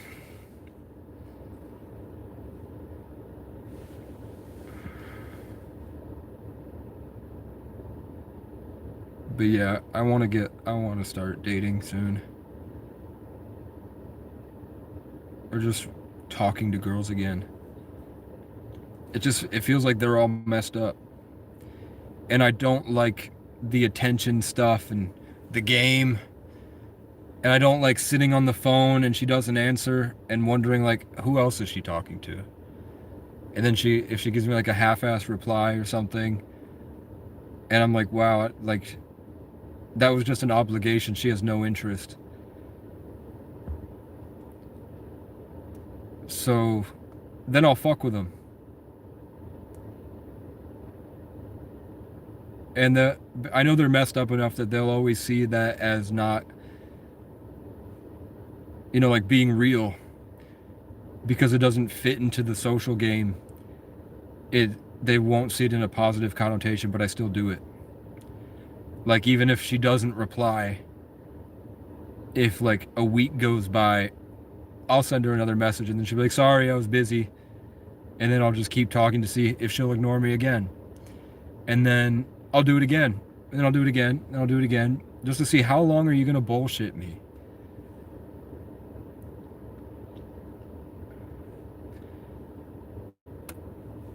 And then the next time I see her, I will be way better than she expected me to be. And she'll realize, oh, fuck. And I'll be like, yep, bye.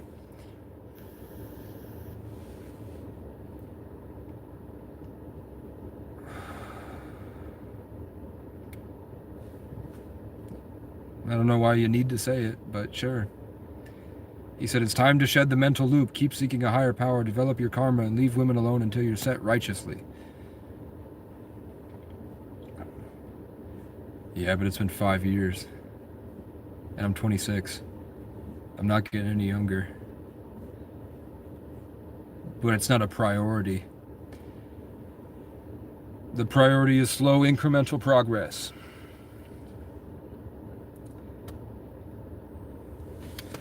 And yeah, I can be doing more. I'm afraid of the pain that comes with it, but I'm doing it. I think I'm ready for my energy drink. This shit is draining, man.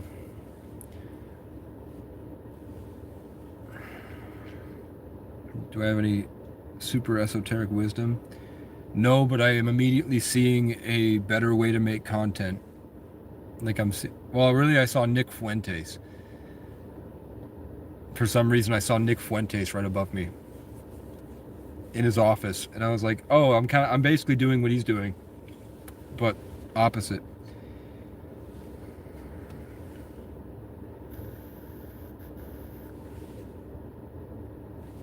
Why do you guys need to tell me what to do so much, man?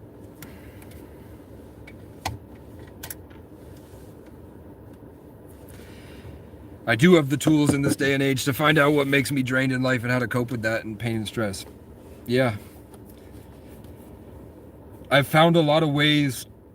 I think that when I was out in the woods and I was around people that are suffering the most, I think that my empathy attached all of it to me. And I was like, every community I entered, it was like the worst parts of that community would attack me. And I had to sit with it and find a way to heal it. And then I would walk around embodying that healing, and I would change it all. And then everybody was happier.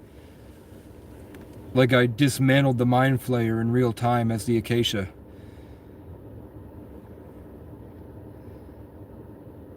Yeah, I do wake up and I kind of go, I could be structuring my day better. Like I could be going to state parks and walking around. But when I'm in the car, I feel like I don't enjoy it. Like when I drive my car 40 miles to a cool place, like a nature spot, and I walk around it, it's kind of cool, but I don't really feel interested in it. It doesn't feel meditating for me. But when I sleep out there and I live out there for a month, then I feel extremely connected to everything, and I feel like I'm a part of the forest and everything is beautiful, and I really enjoy the space. If I just go there, it doesn't do much for me at all. I don't really get anything from it. The problem is just slow. Like there are places I do want to go set up a tent and live. But I don't have a good place for my car first. And the car's not organized. So you're right, I could be going faster. I could be doing things more. That's true. I could be doing that.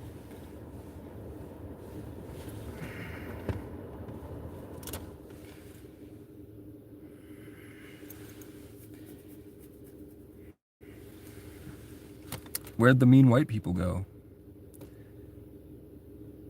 Are rumors of famine is still around? They just can't recognize they're losers. And that whole thing, that shit is pointless. It doesn't do anything. It's just masturbatory. They're jerking off in my comment section. But it's not fun. It's not really jerking off more. It's more like shooting up heroin, really. When they do that negative shit. And I'm like, why do you think I care? Why would I care about that, man? I don't care. I don't even know you. Hey, fuck the police. Hey, way.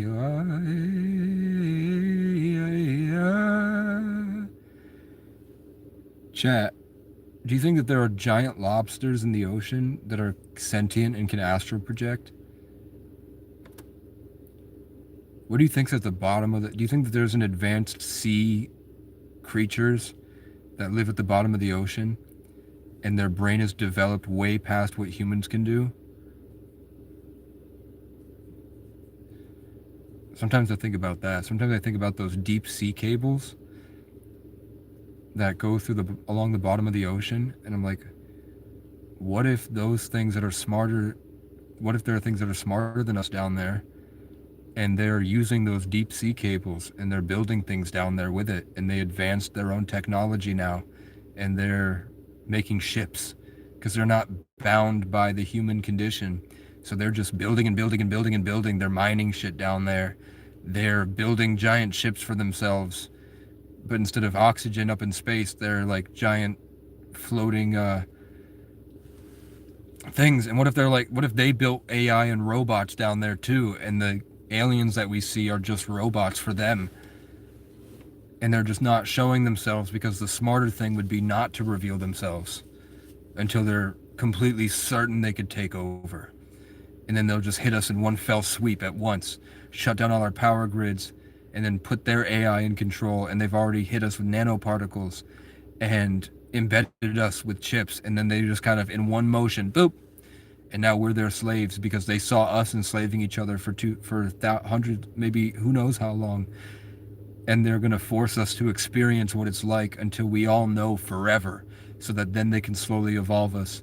Or what if they just, like in what's Hitchhiker's Guide to the Galaxy, where they didn't care about us, they ignored us, and they evolved themselves to a point where they just transcended and went to space to go find a cool place and left us behind because we were fucking the planet. And then they sang the song, "So long and thanks for all the fish. Thanks for feeding us and letting us rub up on your wives at the beach."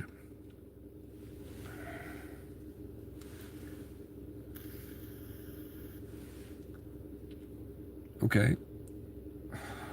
Well, by 2030, we will own nothing and be happy. We've only got 4 years left, man, before AI takes everything over. Trump has said that we only have 4 years left until all jobs are replaced by artificial intelligence. What do you think that means? Where our burgers are made in factories. Do you think that mom and pop shops will become more valuable restaurants? I think so. There'll be a lot more people hanging out at restaurants because nobody wants the processed food. But when they're in control of farming, what do? So you live like Casey. You find a piece of land and you get a bunch of people on it and you grow your own food. So what? There's nothing wrong with me. I'm a pioneer. I'm just ahead of the game. You know what I'm saying? But what do you do when they have mosquitoes that have vaccines that change your epigenetics so that you can be enslaved? How do you fight off those mosquitoes? You think nature will protect you?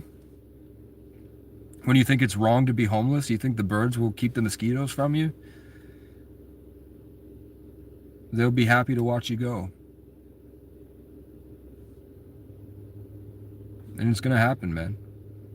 They tell you it's happening right now. So what do? I'm looking for land.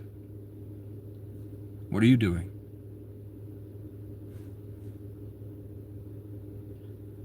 We need something.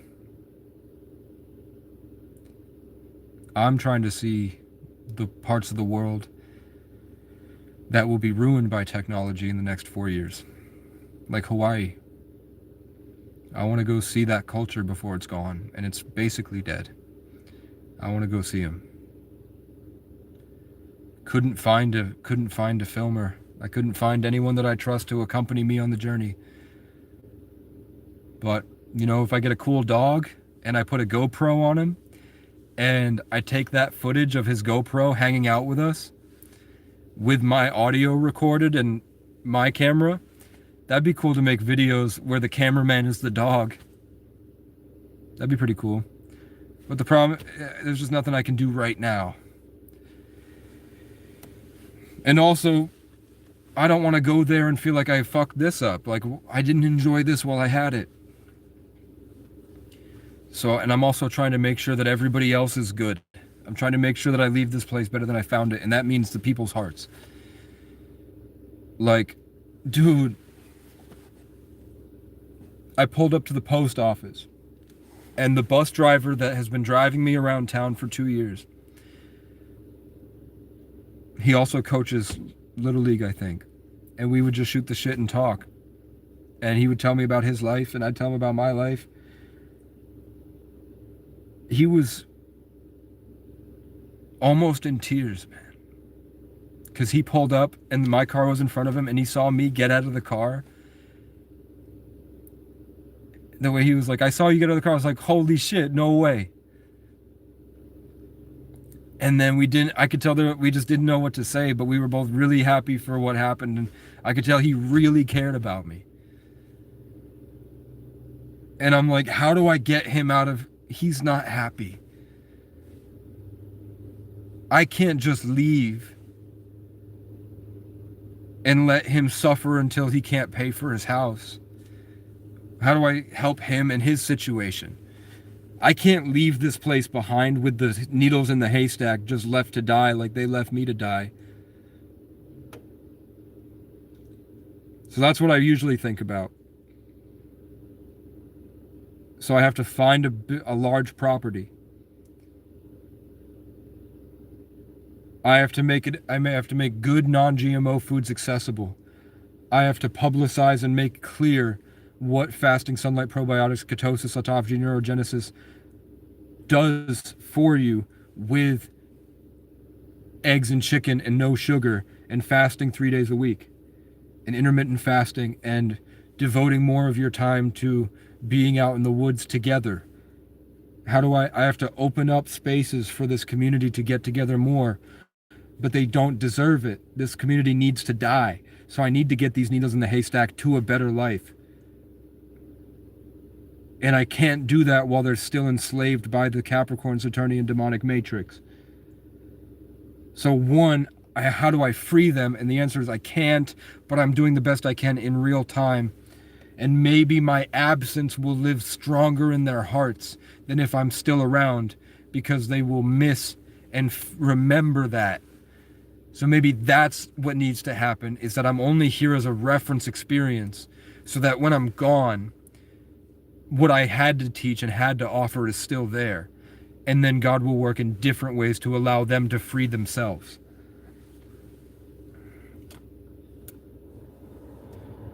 But then if they die, I'll feel responsible for it. If they don't do it, I will feel responsible for it. Do I storm in and force them to see, free them, and then we fight back together?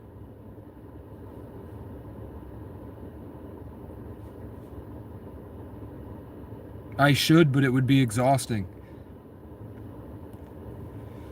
And is that because I'm scared to do it? Probably. Does it stem from maybe cowardice on my part to get everybody together and lead them? I'm torn between they don't deserve it and I don't want to waste my time doing it, and that it's the only it's the only answer. It's not as simple as the Na'vi versus the colonizers in Avatar.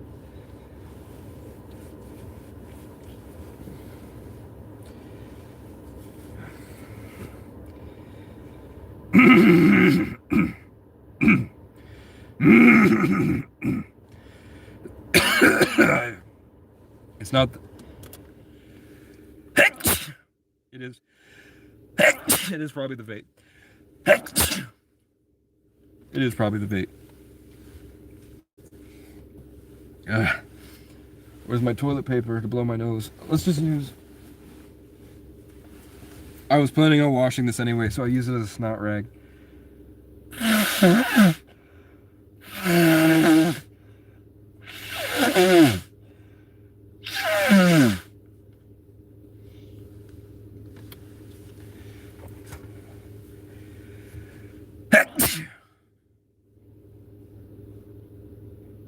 And I need to get a gallon of water.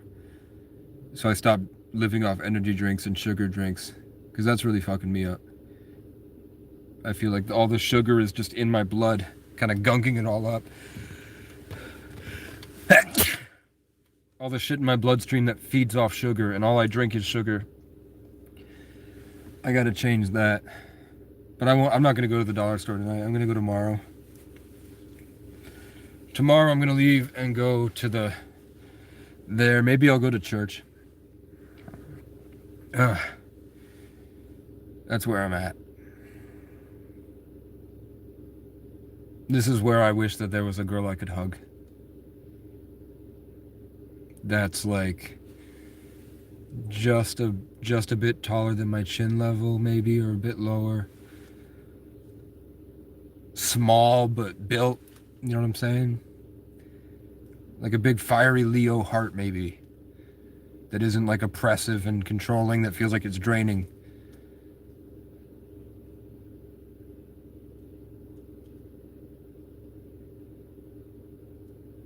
So, around the side of my neck here, floating above me, it went over to here, and I heard it, and I saw an image, and it said, "You need a Hannah," and it was like a nice, sweet horse girl. That was really good looking.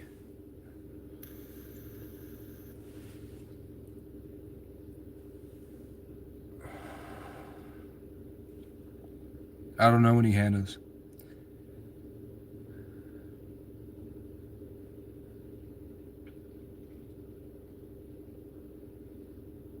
But that girl was really mature. She was funny. She was intelligent, but she wasn't prideful. She had this nice deepness to her. Very sweet, caring. Not a bad person at all.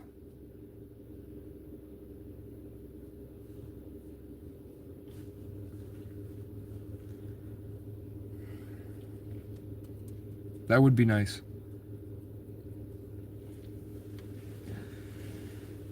Hopefully one day.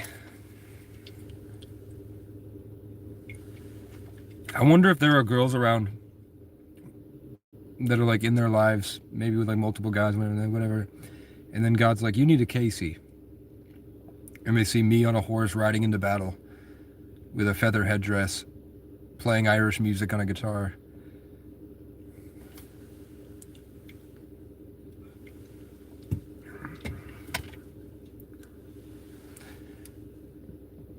Or as like this giant force out in the woods, sitting on this big stone mountain throne, overlooking everybody with this sense of authority and fiery passion and righteousness.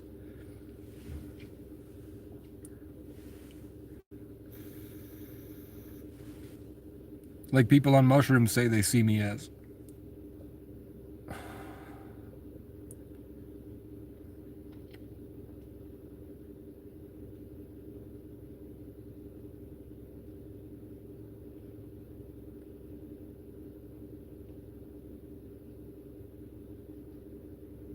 But if I had 1 million subscribers, we could get together in groups of 400 and we could spend 3 months mining, and then we could build these stone castles around the country and up in Canada, in the places people don't go to. And then with our electric vehicles that run off sunlight, and we'll just haul a big trailer full of the parts for them. We could go out there and build kingdom, the Northern Kingdom, with the Inuit people and the natives, and honor nature and allow them to develop, give them opportunities to grow. We could be warriors, warlocks, I guess, but not evil. And we could make it so fun that everybody wants to go there, but nobody can get in.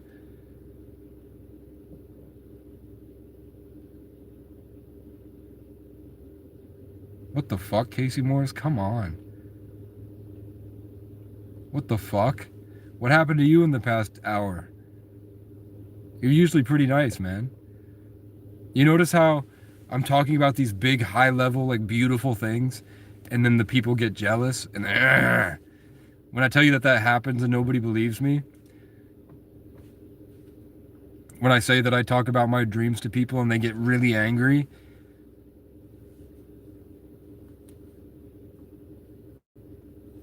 isn't that crazy? Watch.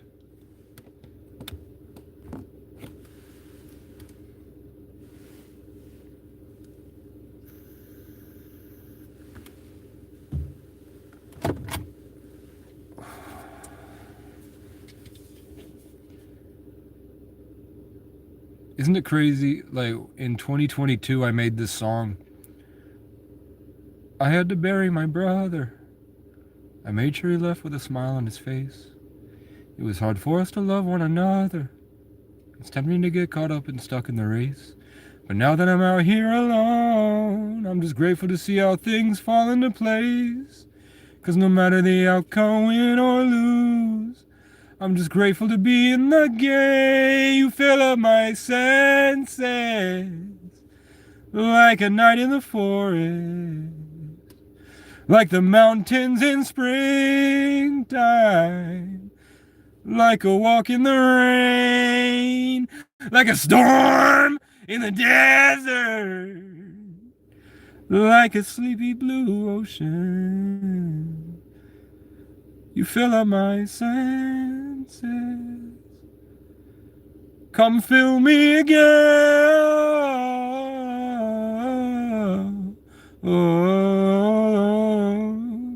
And that's because that's my mom's favorite song is Annie's song.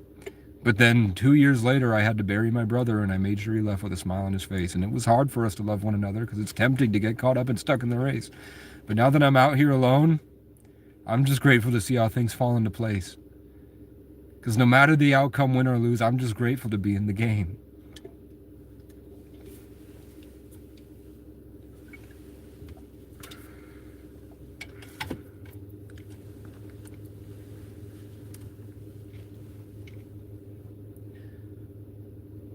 Two years after that, he died, after I wrote that.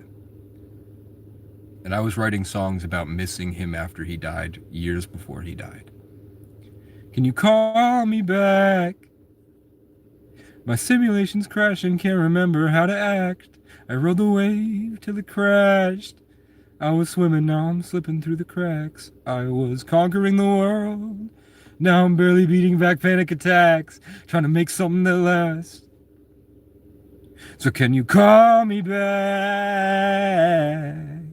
You've been on my mind for a minute. You're the piece that I've been missing. You're the secret I kept hidden. You're the reason I get up and go the distance. Let's drive like there's no limit on the gas. I'll let my credit cards max. And when the sky comes falling down, can we sit on a mountain smoking Marlboro Black, singing hey ya, hey ya, hey ya, hey ya, hey ya, hey ya, hey ya, hey ya, hey ya, hey ya, hey ya, hey ya, hey ya, hey ya, way ya, hey ya, hey ya, hey ya, hey ya, hey ya, hey.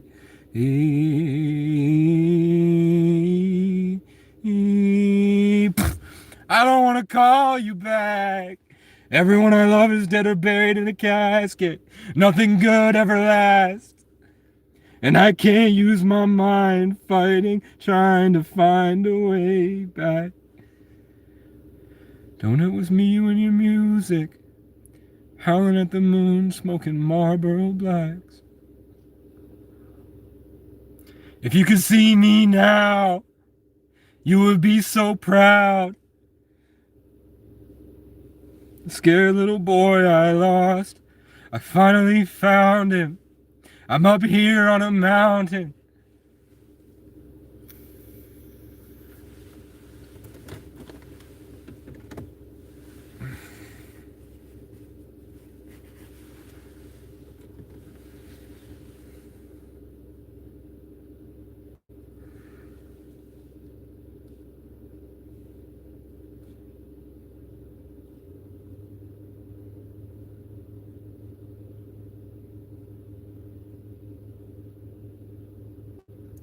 Heavy wears the crown.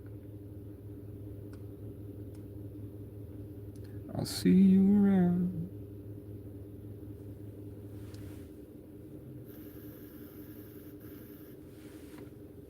Yeah, yeah, yeah.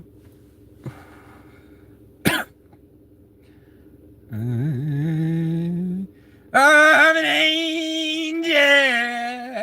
I'm an angel. Angel. They can't hurt me anymore. I broke free, now I'm soaring. I just wish the best for 'em. Yeah, yeah, yeah, yeah. Yeah, yeah, yeah. Yeah, yeah, yeah. can find me at the center of the dance floor, vibing with myself, everyone around me stuck under a spell. I'm an angel. I'm an angel. An angel. I bet the people in that house next to me are like, what the fuck? Everyone left. They want to hear me shit on white people.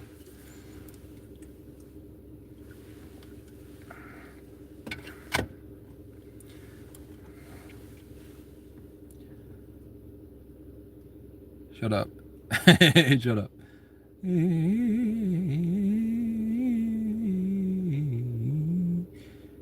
White pride is based on raping the indigenous. White pride is based on raping the indigenous. White pride is based on raping the indigenous. They used to have to steal them from the res. Now they get them in Miami when they legally consent. White pride is based on raping the indigenous. White pride is based on raping the indigenous. White pride is based on raping the indigenous. White pride is based on raping the indigenous. I bet your daughter's on TikTok. I bet your daughter's on TikTok, TikTok, TikTok, TikTok. Time's up. She's old enough. Post one pic of my wristwatch and she's pulling up. Post one pic of my blicky and she's trying to fuck. Sit that cat on my lap. But I can never be like you pussy white pricks who can't mind their own business. Try and rape the world and beg God for forgiveness.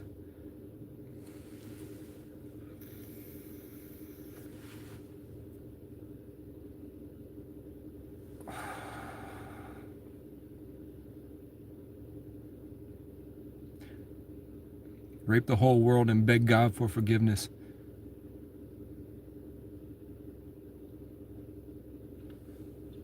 I wrote a verse on the first, but I didn't write it down and I forgot it, which is crap. Let's highlight that. That's pretty cool. That's a pretty cool thing to highlight, if you know what I'm saying. My jawline's coming back, guys. I'm losing some weight, man. I'm gonna be mogging bitches at the rodeo this year.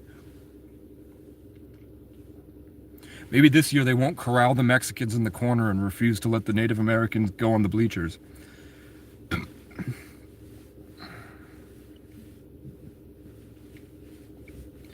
I want a horse, man. I want to get on a goddamn horse, man. Chat, should I shave? I've been thinking about shaving and just starting over. I kind of want to braid my shit. I kind of want to braid the side, like have a nice braid on the side here. I'm trying to braid my shit, I think. I'm not ready to do dreadlocks yet. I like the majestic. I noticed that the most times in my life where I struggled to have a grounding was when I cut my hair short. I need to have long hair. Also, it's really cool that when I was little, everyone said they said I had a rat tail, and they all would make fun of me because I would I would let them buzz my hair, but it was terrifying to think of losing my rat tail, so I had to keep it. So I always had this long strand of hair going down when I was like 3rd grade, and now that I'm older, I'm like, oh shit, I'm native. Without my tail, I couldn't function.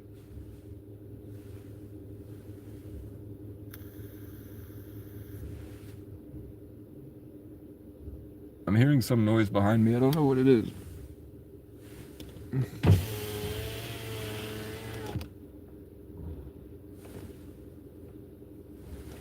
It's the guy shoveling.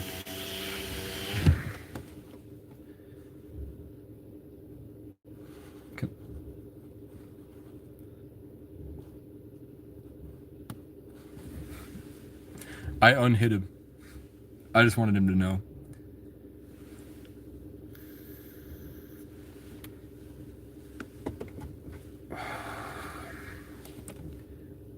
Rat Tail Hillbilly in the late 80s. Dude, I had muted you. I didn't hear any of your comments.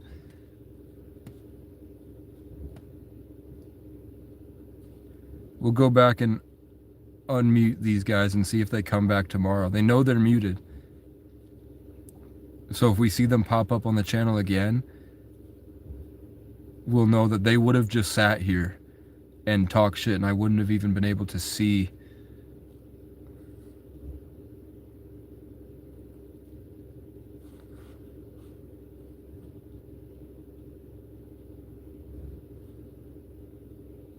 No, I just timed them out.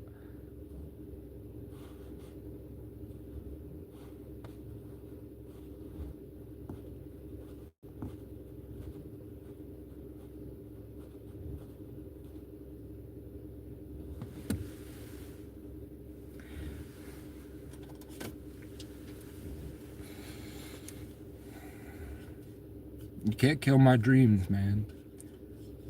We burn alive. Wait.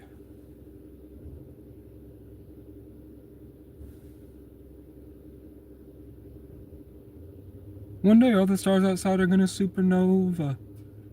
When your life falls apart, don't ever say I never warned you. I thought you were the one, but you only do me wrong, so I'm just another line. Wait. So you're just another line in a song, and I'm just another name on your phone. Every time you turn me down, you turn to ghost, so it's time you better go. You can't stop the fire. We take over in the night when we riot. You can't stop the fire. We burn alive, shooting stars falling from the sky. Synchronize our hearts and our minds, and we're flying towards the light. You can't stop the fire. It's in our rights. But that was back before your mind turned to a dragon and your heart turned into fragments. Every time we talk, it turns into a battle that only ever ends in sadness. Maybe it's time that you re-believed in magic, cleaned that dust out of your attic, went out and took a fucking walk. I got so much going on, I don't really have the time to talk, let it deal with your self-made, petty, parasitic problems. Hit me up when you've broken down that wall and you're ready for it all. One day all the stars outside are gonna supernova. When your life falls apart, don't ever say I never warned you. I thought you were the one, but you only do me wrong, so you're just another line in a song, and I'm just another name on your phone. I was never one for doing what I'm told. Every time you put me down, you turn to ghosts. So it's time you gotta go. You can't stop the fire. What's another one from back then?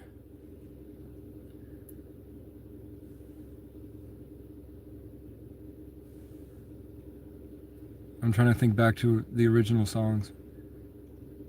In my head. Maybe not yet. Girl, what you doing after this? Come and get a smoothie with a kid. As a matter of fact, I got a bottle of wine back at the crib. You can pull up Lucy's shoes and we can kick it if your man calls. It's just what it is. You could leave your phone in the whip. Don't you know nobody else is doing this? I don't even have to see the shot to know it's switched. So here's my phone. Drop them digits. Find a way to stay uplifted, and we can find a way away from all this bullshit.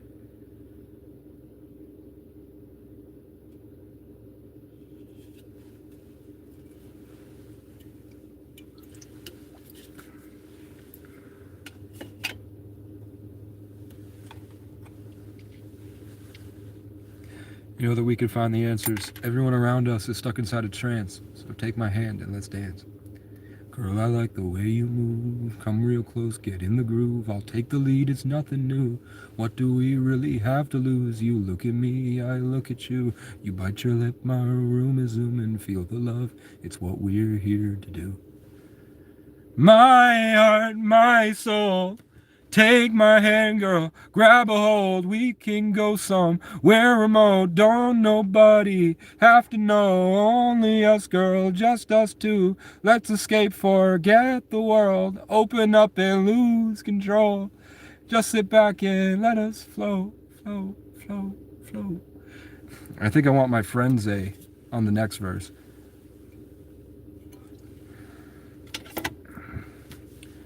Oh, they say life gets better as we suffer. So I don't talk to God unless I wish we could love each other, make mistakes, and learn to move on from one another. I love you all, but I got no love for you motherfuckers. Do you remember when I was out there in the cold, somewhere in the north? And now, tried my cry for help, and then you sat back and ignored. And now I'm here hiding from the storm. Sleeping on somebody's porch, smoking on a cancer stick. I know it's bad for my health. I'll see you in hell. I'll take off on my motorcycle, way beyond that grand horizon. I'll take the blame so you can play pretend. I'll see you at the end. I wish you all the best. I'll see you in hell. I'd rather die a legend, adorned with a crown made of thorns, floating aflame to the sound of the horns, than to be strung out at the lake at the end of my rope, surrounded by the ghosts of my so-called friends, fading away to the same old songs about where it went wrong. I've been around the country 5 times now, but I was never on an ego trip. I've been through it all, man. I've seen some shit. We're all tired of pissy white privilege. Fat white pricks who can't mind their own business.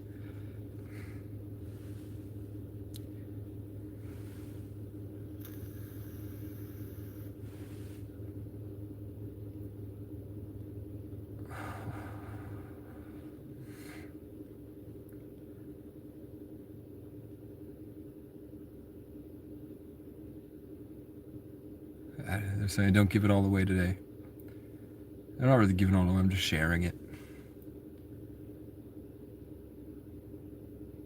I feel the thunder, thunder and rain, shaking again. What up, Lifted Legend 710? I'm alright. I'm chilling. Tomorrow I'm going to organize all my stuff, then I'm gonna go shovel this snow, then I'm gonna break apart some more of that ice. I'm gonna get some water and some water flavoring so I can have something healthier when I organize this stuff. If I maybe spend 10 bucks on some omega-3, some multivitamins, waiting on God to give me some type of opportunity and just enjoying the blessings that I've been given and enjoying the moment, holding in my heart the times that I yearn for this moment exactly, so that I don't misuse and be ungrateful of these blessings. I'm pretty drained. I've been talking for 2.5 hours. I've been starting the live streams talking shit to whites, showing everybody the people on the other end and what they're really like. And the universe gives them to me as a teaching tool to help the other people that are here.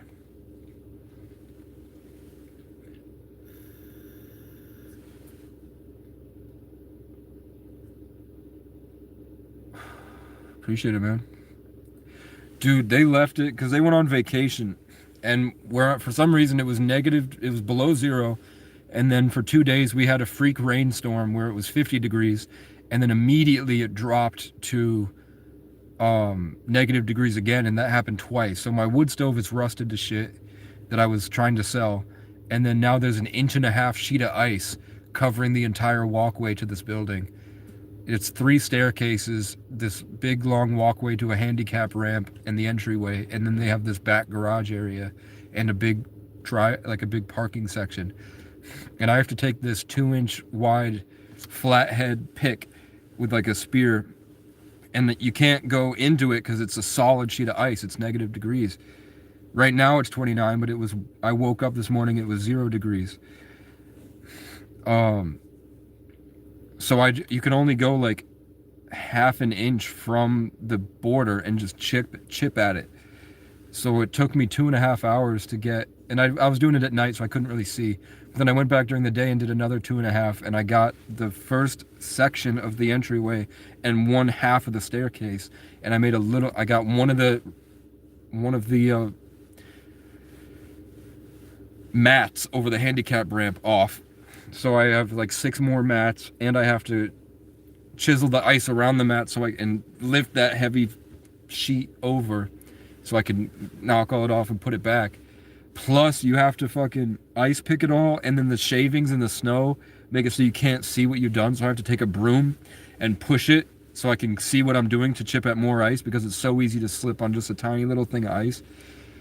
And these are old people that go there. And I'm gonna have to do the whole driveway.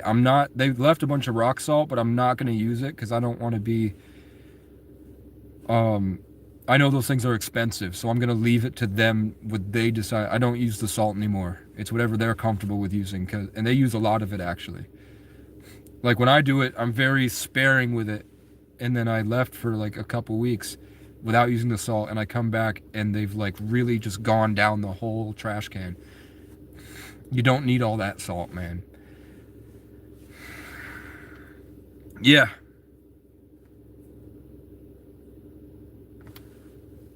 Yeah. I can't get a birth certificate.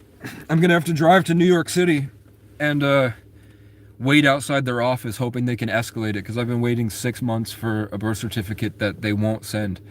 I put the application in twice and they won't send it to me, man. So right, so I'm gonna have to go there and then I can get a real job if I want. But until then, it's just these people have offered to help me. It's a community center and they pay me pretty well, and I only work when it snows, but it's enough, and I'm saving up some money. But I mostly go off donations. Like I do this YouTube and I put the Cash App, and sometimes people donate. Speaking of, no, that's Amazon, which means that probably my tent stove is coming in the mail. And then probably by the end of January, I'm going to get a cabin tent. So I'm just kind of waiting until I can find that, a place to put that, where people aren't going to wander in and come at me. I'm also hoping that the sugaring shack that I stayed on last year, I'm hoping it's transferred owners, so I can offer that I will stay there and maybe rent to own it in the future. Like maybe Chris Perry will come around and realize that you can't build anything on that property. Nobody wants to buy that property. But with me, there are programs for homelessness and with whatever that's cheaper than Section 8, or easier to get than Section 8, where it's a rent to own situation, and they'll give me $7,000 for an RV as long as it's weatherized with a wood stove or a heater, a way to heat it. They'll give me an RV as long as it's 2015 or newer, which means I'll have to come up with $12,000 to get a $20,000 Class C RV, but that will last me more than a decade. And it will give me what I'm looking for.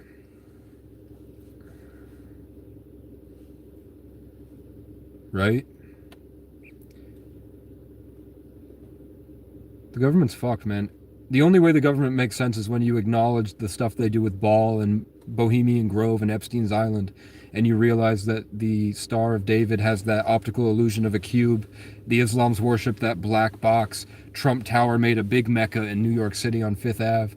And the Christian cross folded up as a box. And then you realize that's why the Druids and the Jews had a black box on their head. Was because they worship the ring, the eye, the all-seeing eye, or that hexagonal storm with a center eye at the top of Saturn, and they worship Capricorn or the Dark Empire, and they live life as serfs and slaves for a pyramid scheme where the lowest of the low work for the people a bit higher and then a bit higher and then a bit higher until you get to the top, which is their god, Baal. And that's why Trump built a ballroom with Baal statues in it. When you realize it's an ancient cult that worships a planet because they see it as an entity that's conscious, or like a system of the universe that they give more of the infinite to get an outcome, their income and outcome. Then you realize, okay, that's why everything sucks, and they killed everybody that had a differing belief system to them, and they built everything to keep white people as lemmings and gave them slaves so that they felt like they were superior, so that they didn't question authority. And they always made them believe they were on the winning team and everybody else was evil, and pumped them full of lead to make them incapable of thought so that they could subjugate themselves and do satanic rituals, and they call them holidays, where they, on Baal's birthday, Christmas, they have a tree and they put their family's names as ornaments and offer them in the age of Pisces, their belief in their family and the belief that that has symbolism. They attach it to the tree and put their hopes and dreams in present, so the children's infinite potential of what could be in the present goes to the tree. And then that tree, which is a dead tree, by the way, in Pisces, that entity was able to operate through their belief systems, and that's no longer going to be the case because of Aquarius. no matter how much you believe in that tree, it's going to be more difficult because more people are going to be aware. So they're not going to be able to sneak into your homes like Santa Claus or Saint Nick or Satan.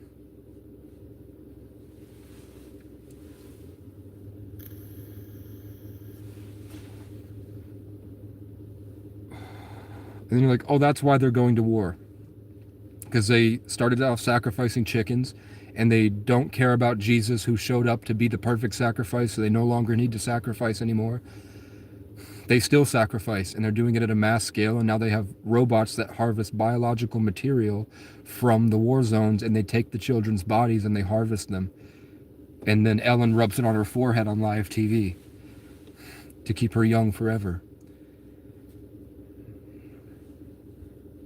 That makes more sense for why they do things than trying to come up with anything else. You're like, oh, they're just scared people that don't know what to do, and they're trapped with power, and they're trying to do their best.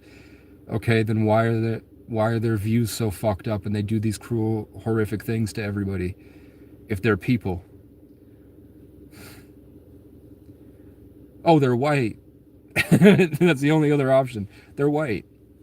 That's why.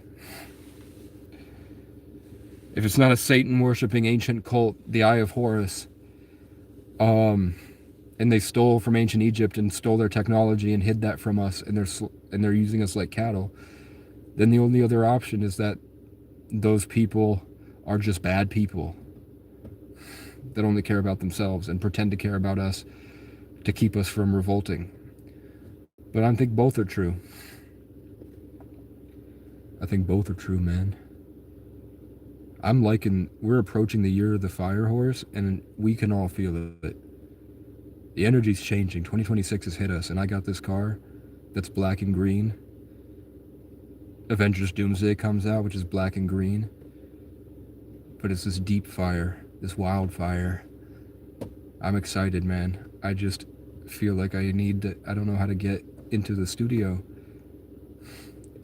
I have ideas, but I don't know how to make them come to fruition. And when I share them with people, they usually destroy it. And they make everything wrong when I try to share it. So I'm going to have to figure out how to get in there and figure it out. My best was white, and he went missing. Your best friend probably missing 2 years ago. No one has seen him since he left the bar to walk home. No banking activity, phone call, nothing, just gone. Damn. Here in Vermont, people walk down the street, other people get out of the truck, throw them in the back of the truck, and no one ever sees them again. Or they offer homeless people rides and then rape them and kill them and plead guilty, and the cop does something to make it so it's impossible to prosecute, and they leave the courtroom smiling. I heard stories in my hometown, a girl that I knew, and she was like everybody was hooking up with that girl. She was just kind of for everybody, I guess.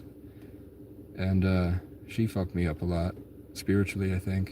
I think she messed me up spiritually a lot. She said that she was just walking down Main Street, and a group of people threw her in the back of a van and raped her, and then dumped her far out into the woods, and she walked home.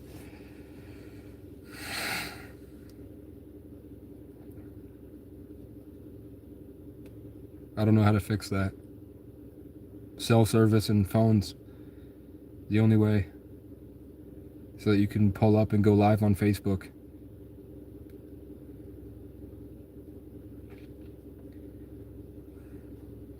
I'm sorry to hear that, man. I lost my brother this year, my little brother. And I lost a good friend of mine the year before. And then his wife had a stroke not long after. And we're not sure if I don't know if she's alive or if she's in a vegetative state. I think my dad might be living in her house taking care of her after her husband died, because they were friends. The last time I talked to her was after he died, and I was like just telling her, like, when my dad's friend died before, and he was very, very wealthy, rich people used a legal loophole to steal everything from us, and we lost like access to millions of dollars that we inherited from him.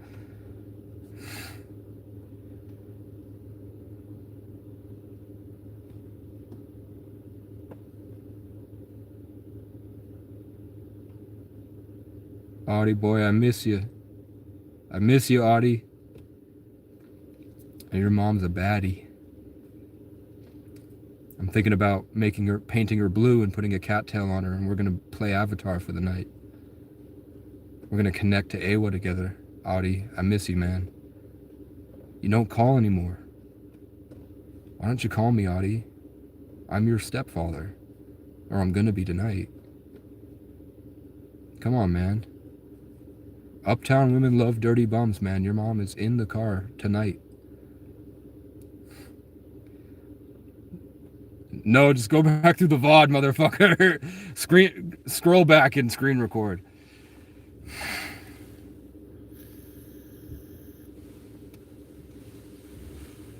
Come out and play, Audie. Tell your mom to stop hiding it. Tell your mom she doesn't even need to get ready, man. I like rolling around in the mud. Audie, I'm gonna mud wrestle your mom this evening. I'm gonna put a kiddie pool and we're gonna put some mud and water and we're gonna wrestle right in front of you. I'm gonna put her in a full Nelson and throw her through the window. Come on, Audie. Stop being a colonizer. Come on, Audie, you're too white. Watch your mom put a bear fur rug over me and worship me as I'm the chief of an ancient tribe. Your mom will bow to me in your kitchen, Audie. And I am now your king. And there's nothing you can do about it, really. I hate to say it, man.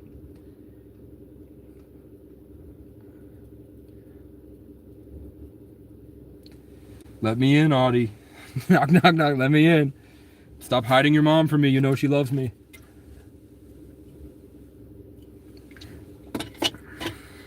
We're gonna go to the Bahamas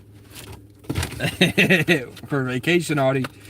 And you can ride on the water slide, but you cannot come into the motel room past 6 o'clock.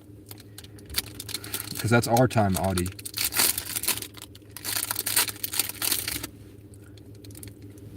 And if we get divorced, it's your fault.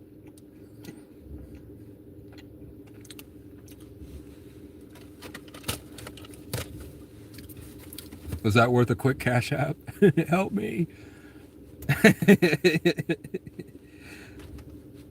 I'm trying to get a birth certificate.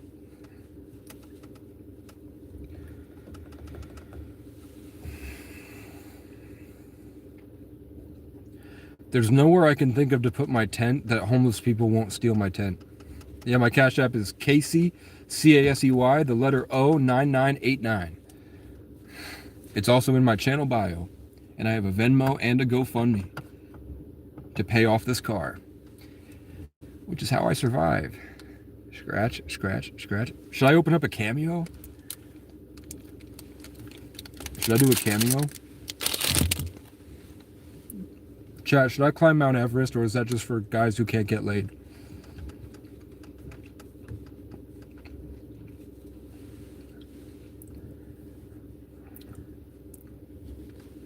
White men will find the Raiders of the Lost Ark because they can't find the clitoris.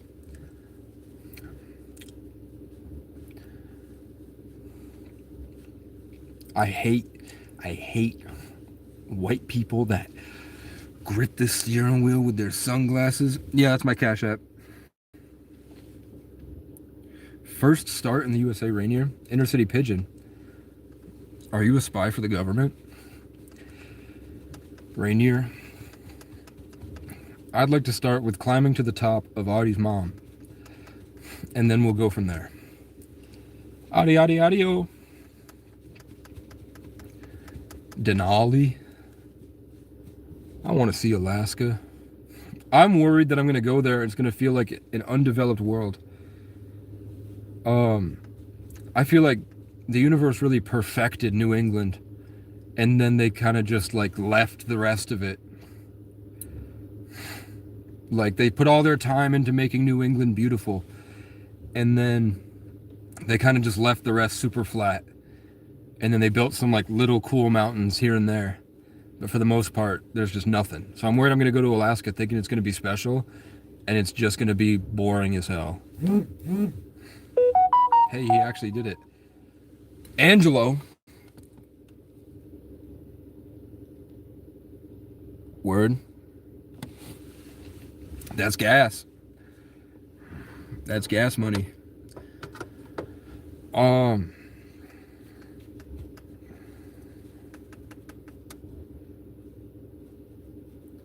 But I want to see an elk, man. I've seen a moose. Swear to God, 2023. I think it was in September. Might have been. I think it was August actually, like August, like mid to late August. I was in Newport. There's a Walmart there, and there's this side rail in the parking lot, which has this this big view of this ski resort far away, this mountain, and then it's just all woodland out there.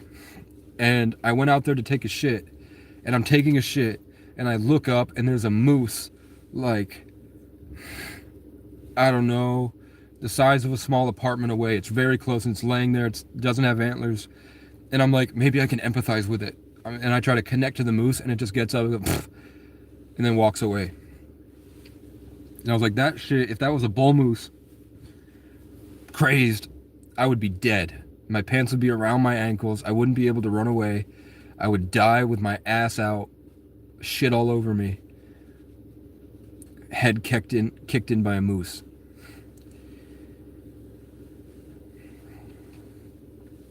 But that's where I'm at. That's just how I'm feeling lately.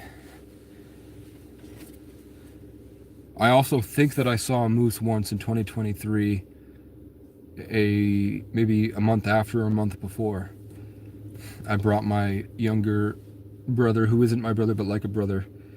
He was withdrawing from fucking crack because I left him and I ran on this adventure homeless. But I wouldn't have, even if I was there, I don't think he would have listened to me anyway. And I took him to my favorite spot in the mountains, and it was the middle of the night, full moon, and I look outside, and I swear, I think it was a moose head sticking out, just standing there. And I went, what the fuck is that? It's a moose. And then my brother, who was passed out after he threw a temper tantrum because I kidnapped him, he went, is that me? And he fucking, for some reason, he let out this smell that was horrible. If you drive to Alaska, be prepared. Something like 65% of the people who drive from the U.S. border fail due to the car damages. The roads going in are way worse in the summer due to drift sand. Yeah. I really want to see what's in the Northern Territories of Canada. All that land, and there's nothing. But when we have access to electric cars that run on sunlight, you can do those pilgrimages. And you can go out there.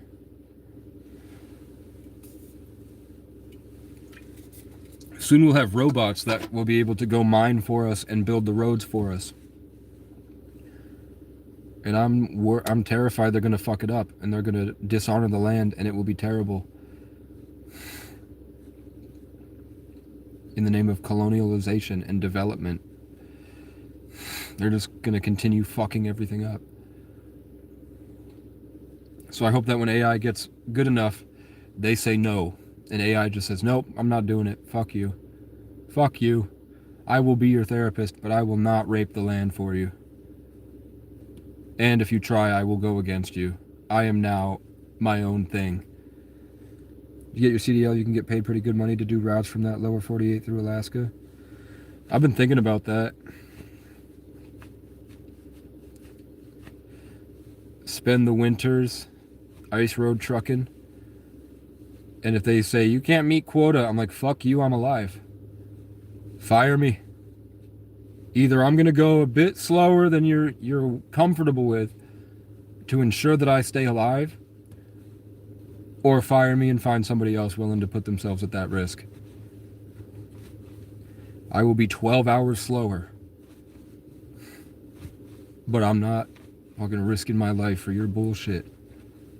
And you're just going to have to deal with it. And I'll put it on social media and see what happens. I'll probably be fired, but I'll blow up. This ain't no ice road truckers, man. But maybe by then they'll have innovated a new tire that does not slip on the ice. They'll have redesigned the studded tire for 18-wheelers. And they'll have innovated a better way to do weight distribution so that never happens again. Or pretty soon we'll have self-driving trucks and specific roads for those trucks that will be constantly maintained by solar roadways that take in the sunlight and then heat up to melt the snow. Because we'll be in the age of Aquarius. So what's the most perfect thing to do right now, man?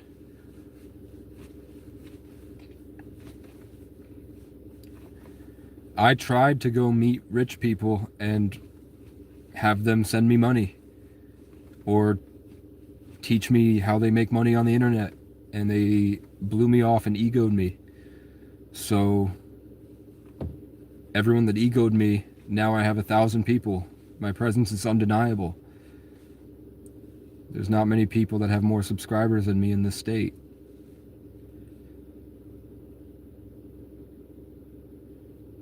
There's like maybe 5 or 6 people that have more subscribers than me in this state. The Alaskans will be the last to get self-driving trucks. Yeah. I think they're just waiting, and then they're going to do one big boom in 2030. Once we pass and we're officially fully in the age of Aquarius, and we've gotten... 2020 was Africans, 2021 was Catholicism, 2022 was conquest, 2023 was vacation, innovation, having fun, 2024 was cowboys and Indians. I made that woman's day. That was a woman for Amazon, because my package, for some reason, it didn't do... I put the post office address and said general delivery, but the address said General Delivery Street for some reason. Which could be a problem on my end. So we updated the address, and then I said, I really appreciate it. Have a good night. And I could tell she was taken aback and was like, oh, thank you very much. You have a good night too. And I was like, thank you. And she said, bye-bye. And I could tell the change in her tone. She was so happy to hear that. Genuine humanity. I'm sure she's so used to people barking orders at her all the time. It's such a nice feeling when you're respectful to somebody who deals with disrespect so much, and seeing them like lighten up because they realize, oh wow, maybe, you know, making their day better. I live for that shit.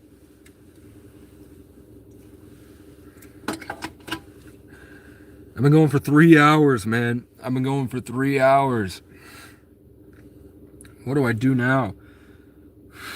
I don't even want to heat up my burritos, man. I'm not even that hungry.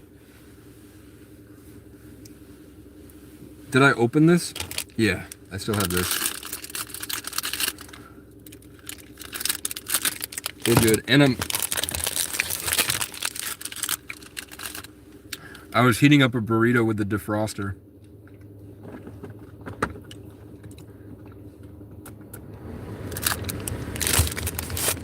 We're gonna heat that up. Diego, I missed you, man. Where you been? Didn't you hear me talk for 2 hours about how I can't get a job until I get my birth certificate? Blaming the Jews for what? The schizophrenic delusion of being white? Where they admitted that they programmed you for hundreds of years. They filled your great-grandpappy with lead so that he couldn't think, and then weaponized them at a group of people that were healthy and were living off the land, happy, in the name of building these boxes. And the progress that they made was all for a demonic entity that they worship in Silicon Valley and build ballrooms to, and these giant effigies, and they worship an owl god named Moloch in Bohemian Grove, and they go rape kids on Epstein's Island. You're proud to serve those guys, man? Why not try an alternative lifestyle? And maybe you'll realize, whoa, I was nuts. I can't believe it. Now I'm so real and humble, and I have empathy. Wouldn't that be crazy just to try it for a little bit? Wouldn't that be nuts? And then you could have fat losers like you call me a schizo. Call you a schizo. For saying like, wake up, please. There's so much better. The elite pay you. Can I have some of that money?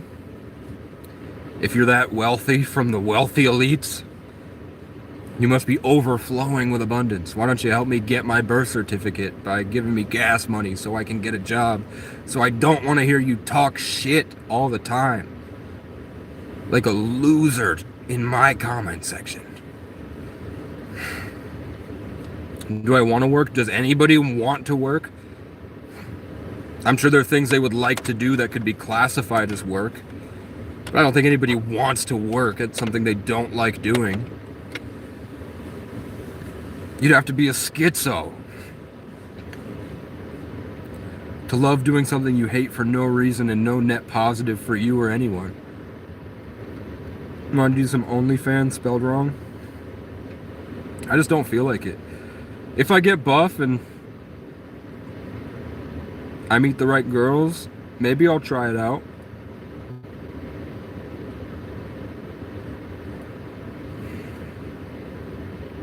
But if it feels demonic or I'm cut off from God, then no, I'll delete it. I'm at the point where I really value the spiritual part of sex now. Maybe it's just from being alone so much. Now I'm kind of, maybe like once I get laid, it'll click a lot of shit. And I'll be like, wow, I don't really even want to think about all that stuff anymore. But while I'm here alone, I really value spirituality and like really enmeshing. But can't find a girl that isn't fucked up herself, you know? It'll have to be a match made in heaven.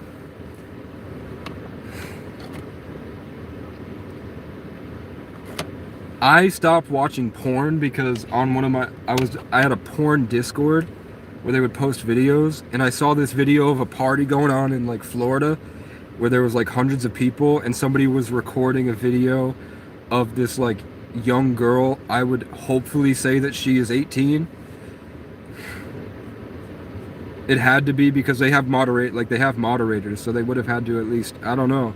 It's a pretty, like, it's hundreds of thousands of people in that Discord. But I saw that video, and it was like two fat old, like in their 40s black guys and two fat white people in their 40s, and they were all holding this girl up while one guy fucked her. And the way that she turned her head and looked at one of the 40-year-old white guys, like she was scared and confused. Not like she was being raped, but more like it was just a weird experience for her. And my empathy saw that it was kind of like reaching out for like a fatherly figure. And I saw the dad kind of, not the dad, but the guy kind of feel like a father for a second, look around like shit was wrong, and then he grabbed her harder, and then she started like moaning.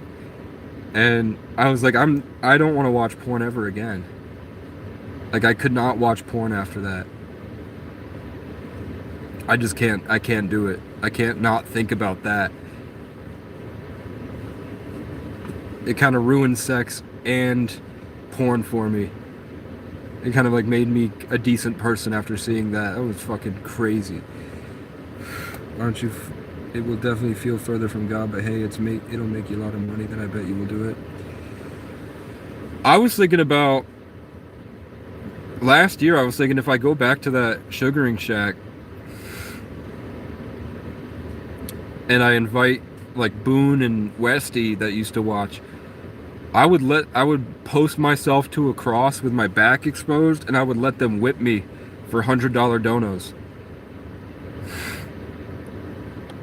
Like, I would live stream them, and every time I got $100 dono, I'd let them slash my back open, and I would go until I got $100,000. So I would get $100. I'd get 1,000 lashes to get 100 grand. And then the rest of my life I would be set.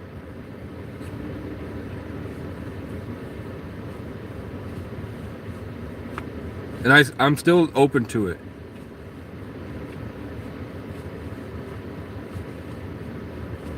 I don't want it to be anymore. I don't want it to be like a piece of garbage like Diego here doing it. It'd have to be like a friend of mine. I'd allow them to whip me. And we do a full view on the camera. We go on Rumble, and every time I get $100 dono, they'll whip me, slash my back open, so that I can save everybody and I can feel comfortable knowing that I've saved the good people in these communities by spending 50 grand to get a piece of land that they can put a camper on and never have to worry about, so that they can get out of the rat race and they can save their money to rebuild their lives. And then I can open that up for many, many, many people to do. so that people never have to go through my situation ever again. They never have to experience what I did, what I went through. They'll have a place that I didn't have. I'm down to get whipped until I can get that. I'm down to subject myself to torture if it means I can get enough money to do that. OnlyFans, I mean, I plan to go in the gym anyway, maybe. Maybe I'll be like, what's the guy's name, Lil D? Maybe.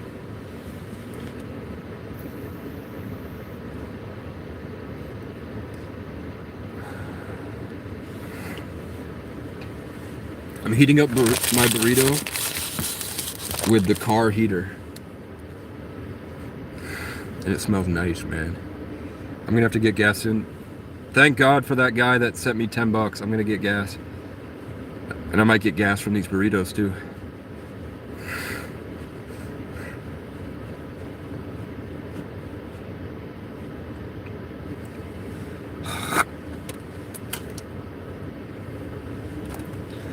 Let's do that.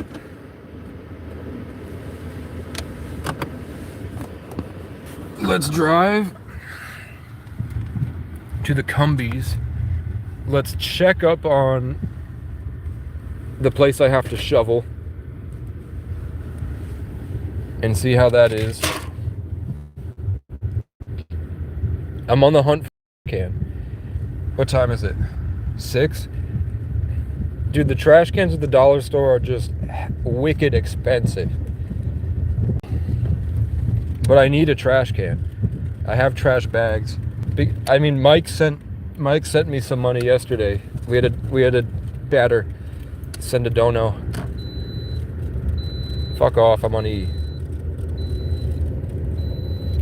I definitely have to get that check. Okay, at the stop sign, I'll put my seatbelt on, motherfucker. Thank you, car. I probably would have died. And I didn't want to be irresponsible, but I forgot. Okay, I'm getting used to being in a car again. We're gonna go... Let's go to the dollar store first. And we'll go buy a fucking trash can, okay? Okay, guys? How about them apples? Hello, car. Goodbye, car. We're driving down the road. We're going to get a trash can, and maybe if the woman is there, we can talk about gratitude. She wanted to talk about. She said she wants to pick my brain about how I feel about gratitude and the universe. Telling me about how she used to do the gratitude thing that she went through in order to be grateful to get the things that she wanted. Just was too much for her, and it was a bunch of baloney, and she would rather just work to have the money to buy the things she wanted. She didn't want to wait. And I was like, yeah, I feel that way too, but definitely the things that I get are way better than I wanted in the first place. And because of what I went through, there's a better story attached to it, and I value it more because of it. And she was like amazed, and she wants to talk about it more, so maybe we'll talk to her about it.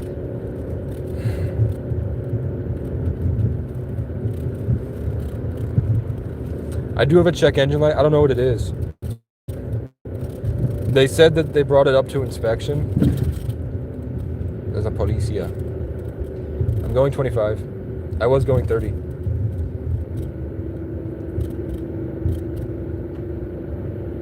I hope it's Chelsea. I like Chelsea a lot. She's really cool. I think I might, now that Russ is fired, I'm gonna give her the trophy. And Scott's all pretty cool, but like he doesn't know. But I guess he didn't know, because he was like, what does that mean? I don't know how the property manager didn't know about trespassing, but he was a drunk. He was fucking drunk. He smelled like alcohol, or he just smelled bad. And he was acting retarded, and he couldn't comprehend anything that anybody said to him, really. Like, we had to tell him things over and over again for him to understand, and he still didn't. He would just forget it immediately. And then he blew up several times. Okay, the name of the game is a trash can.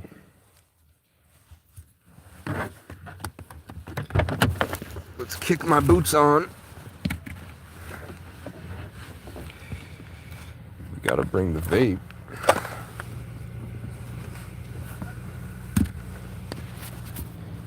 What? Yeah, these are right. I love these muck boots, man. You can just kick them right on.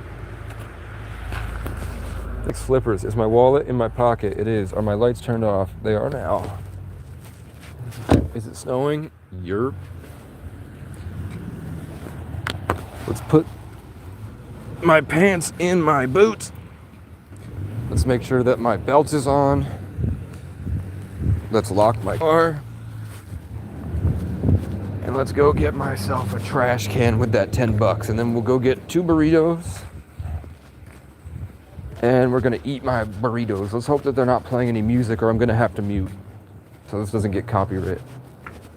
Oh, they close at 6 every night now. Oh, fuck you. Fuck you.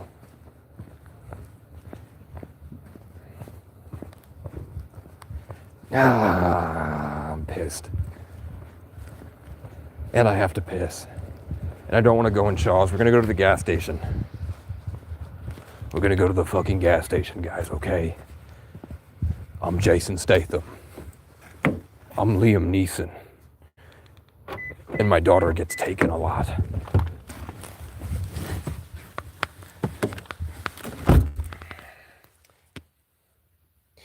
Where'd everybody go?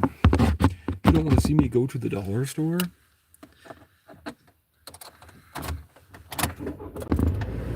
That didn't sound great. I did drive it. I've driven it 500 miles now. I'm getting close to E. We're gonna barely make it there. And, you know, I should probably put 50 in.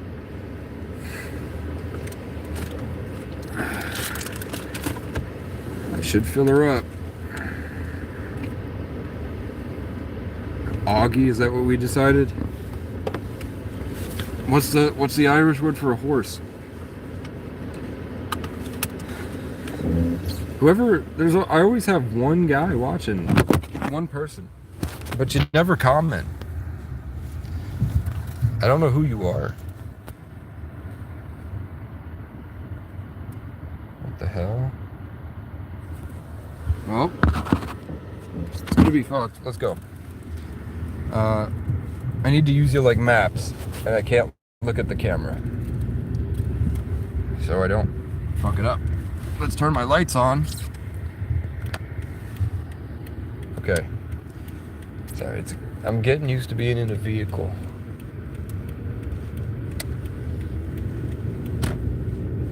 The dollar store's closed. I'm fucking pissed. And I know that, okay, 25 right here, so I just do cruise control at 25.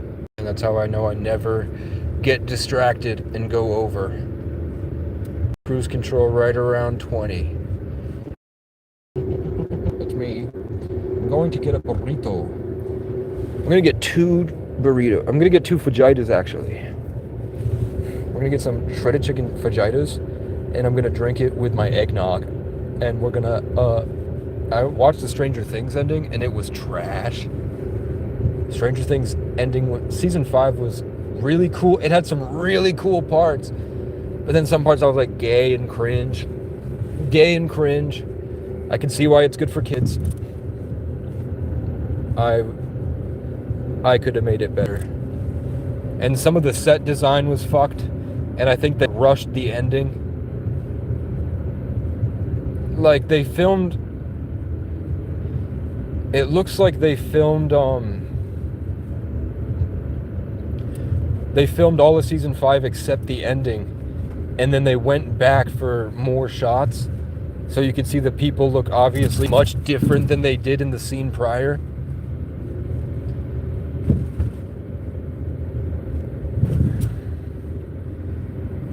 And the camera, they used a different camera and everything. They just looked like one scene is like drastically different from another and the people look completely different. And then they go right back Really took out my immersion. Really fucked with me. I really want to make a TV show, man. What happened to that videographer? I have your comment saved. I just haven't reached out yet because I'm not sure what to do with it yet. Someone just said they're a videographer and they're interested in talking to me because of the way I make order out of chaos. Hey. Is that no? There's only they don't have enough staff to have multiple cops on, so they sit there and then they sit over here.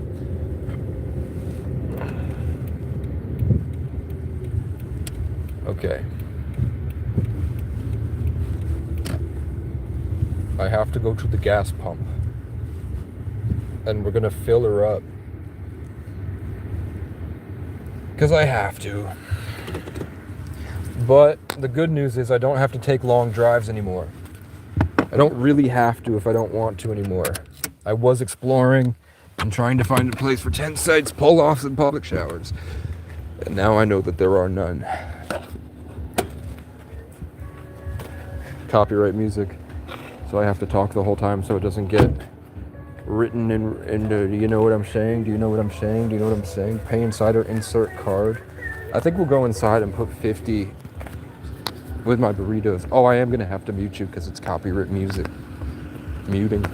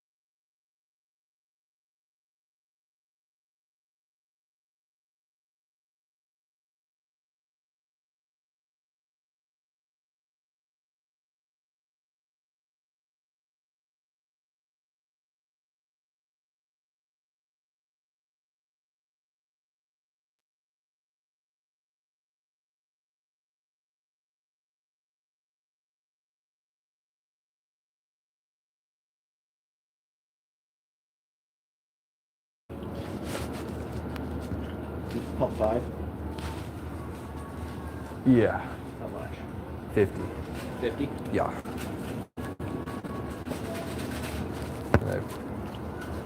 Can I do? 57, 63. Am I able to pay with food stamp and then card? I think so. Okay. Yeah. Yeah, dude. Oh, it said payment type not allowed. Here, we'll do this. Language. 763. I'll do it 2 transactions. Okay, cool. Yeah, I started shoveling downtown. Fuck yeah. And they pay me 20 sometimes, but only when it snows. And then I did a GoFundMe, and Said payment type not allowed again. I think you have it as hot burritos, Oh, maybe. thank you. Yeah. That is exactly why. You've got them.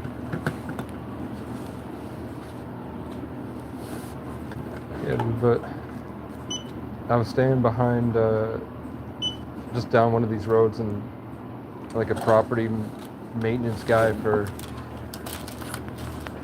For the town of Randolph, or? no, for like just one of these, like a warehouse thing. Yeah. He showed up and kicked all my shit, ripped my tent up, Oh, Jesus. came at me, and I got it on camera, so people in the community saw it because I posted it online, and then they donated on the GoFundMe, so I have a down payment on the car. What happened to Quan? He moved to Snowsville, or yeah, to work on the mountain. Pretty sure.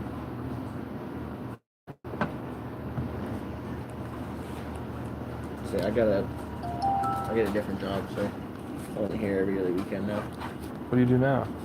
Spray fireproof insulation Word? on steel buildings.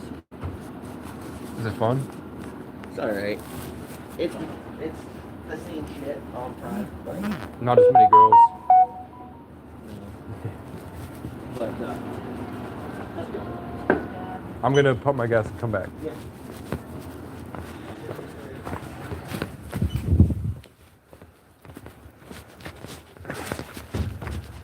My car. Should we call it Ken? Should we call it McKenna? Your skin, no one else can feel it for you. Only you can let it in. No one else can speak the words from your lips. Hold yourself with words unspoken. Live your life with arms wide open. Today is where your road begins, and the rest is still unwritten. I have to mute. Copyright music.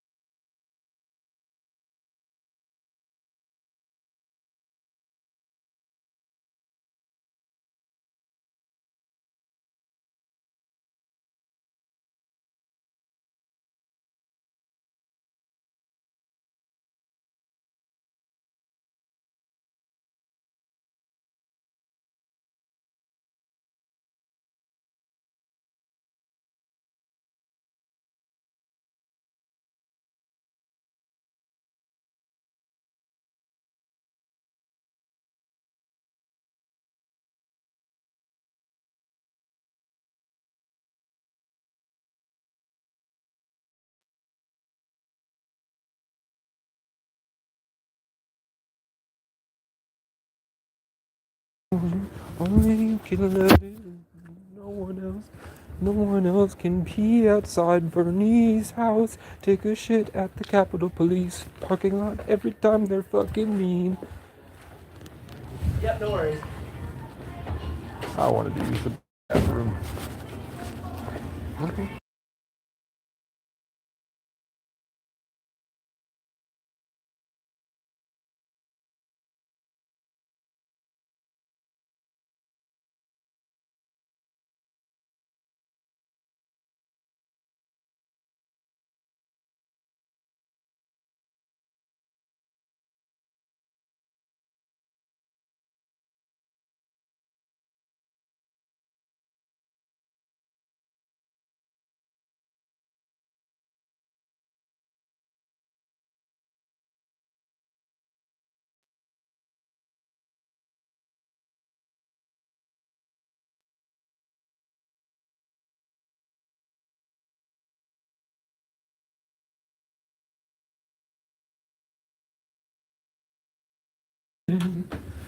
I'm gonna take a piss. This is what my coat looked like.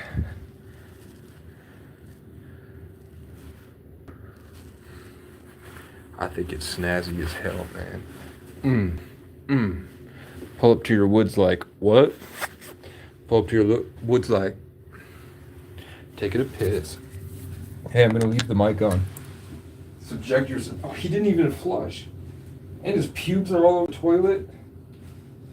Look at this. He left the piss and his pubes are right there, and he went, thanks, man, and then left. Clipped.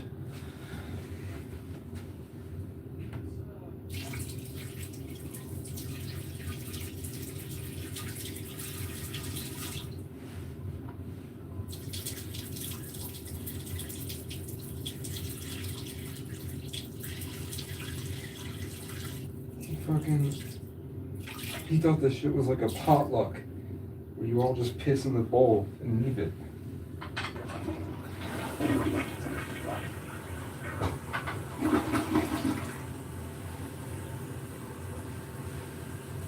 That was not me.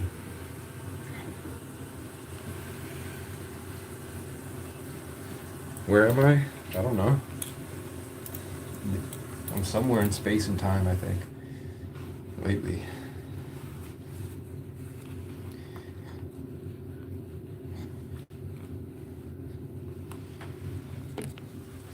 I'm losing weight, man. I used to have a big belly. Now I've still got some belly, but definitely not as much. Like I used to be able to grab a whole handful like this, but now it's just like you have to pinch it. So it's going away, guys. It'll be gone soon. Find me in your nearest forest before I find you. Let's go. I left him a snack for later.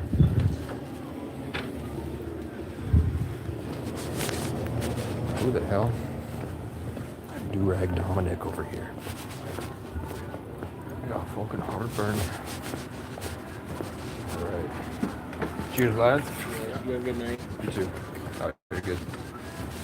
I'm just on a mission. Thank you, sir.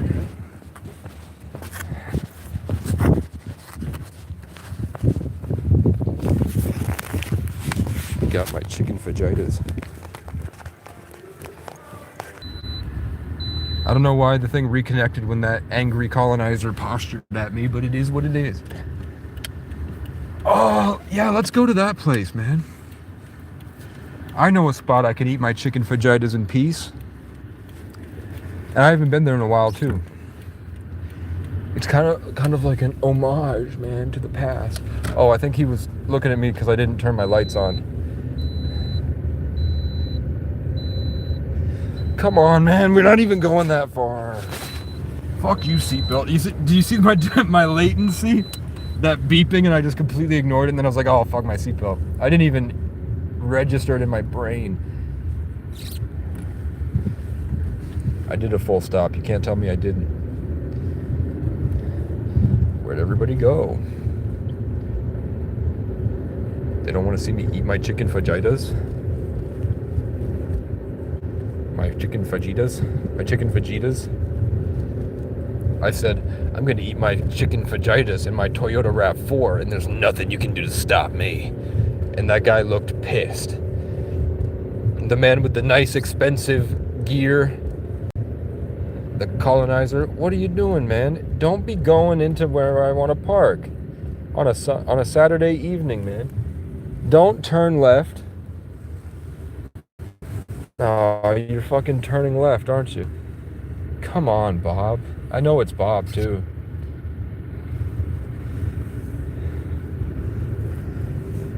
Bob, let me eat my chicken fajitas. I knew it. He's fucking turning around, too. Bob, it's me. I'm not dealing drugs or vandalizing anything. I'm going to eat my chicken fajitas. Please, Lord. Yes, Lord. Well, we're gonna eat the chicken fajitas right here while I'm in the light here. That's a good spot. Thank you, universe. You brought me a cooler spot, actually, to eat my chicken fajitas in peace. What is my $50 temporary? Oh, it's my gas. All right. We're eating my chicken fajitas. No.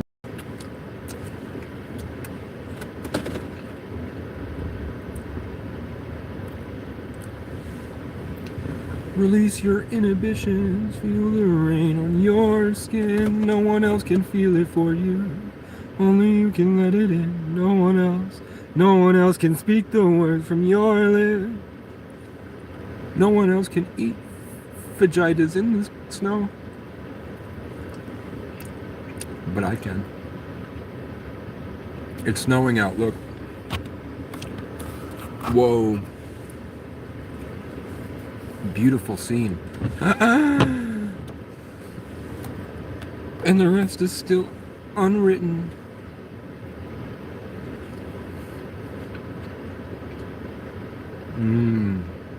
Chicken fajitas. That's spicy. What the fuck? I need my Olipop prebiotic soda. I know what will make this better. An Olipop prebiotic soda. Where am I? Where are you?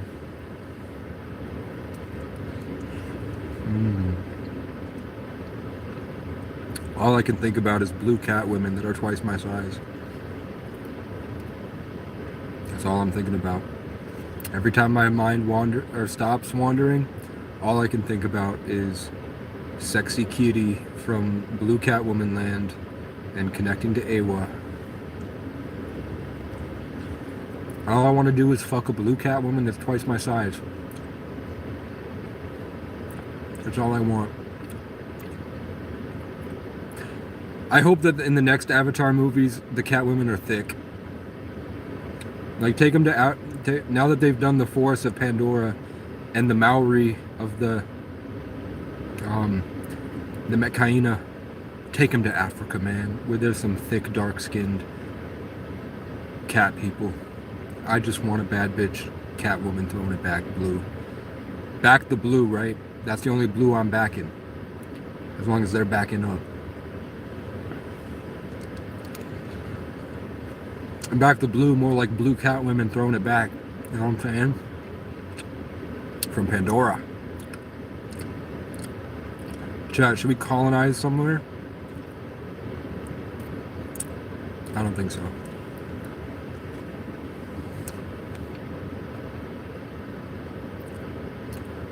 Chad, that guy left his piss in the toilet seat like it was a potluck.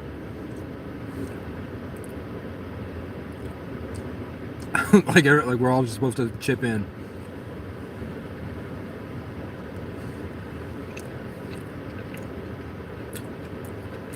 I don't know. If it doesn't pick up, I hate whites, I hate whites, I hate whites, I hate white people, I hate white people, I hate white people, I hate white people. White people are the bane of existence. They're the worst. White people, these inbred lemming yokel robots for the Jesuit demonic matrix. Prove me wrong. Prove to me you are not trapped in a delusional sense of reality and your empathy is fake.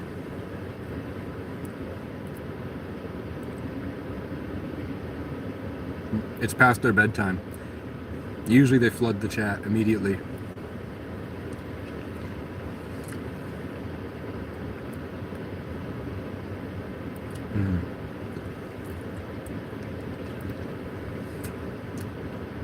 Tell you what though, these fajitas are delicious.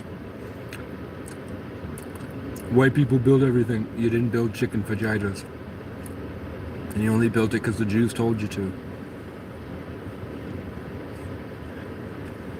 And you didn't build it, you took credit for it. It was built by the Irish, the indigenous, and the Africans.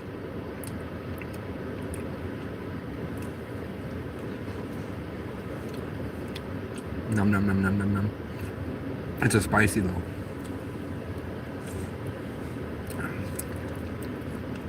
Oh my god, the probiotics hit my gut like a drug.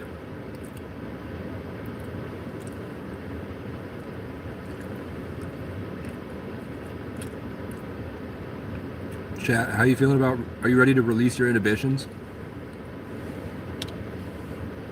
Chat, what are you doing when the rain hits your skin? Are you gonna feel it? No one else can do it for you. No one else can feel the rain on your skin. Subject matter, please. Well, we can talk about how white people are inbred lemming yokels, raised as cattle by the Jews and programmed by their propaganda to feel like they're on the winning team long enough to just continue their schizophrenic delusion of sophistication and cut themselves off from empathy and force them into a progressive mindset and call it capitalism, so that they continue in their psychotic delusion to grow, continue raping America until they have the ability to make robots. They filled you up with lead and microplastics and cut you off from Gaia long enough for them to have robots, and now they don't give a fuck about you.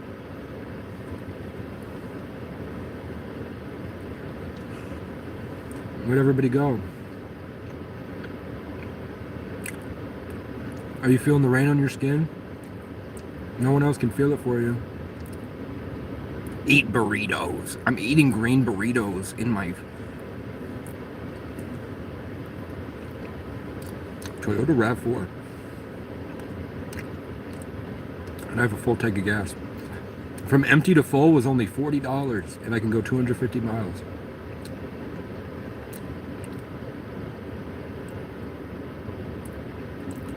Paul Commodore says, okay, well, it's pretty clear that there's a lot of anti-human things going on in regard to what you've just said. Are you a student of the Jewish question? I don't know what they're asking. But there are a bunch of Satan-worshipping, children sacrificing pieces of trash that think that they're the true Israelites, but really the Irish are. They're just destiny-stealing pretenders. And white people were their slaves. They just led them to believe that they weren't, by giving them the illusion of freedom at the expense of everyone else in the world. And I want to fuck a blue cat woman that's twice my size on in the Hallelujah Mountains of Pandora.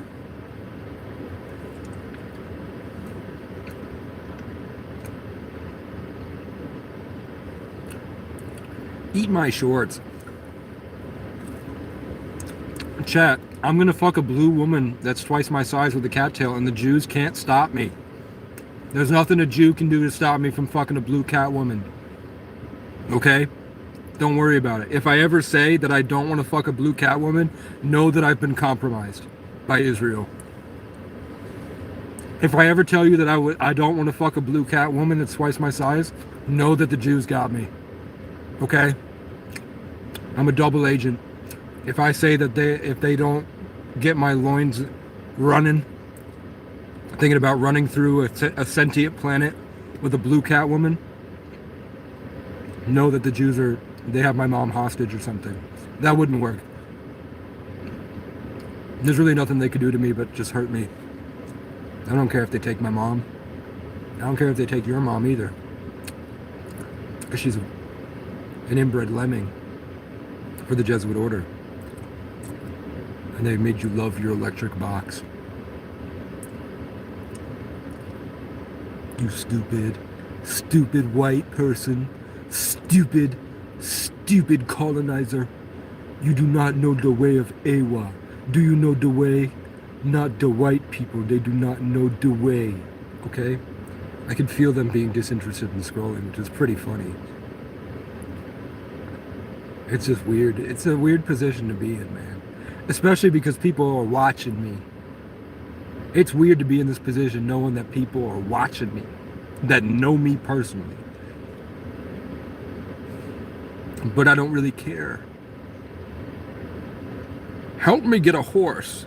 Help me ride a horse. Help me ride a horse, please. Help me get on a stallion and ride off into the sunset while he farts and shits and poops and pees. Please. That guy, I went into the gas station bathroom and the guy before me left his pubes and piss in the bowl like it was a potluck, expecting me to contribute and chip in with my pubes and piss. Be gone, colonizer. And then I walked out and he was doing something with his car and I said, I'm gonna eat my chicken fajitas in my Toyota RAV4 and there's nothing you can do to stop me. And then he postured at me like he was so mad at what I did. You've been raised wrong. You've grown too far in the wrong direction, sire. Relinquish yourself in the name of the Almighty. Did I eat both? No, I didn't. I still have one more burrito. And I'm gonna eat it. I'm gonna eat this fajita on camera. And then I don't feel like watching queso anymore. I'm bored of content now. I don't know what to do.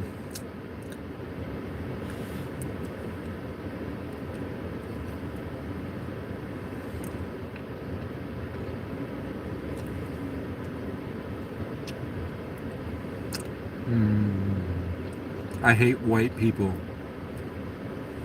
And I love chicken fajitas. Mmm. Mmm. Should I debate Nick Fuentes?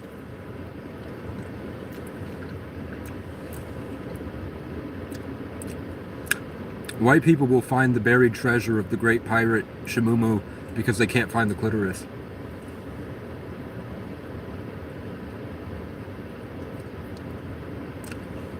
Looks like I'm a quesarito. They called me queso in high school. You look like a quesarito. Brittany. Brittany 6015. Someone's in your window.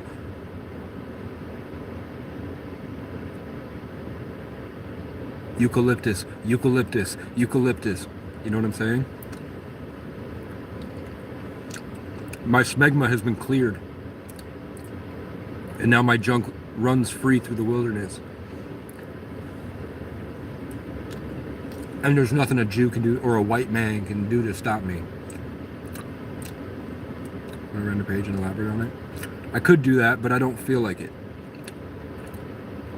I do want to read the Book of Enoch about the fallen angels that came down and bred with the women. That feels like I should do that. I don't want to fall. Maybe I'll crawl up from the ground and do it.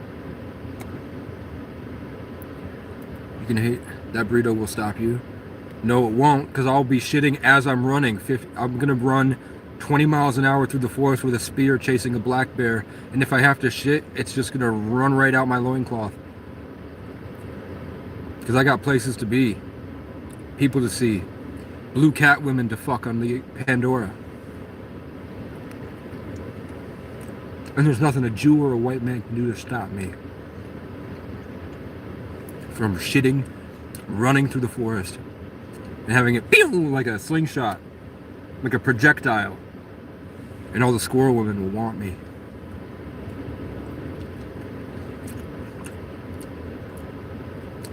Eat my shorts. Energy drink. I'm out. But you know what? I have an Olipop prebiotic soda. I love this chicken vegeta, and I love my Olipop prebiotic soda. Mr. Quota in a Toyota. I have the force. I have the force. Hey. Toadstool. Toad. Princess Toad. Princess Toadstool. Totodile. I keep these nerds wet like a Totodile, but I let them all up at the dial tone. What they want is not even a milestone. Got a big gun, keep it fucking on me like the Diamond Stones. They was on Where's Waldo, they just hit me like it's been a while though. I just ran a mile, pulled up on a pedophile, left the dead in his dome, you bitches are broke. Hold on to hope, tried to hit the homies, no one was home, so I went up the coast and I came back with gold. Come to find out everyone is a clone, I smoked, took control, broke about the mold, went and found my soul, met the Holy Ghost, he taught me how to flow. I bought all of my preachers and Uzi. You cannot chill in my jacuzzi. All of you losers are useless. I just made a porn. They're paying to view it. You're fucking a fucking computer. Quit making your fucking excuses and just fucking do it. I'm sick of your shit. It's so stupid. You bitches aren't woke. You're barely lucid. I can tell how you're made by your music. You're gullible, easy to influence. You don't got a brain. You barely use it. I said you don't got a brain. You barely use it. I can speak alien fluent. I'm making Satan look stupid. You try and stop the revolution. I'll pull up and shoot you like Vladimir Putin.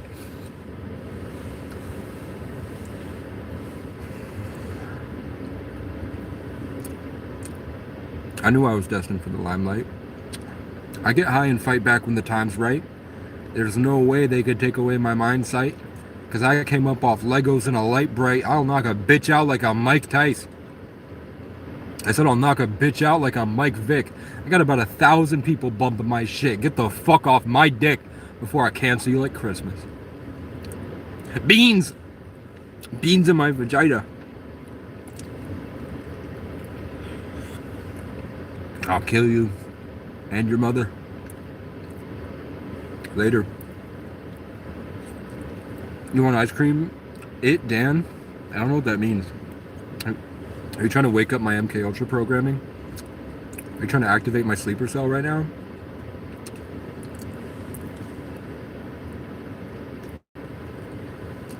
Because I'll have you know it's working. It's working. I'm getting a bit paranoid. You said Dan? You got me freaking. I'm a sleeper cell. They're gonna wake me up soon, and I'm gonna and attack somebody. Chat, why it's snowing though? What? On a Saturday? Chat, we going after the infidels or what? Toucan Sam? Toucan, get this machete through your skull. Ah! It's hot. Spicy burrito. White people are the worst race. Prove me wrong. I think Indians pretend that they throw shit around and lay in baths of shit and eat it, because really, India is like Wakanda. They've got a secret super society hidden, and that's why they're the best at chess. Indians pretend like they're a bunch of rapist poop throwers because they're hiding from colonizers. And eventually they're going to reveal that they were Wakanda the whole time in their spaceships. And they're going to come down and be like, you guys were all wrong.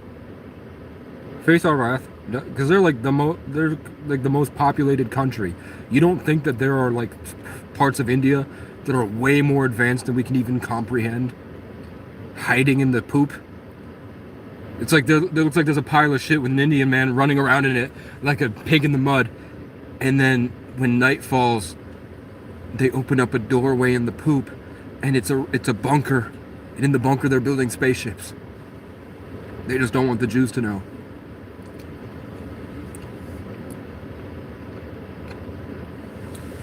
Let's clip that.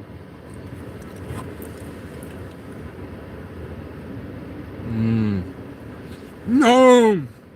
I dropped a pepper on my vest. Don't look at me, cars. No one's home. I'm not here.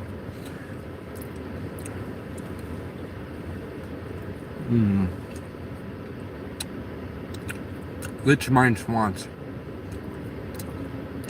I'm a green nigger. I'm Irish. And I'm native. And I'm indigenous. And I'm African.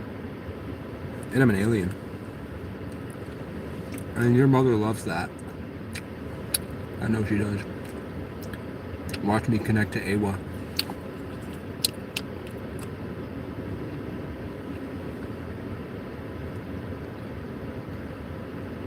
I'm now a blue cat person. And there's nothing you can do to stop it. I'm gonna show up at your house. I'm going to your doorway right now. Let me in. I'm gonna crawl into your consciousness right now, watch. Let me in. I'm crawling into your mind right now. Just open the door and let Casey in. I'm gonna live rent-free in your head forever. Millions of my interdimensional clones are infesting your brain as we speak. And we're throwing parties in there. I'm gonna live in your head. I'm gonna build a house in your brain. And there's nothing you can do to stop me. You're Irish, are you white? No. Irish people weren't white until the 90s. When there were so many of them, they had to let their prejudices go or be faced with the wrath of the Irish in the unions. So they rebranded and they took off their signs that say no Irishmen allowed. You've never been white. It's a schizophrenic delusion. We were at war with the colonizers for thousands of years. Don't denounce your ancestors by pretending you're white. Embrace it. Rocky Balboa, 2837. How old are you? 40? Are you 47 and a half? Are you 43?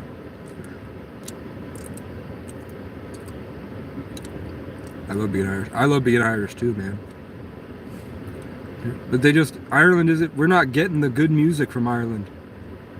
There's some, like the way that our soul yearns for music that Ireland is not creating. There's something in our hearts that wants this art to be made. Our ancestors are screaming these righteous, amazing songs. But they're keeping us down, man. 206 pounds? I'm like 3,000 at least. Probably 4,000 or 5,000. I've been through a lot, man. Many lifetimes. I'm only here to tell jokes, get laid, and make my name last as long as my last name. I am something ancient. I only came to break my people from their chains. Que hasa Francois Prain. I will kick in your door and fuck your dog.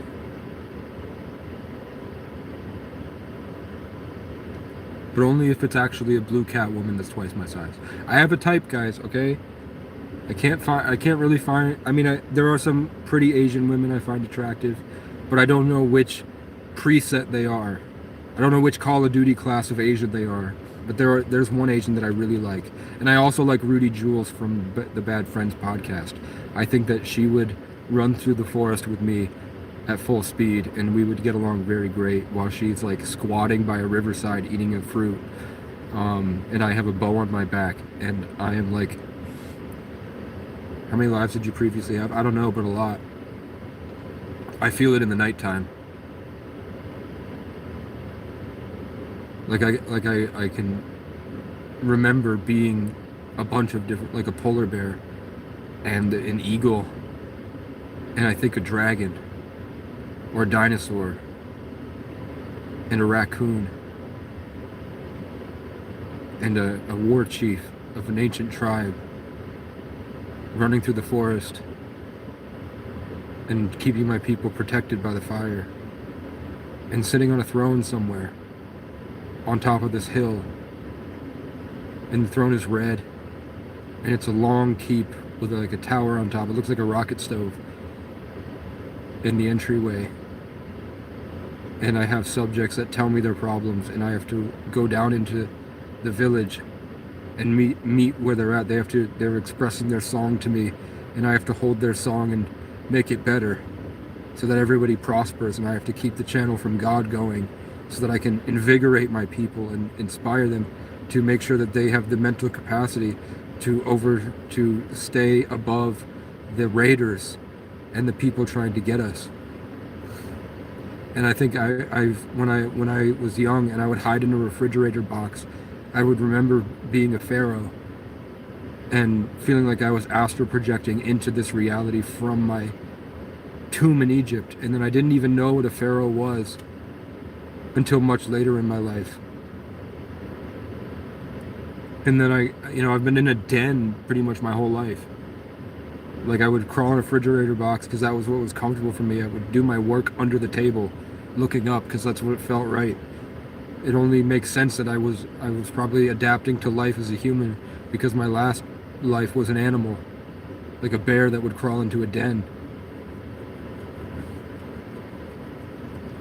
And I have dreams where my ancestors, like skeletons in war bonnets, are forcing a war bonnet onto my head, and it hurts. And Celtic people like are branding me blue with spirals, and I didn't know what blue woad was, or Celtic tattoos, or war bonnets until like a year and a half after that.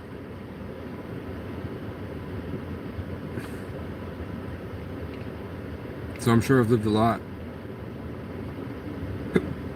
I also used to, like when I was young, there was this brook outside my house, and I would dive to the bottom of it and hide in this little alcove on the ground, and I could hold my breath for a long time.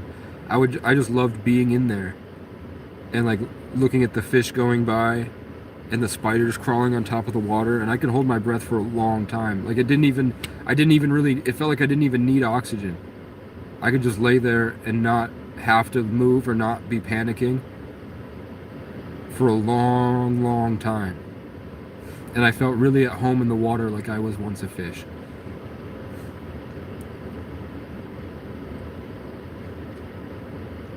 One time, a couple years after that, I jumped off this dock on a lake, this floating dock, into the water with my goggles on, and then when I opened my eyes, there was a fish staring at me. Just right there, looking me dead in the eyes, and I panicked and crawled. I remember, back then when I was a kid, I mostly lived my life in third person. So I remember ordering my body from a third person perspective, exalted in this golden light in the darkness, viewing my life as a tiny little speck as a god, and willing that character, like a Sims character, to get up onto the dock. That's the 33 life path. Whatever I am. I'm just like far, far beyond my eyes, watching this like a small TV monitor, and then I can zoom in and out whenever I feel like it. But mostly, I live like completely exalted in another realm. That's all black and just this warm blackness, and I can shine the light however I want, and create things from it. And then in this earthly realm, there's a bunch of different energies around that I can work with.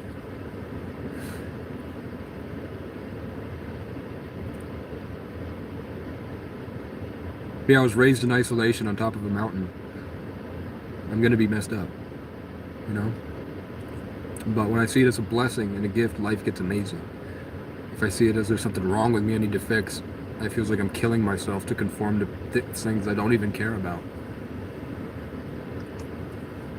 Are you licking my schwanz? You know what I'm saying? Wakanda forever.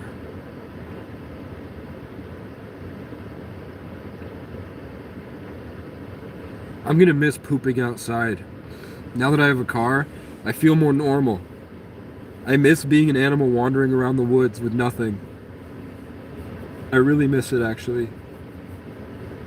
I wouldn't give the car up for it, but like being cold in the snow like this and having to just sit there and wait and just escape into my imagination,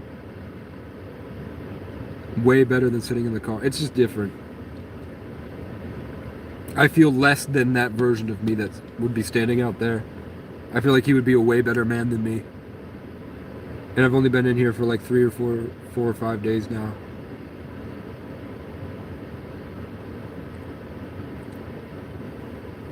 No, 3 days. So I could see why people hated me. They were jealous. Because to live the way that I was living, you'd have to lose everything. And that's when you can gain so much more.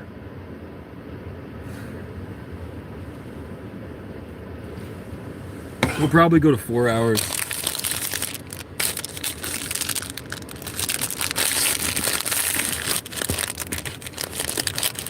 I'm heating up my burrito with my car heater.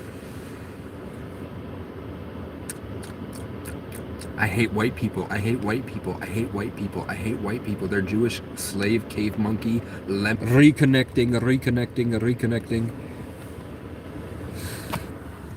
I had to go. I have to do something. Goodbye.